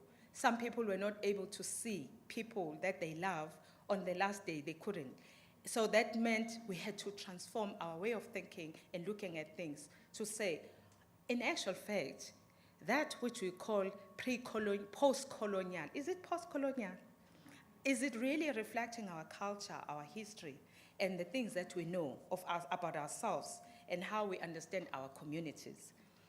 Being a Makoti, myself, being told, no, only 50 people can attend the funeral, and then part of the family perhaps will say, you're not family anymore because you don't belong here. You belong to the Zoma, your original surname. You are the Buteles, but according to the tradition, I'm supposed to be in the forefront. In fact, there is no funeral without the Makotis, who are the people who are actually the matriarch of the family. So the question is, how then do we help the communities to understand what is original, what is actual umfagela, those that we have borrowed and have incorporated into our well-being. And of course, we were seeing these imbalances in our psychosocial, economic factors playing themselves out when the people that you trust, the people that shelters you during the time when you have nothing, they close their doors because they have to, for the survival of our country. And we saw it. I was telling my colleague, Prof, that in fact it gave us an opportunity to say, let's look at our books, the ones that we are using. I mean, the airlines closed. They said, no, if you're from this country and this country, don't go there. So, which meant we had to cast our buckets where we are. So we had to actually dig as deep as possible under those circumstances. And of course, within KZN, it was a lot. And of course, we know that the COVID-19 does compound the problems. I mean, look at just the brief statistic of the first few weeks of the pandemic when it started. Fearfulness, loneliness, loss of jobs, learners dropping out of schools, high level of gender-based violence, and unemployment increased. So as soon as we had the COVID, guess what we had? We had floods. And we recently had floods again. So particularly in KwaZulu-Natal in 2012, we had 40,000 people being displaced. Those same people, as we are going back to those communities right now, are still displaced, unfortunately. They are still living in makeshift tents, community halls. They want home, and there is no home. So those are the places where they find themselves. Communities have to move to shelters, and of course the issue of trauma, how they are experiencing this continuous sense of trauma. So there was another slide which is still coming, looting. You remember? As soon as we had flood, then we also had looting. Post-COVID, people were hungry, people couldn't do things, and those are some of the elements that we have been responding to at Ma'at Institute. And of course, we know that there are quite a number of organizations within our continent, also within our country, and particularly in KwaZulu-Natal, that are also responding to many of the traumatic experiences people have. So this one in particular is a special one because it actually builds on many years of work. When I arrived here in 2010 at UKZN, we were rendering psychosocial support, community-based work with children and youth. Most of the work was geared towards supporting community workers from different parts of the continent, particularly 10 African states within Africa, and eventually we incorporated South Africa. But our plea was always, why are we extending ourselves out there? What are we doing for our community? So when 2010, when the COVID hit in 2020, we realized that, in fact, because so many of the engagements that we had to be terminated in some way because people were dealing with their own immediate needs of their communities, we also felt that need as well, both at the discipline level, also at the college level. Hence, in the video, you saw that we actually sent quite a number of applications trying to say, we cannot be hiding, we're psychologists. What are we supposed to be doing? Not in our rooms, because we realize the battle is out there. We are social workers. What shall we do? We have this profession, but we actually also need the means to get to the people. Hence, this birth of the Ma'at Institute, which changed from Afrocology, African Center for Childhood, eventually it became the Ma'at. The Ma'at, we asked to use Ma'at because people always ask, what does this MAA team stands for? Then we can explain to them, the Ma'at is a principle, is a philosophy, is a way of life. Then it gives us an opportunity to actually get into the people and explain ourselves so that we are able to render the service. Of course, Prof, you must be very proud because we are very much aligned with the university strategy on community engagement and some of the strategic goals of the university as well, looking at issues around research, but particularly for us, it is the African-centered interdisciplinary psychological services. That is what we are interested in, really trying to understand this work, but also seeing it as being integrated in the work and also introducing the research, the innovation, as well as the community engagement and a little bit of entrepreneurship. You can't do the work without money. It's very, very difficult. While you may do a lot of pro bono, but you won't get far when there are thousands and millions of people who are actually waiting for these opportunities. I'm not sure if this is quite clear for you, but you can see that we have a number of elements in the Ma'at Institute. So we have our sponsor, Remember, this project is not just our project. It's a project that is responding to the needs of a community. So it's very important to embed whatever systems and projects in a community that speaks to the context itself and what people are doing. So at the conception of the Ma'at Institute project, we actually had to present it to the Premier, which is governing the KwaZulu-Natal. We had to, and we were directed to present it to the social cluster that involves social development, education, health. Those people had to actually own it and say, we applaud you for the work, go ahead.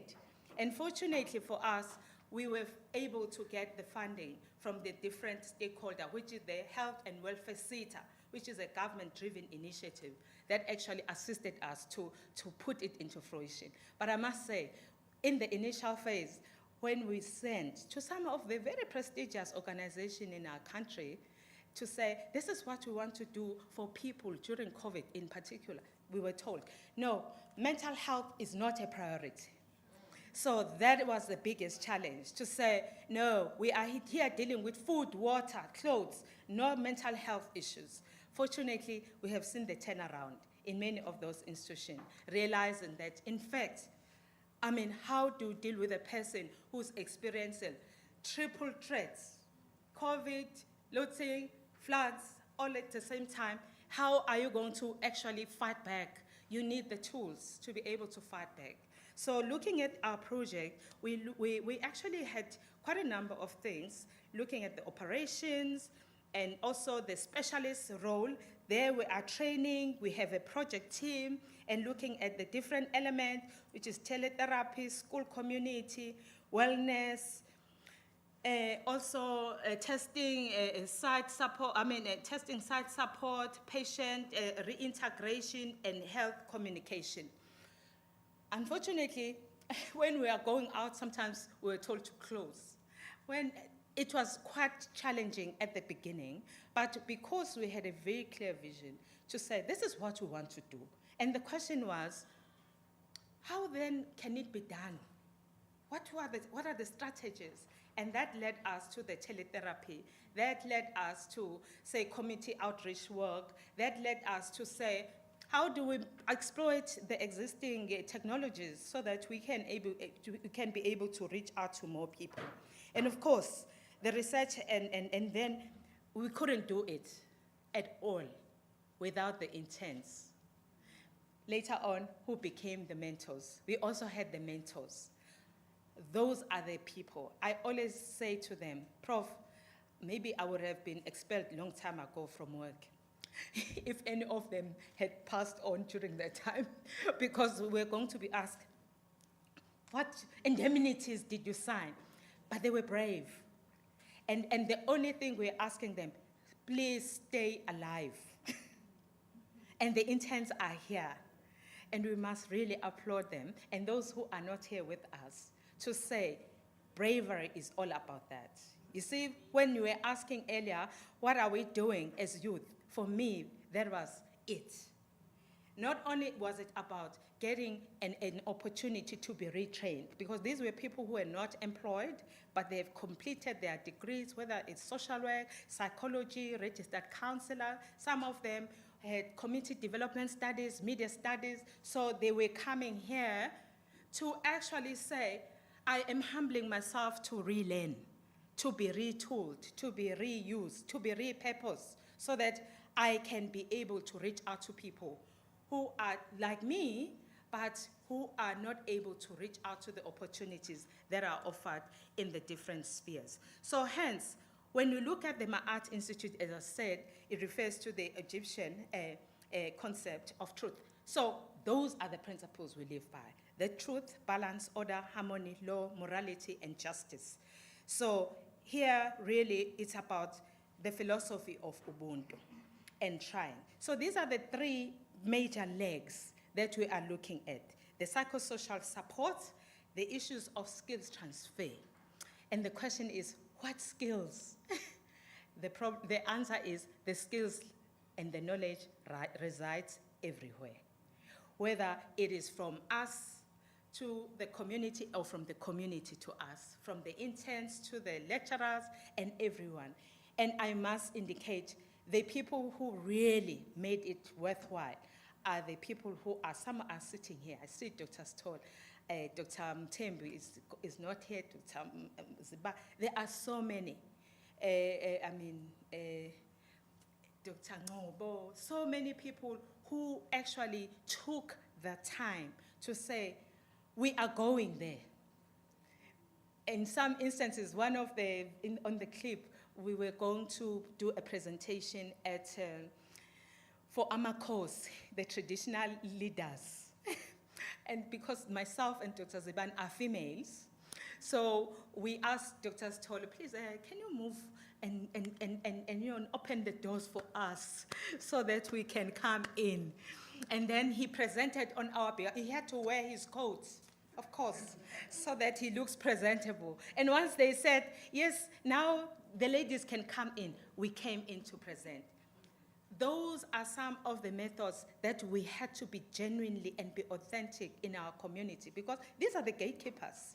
Earlier, somebody was asking, who are the gatekeepers? If we get it right with the people who will open the doors will open. The most difficult thing is to actually get the first door open. And if we are able to understand and be unapologetic about what we know about our communities and apply it in an authentic manner, is very, very important for us. Of course, we are driven by the same principle. I saw that Prof. Grills also shared the same. The invisible, the spirit is invisible in this one, but it's there. It is invisible. It is everywhere. It's at a level of a micro. So we didn't dare to put it there because it is there. Yes. So what we are actually saying, we are taking a very paradigmatic position of Ubuntu. That is a philosophy and a principle and interdependence of all beings. Because when one begins to say, what does that mean then in real life? How do you actually appropriate this space, internalize it, and actually show it in different contexts? This interdependence of all beings. We are so dependent on our interns and our mentors and our communities and our community of the university. Without all those people, there is no project, because they are allowing us. I mean, you can dream of something, but people can stifle you and say, no, don't do it. You can even bring money, and they will say, don't do it. Really, we must applaud leadership from Prof. Mkhize, leadership from Prof. Matiwane, leadership from so many spaces, people who rallied around us, even from the VC, for that matter. They actually gave some funds at some point to say, we acknowledge what you are doing. And even the acknowledgement from the command center at that time, we actually had to present even to the higher education minister, Blade Zimande, this project. They were very, very excited, just seeing what is being done with the resources that they were deploying to us. So this communalism and Ubuntu, the spirituality, this openness of one mind, body, and spirit, very important. The harmony of all forms of living and non-living beings, cultural relativism. Please don't, I will just go through some of these concepts without really explaining as much in issues around justice, relativism, African cultural ideologies and philosophy. Very, very difficult to understand. We are always in the process of becoming and knowing. There's so many things we don't know. And sometimes we are inappropriate. And I always say we have this paradigm slippage. You know, we know where we are going. This is what we want to do as Ma'at. And before we know it, we take what is familiar. After all, we've been trained for 7 years, some 4, some 5, to think like this, to believe this. Who is the best source of information and knowledge? So it's comfortable, it's easier. But this is a difficult journey, because every now and then I'm told by the interns, Dr. B, is that the Ma'at way of doing it? And I was like, okay. How is the Ma'at way? That's not the principle, that's not the philosophy of doing it. And that is the most important thing for us, to really know that we are all embedded and integrated, that no one has the power of knowledge. Knowledge resides in and each one of us. So this issue of also diversity and pluralism becomes so important for us at the Ma'at Institute. As I say, the initial project that we have was with the Health and Welfare Center. In fact, Health and Welfare Center, initially, we were the beggars asking, please, we need funding, we need funding. But when the floods happened, guess what? They approached us because they realized, oh, these people are doing what they are supposed to be doing. They say something and they do it. And they trusted us with it. We are now in our third project in terms of round of funding, which is from the SASITA, Safety and Security Sector, that is from government. We apply for that one because we realize this aligns with our ideology as Ma'at, and we can shape. And again, remember the pioneering vision? That is what we want to do, pioneering. And they didn't have anything on crowd psychology countrywide. And we don't even have literature or books that speaks to that. So it gave us an opportunity to pioneer that work. And of course, we work with the Forum of African Psychology. I want to just flag FUZE Institute in particular. As we go to communities, you see some of just a few slides that I'll be showing here. Very, very difficult to go to a community when there is no food, no water. People have been waiting for someone to come. And having these strategic partners was critical for us because you cannot render psychosocial support to a person who's hungry. How do you do that? A person who needs food. You will not believe, at some point, I was phoning Prof. Matiwan. I don't know why I'm phoning her because I'm already on site with the interns. Prof, people are hungry here. And she said, what do you think I must do? Shall we bring fruit? What? I said, I don't know, Prof, but I'm telling you now, we can't go in. We can't talk to anyone here. We are waiting in our cars, waiting for something to happen. And guess what? One of our colleagues called someone and said, we need, bring us a pot of samp. You won't believe the quietness. It went dead quiet. People were sitting. We had samp. And then automatically people started grouping themselves. Women, children, young teenagers. And the others said, no, let's go outside. Others were sitting there. And we had a fruitful engagement with a community. So, unfortunately, I know one of the colleagues earlier asked about ethics, and we said, as psychologists, are we supposed to be bringing food? As social workers, is that what our mandate? Of course, the Health Profession Council will frown at us like, okay, is this what you do now? But the reality is, this is what needs to be done. And this is something that we don't have to do expensive things, but we can do a little bit so that we can have access. Because, I mean, we talk about the Maslow's hierarchy of needs. What are the basic needs? And before we get to the level where we are actually able to engage at a higher level. Recently, because people, I think they are getting used to the idea of people supporting them. Literally, it doesn't work like 1 hour there, private. No, there is just a small marquee and you're talking to people. Immediately, the next one says, hey, leave, it's my turn. You can't take the whole hour because it's my turn. But what we are trying to do in those communities, and people keep on asking, why do you go to these tents?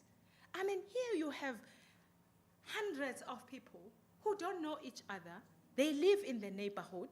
But they come here because they are destitute, they have no homes. So the moment we come in there, what are we trying to do? We are trying to create what we call social capital.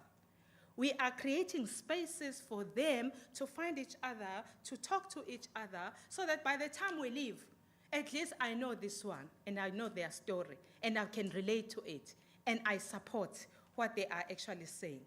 So it creates that understanding and that networking in a way that eventually supports the individual. And of course, Fuza Institute, as I said earlier, assisted us with blankets, with cosmetics, with basic amenities. I mean, what do you say to a mother without a formula? The baby is crying. You need formula.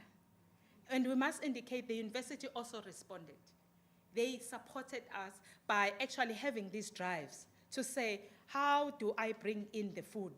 I mean, the staff, everyone else was coming on board. And of course, we had other institutions. And later on, you can see, we were also involved with the University of Zululand in our next call for the flood victims, because the floods also affected people in the Zululand region. And we emphasize this collaborative, multidisciplinary interaction. And we also are, as we said, looking at these three trifecta responses to COVID, looting, and disaster. Look at that, the looting. And also yes, we may blame the people, but also there were material circumstances that drove them to that point. And while we were talking about the heightened awareness of a black person, by that time it got even worse. Because and people were asked, we went back to the apartheid era, where people were asked, where do you stay? Show me your ID. Is this your home? It actually instigated something that was sort of trying to sleep. But now, all of a sudden, this awakening to say, how dare you ask me? This is my home. This is my country. When we were singing earlier, we sang the song that said,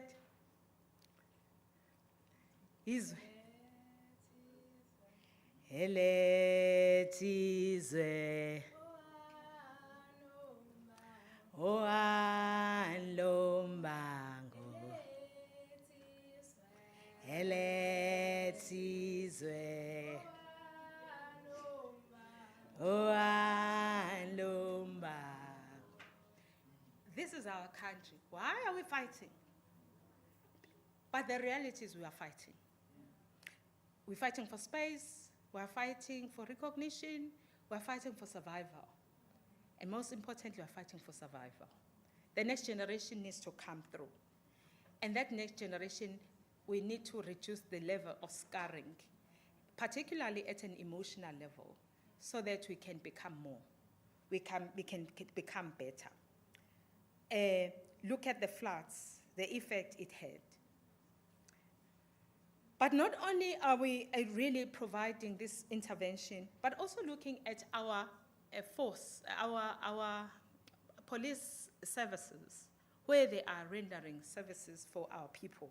How interesting it was to really be privileged to provide this national crowd psychology training for South African Police Service in the public order policing, the POP.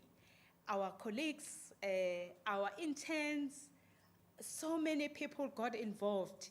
Some developed the material, some work with us, really training out there. So when we are receiving sometimes WhatsApp messages from the SAPS, and they'll say, escorting the ministers to safety peacefully. Because the difficulty is the violence and the image that the police officers, and some were saying, this is the first time we actually had something like this ever in our training. And we can see that even here,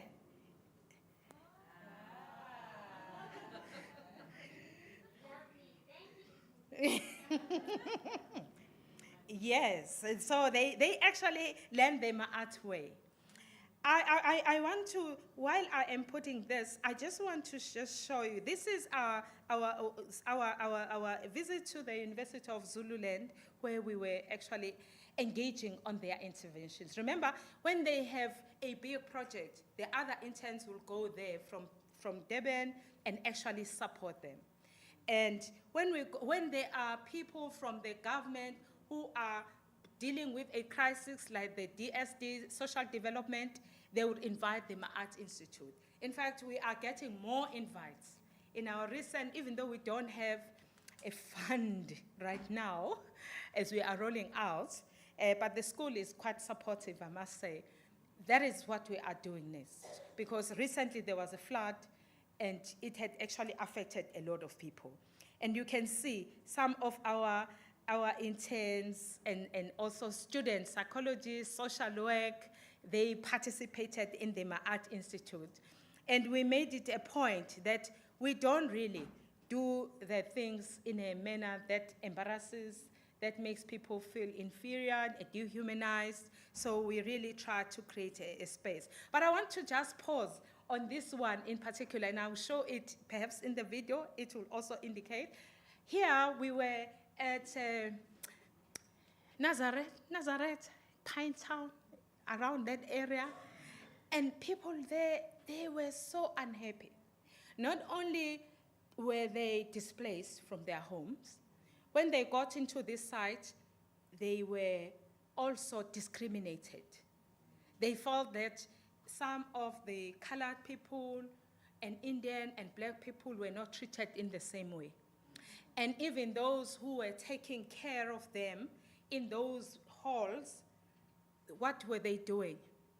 They were locking the room, the place where there's food, and leaving with the kids to their homes while they sit here with the children. So parents were like so unhappy. And so the masters and the interns, the ma'atas, what did they do? They went to the shop. You see those plastic bags? They put money together and say, we're buying you something for after hours, and you keep it in your room, in your place where you are staying. You won't believe the Zulu dancing that went in there. Everyone, because now we were not sure. Normally we will go to a place, people will be sitting on, like those mattresses. So we will go and sit with them. They will welcome us. No, please, it's my turn, it's my turn. But this time they were like closing themselves, pulling blankets over. And we realized that the situation here is quite tense. But we realized there is also political, racial, and other tensions that we were not aware of. We were offering psychosocial because of floods and displacement, but now we find a different setup. So, you will see how they do it. You have no idea. The way they dance, everyone was up. They were hugging and smiling, not just because of the few plastic bags, but because we reminded them that you are real, you are here, you are authentic, you have something. And that reminder brings something to us. So in essence, these are some of the interventions we have rendered at an individual level, at a school level, at an organizational level, at a communal level, and also at an international level. When we were trying to do this presentation, we said, but we can't do Ma'at within 45 minutes. It's too much. We are trying to just create just a picture of what we have been doing. And of course, we are very much interested in the design, the 5 canons, which are equally the groundedness in the community experiences, the concept of justice, about fairness, and also being cultural centered. So for us, this becomes quite important in the way in which we are actually doing things. I want to just quickly just play this video, if you may give me the opportunity. That speaks to the intervention, and then I invite my colleague to just have just brief words on some of the things that we see here. Is this two? Yes? Yeah, two.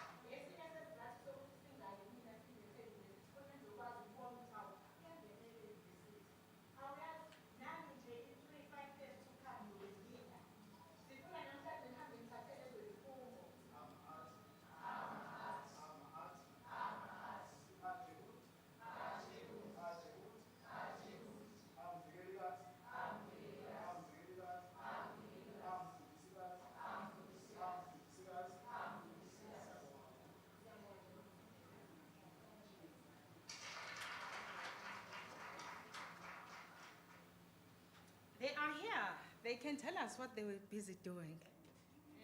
The theory behind the storytelling, the singing, and a lot more. But just very briefly.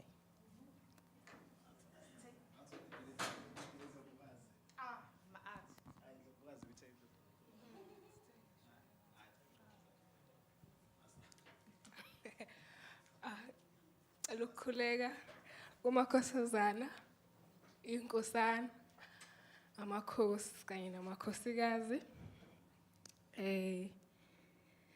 Esasikwenza sasizama ukuthi izilimi zethu zanele ukudlulisa ulwazi noma ukwelapha umzimba womuntu wakwantu. Ubonile sisebenziswe ucansi, sisebenze indilinga iziko. Masenza lokho kuthiwa group work. They use cycle, they say cycle in English, but thina sithi iziko. Iziko lakwantu la kuhlangana khona abantwana, izingane, obaba, omama ukuzoxoxisana ngokwenzakayo emndenini, to discuss what is happening within the family. What are the challenges and what is progressive? Sisebenzisa ini ulimi lakwantu. Ezinye izinto esisebenzisayo ukuqanjwa kwegama lakho linencazelo ebanzi ongayisebenzisa njengezinsiza zokwelapha umuntu wakwantu. Isithakazelo sakho, esakini, esasekhakuma zibaluleke ngendlela efanayo njengezinsiza zokulula isandla nokuthi ngiyakubona. When we're saying we see you, we're not only using usawubona, but we also see you by using izithakazelo. Mawuthi nje magagashi, manhlabishile, wena kabhambatha kamancinza. Nami ngithi dli, ngikhona ukukulalela ukuthi kwenzakalani. Ngiyakubona, nawe ngiyakubona ukuthi uyangibona.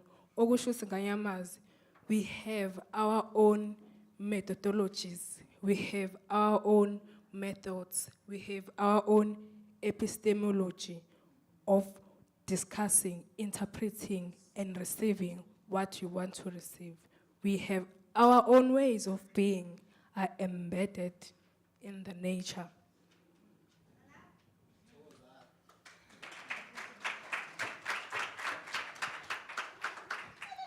We'll need a whole day for my art because we cannot have more right now. But really, thank you very much for giving us this opportunity to present to you. We can just take one comment, 2 comments.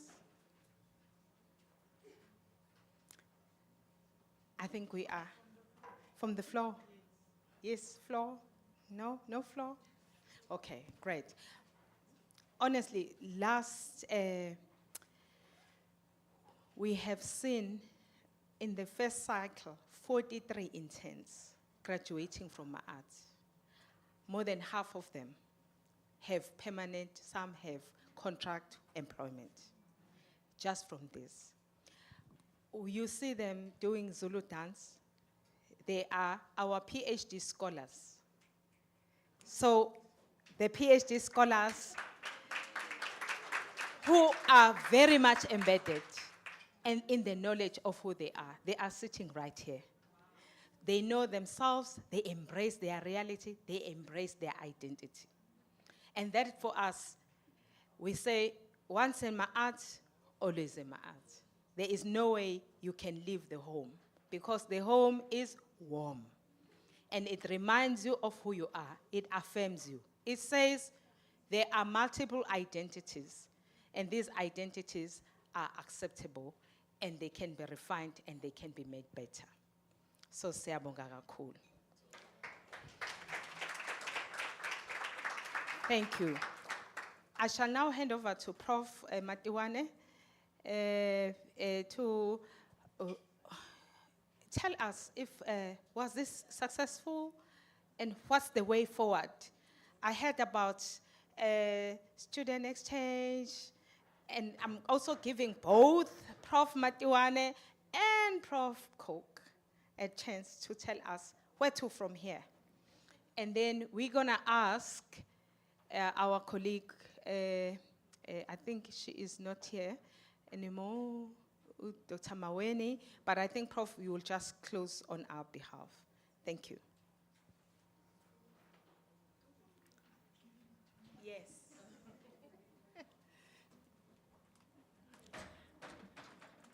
Okay. I think what we just saw was a brilliant illustration of how we engage with communities from an Afrocentric perspective. Those are the initiatives that we are trying to do in the school through the Ma'at Institute. If I may then reflect on what happened since this morning. We had the first presentation by Professor Cheryl Grill, and she shared with us her research projects, how she approaches research and how she actually embeds herself in research. And I was saying to her offline that one of the things that I learned from her presentation was the fact that as a researcher, you need to be authentic. And I saw the authenticity in how she was explaining the project to us.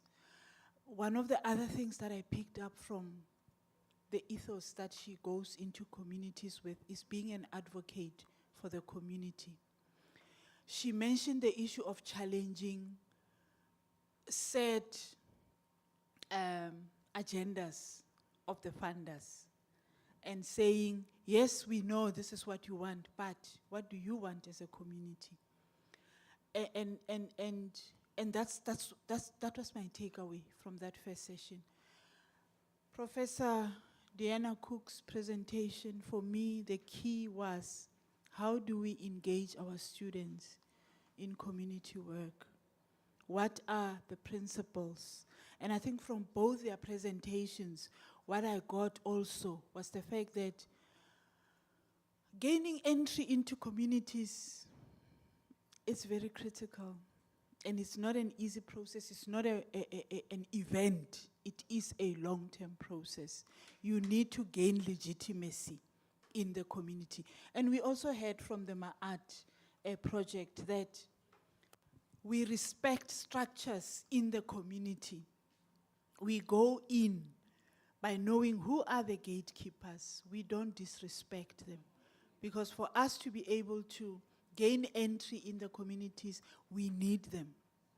And so it becomes very important. We need to build those relationships and move forward. And then the School of Applied presented their thoughts around curriculum transformation.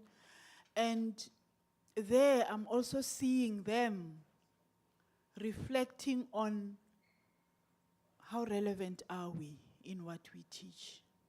What kind of students do we want to produce? What kind of attributes do we want to give to our students at the end of the day? And I'm going to give Prof. Cook an opportunity just to reflect on her thoughts about the way forward. And I think from my side, when I look at our strategic plan, as I look at community engagement, as I look at, you saw I flagged goals 4 and 5, community engagement and internationalization. This is the beginning of a partnership for me. And a partnership that I think is grounded on similar philosophies, similar principles. And I would like to see us, if we look at internationalization on our school strategic plan, we have the issue of student mobility, we have an issue of staff mobility. If we could begin to think around how can we, at the very initial phases, how can we learn from one another? Perhaps begin those exchanges at the level of projects that we have seen they are engaged in on the other side. We have one project, Ma'at, where we embed ourselves in the communities around KZN, eThekwini, etc. Your students might come and get exposure to that. Our students might go that side and get exposure on your communities and how you engage in your projects. Faculty, we could have faculty exchanges in terms of having a sense of how do you do it? What can we contribute and exchange collectively to come up with programs that will benefit both sides? Yesterday we had the emotional emancipation circles, very powerful interventions by Professor Grill. I think from there already, those who were attending the workshop, there was so much that we got out of the project. And yet it was just the tip of the iceberg. We didn't even go below the richness and the tools that are embedded down there.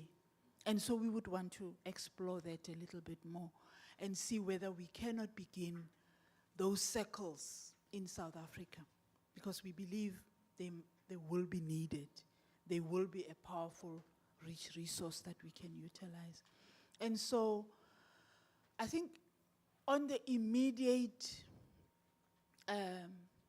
front, for me, it's perhaps beginning with, we have what we call honorary appointments in the university. Perhaps what we might begin to think about as a medium-term action would be to appoint you and Prof.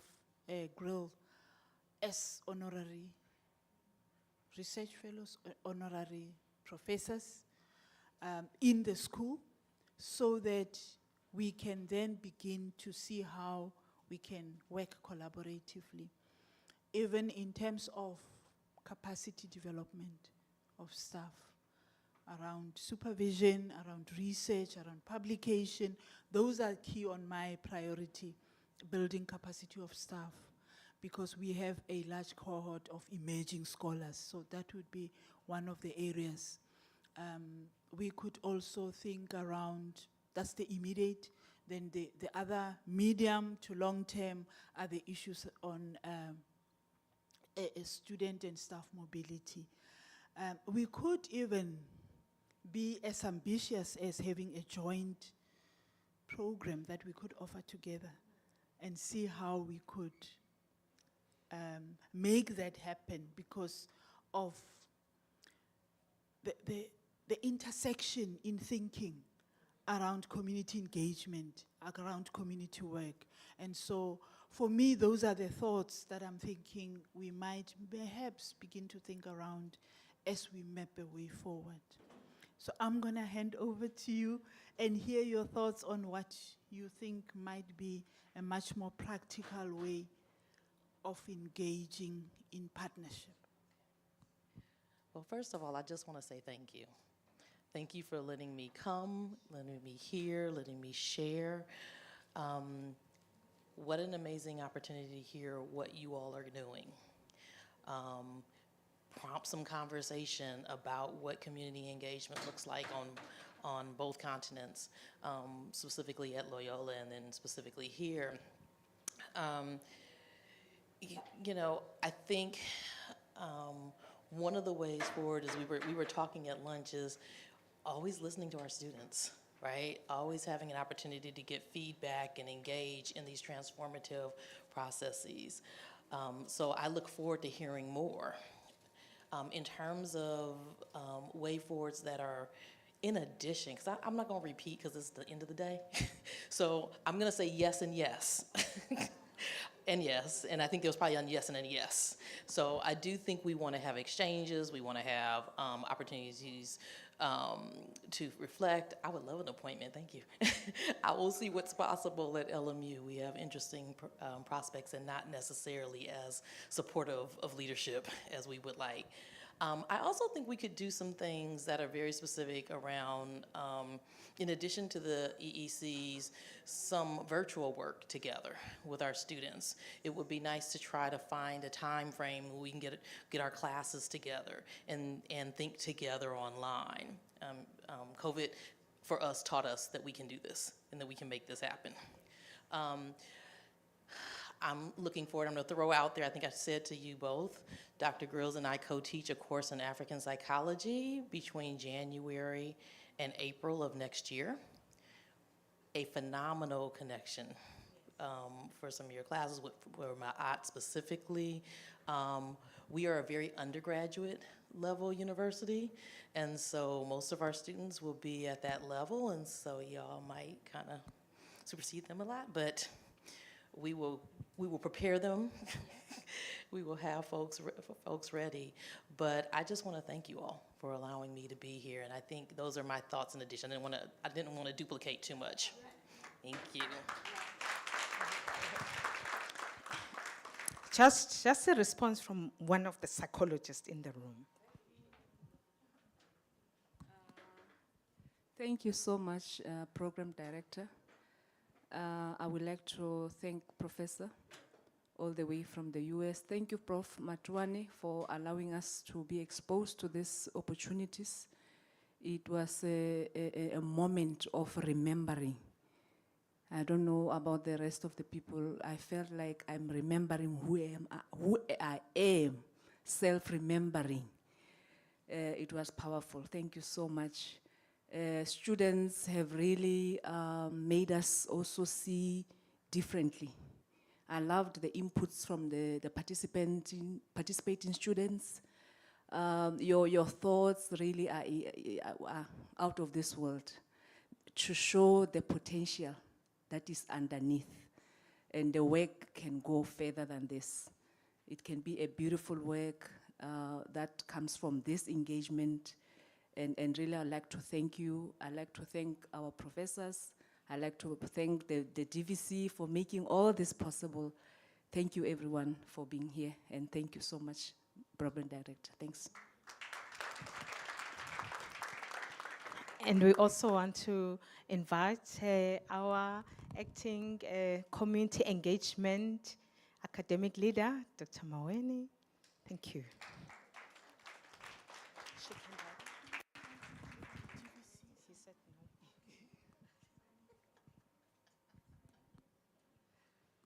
Greetings, everyone. I would like to first start to express our immense appreciation to our distinguished guests, Prof. Kuke and Prof. Grills.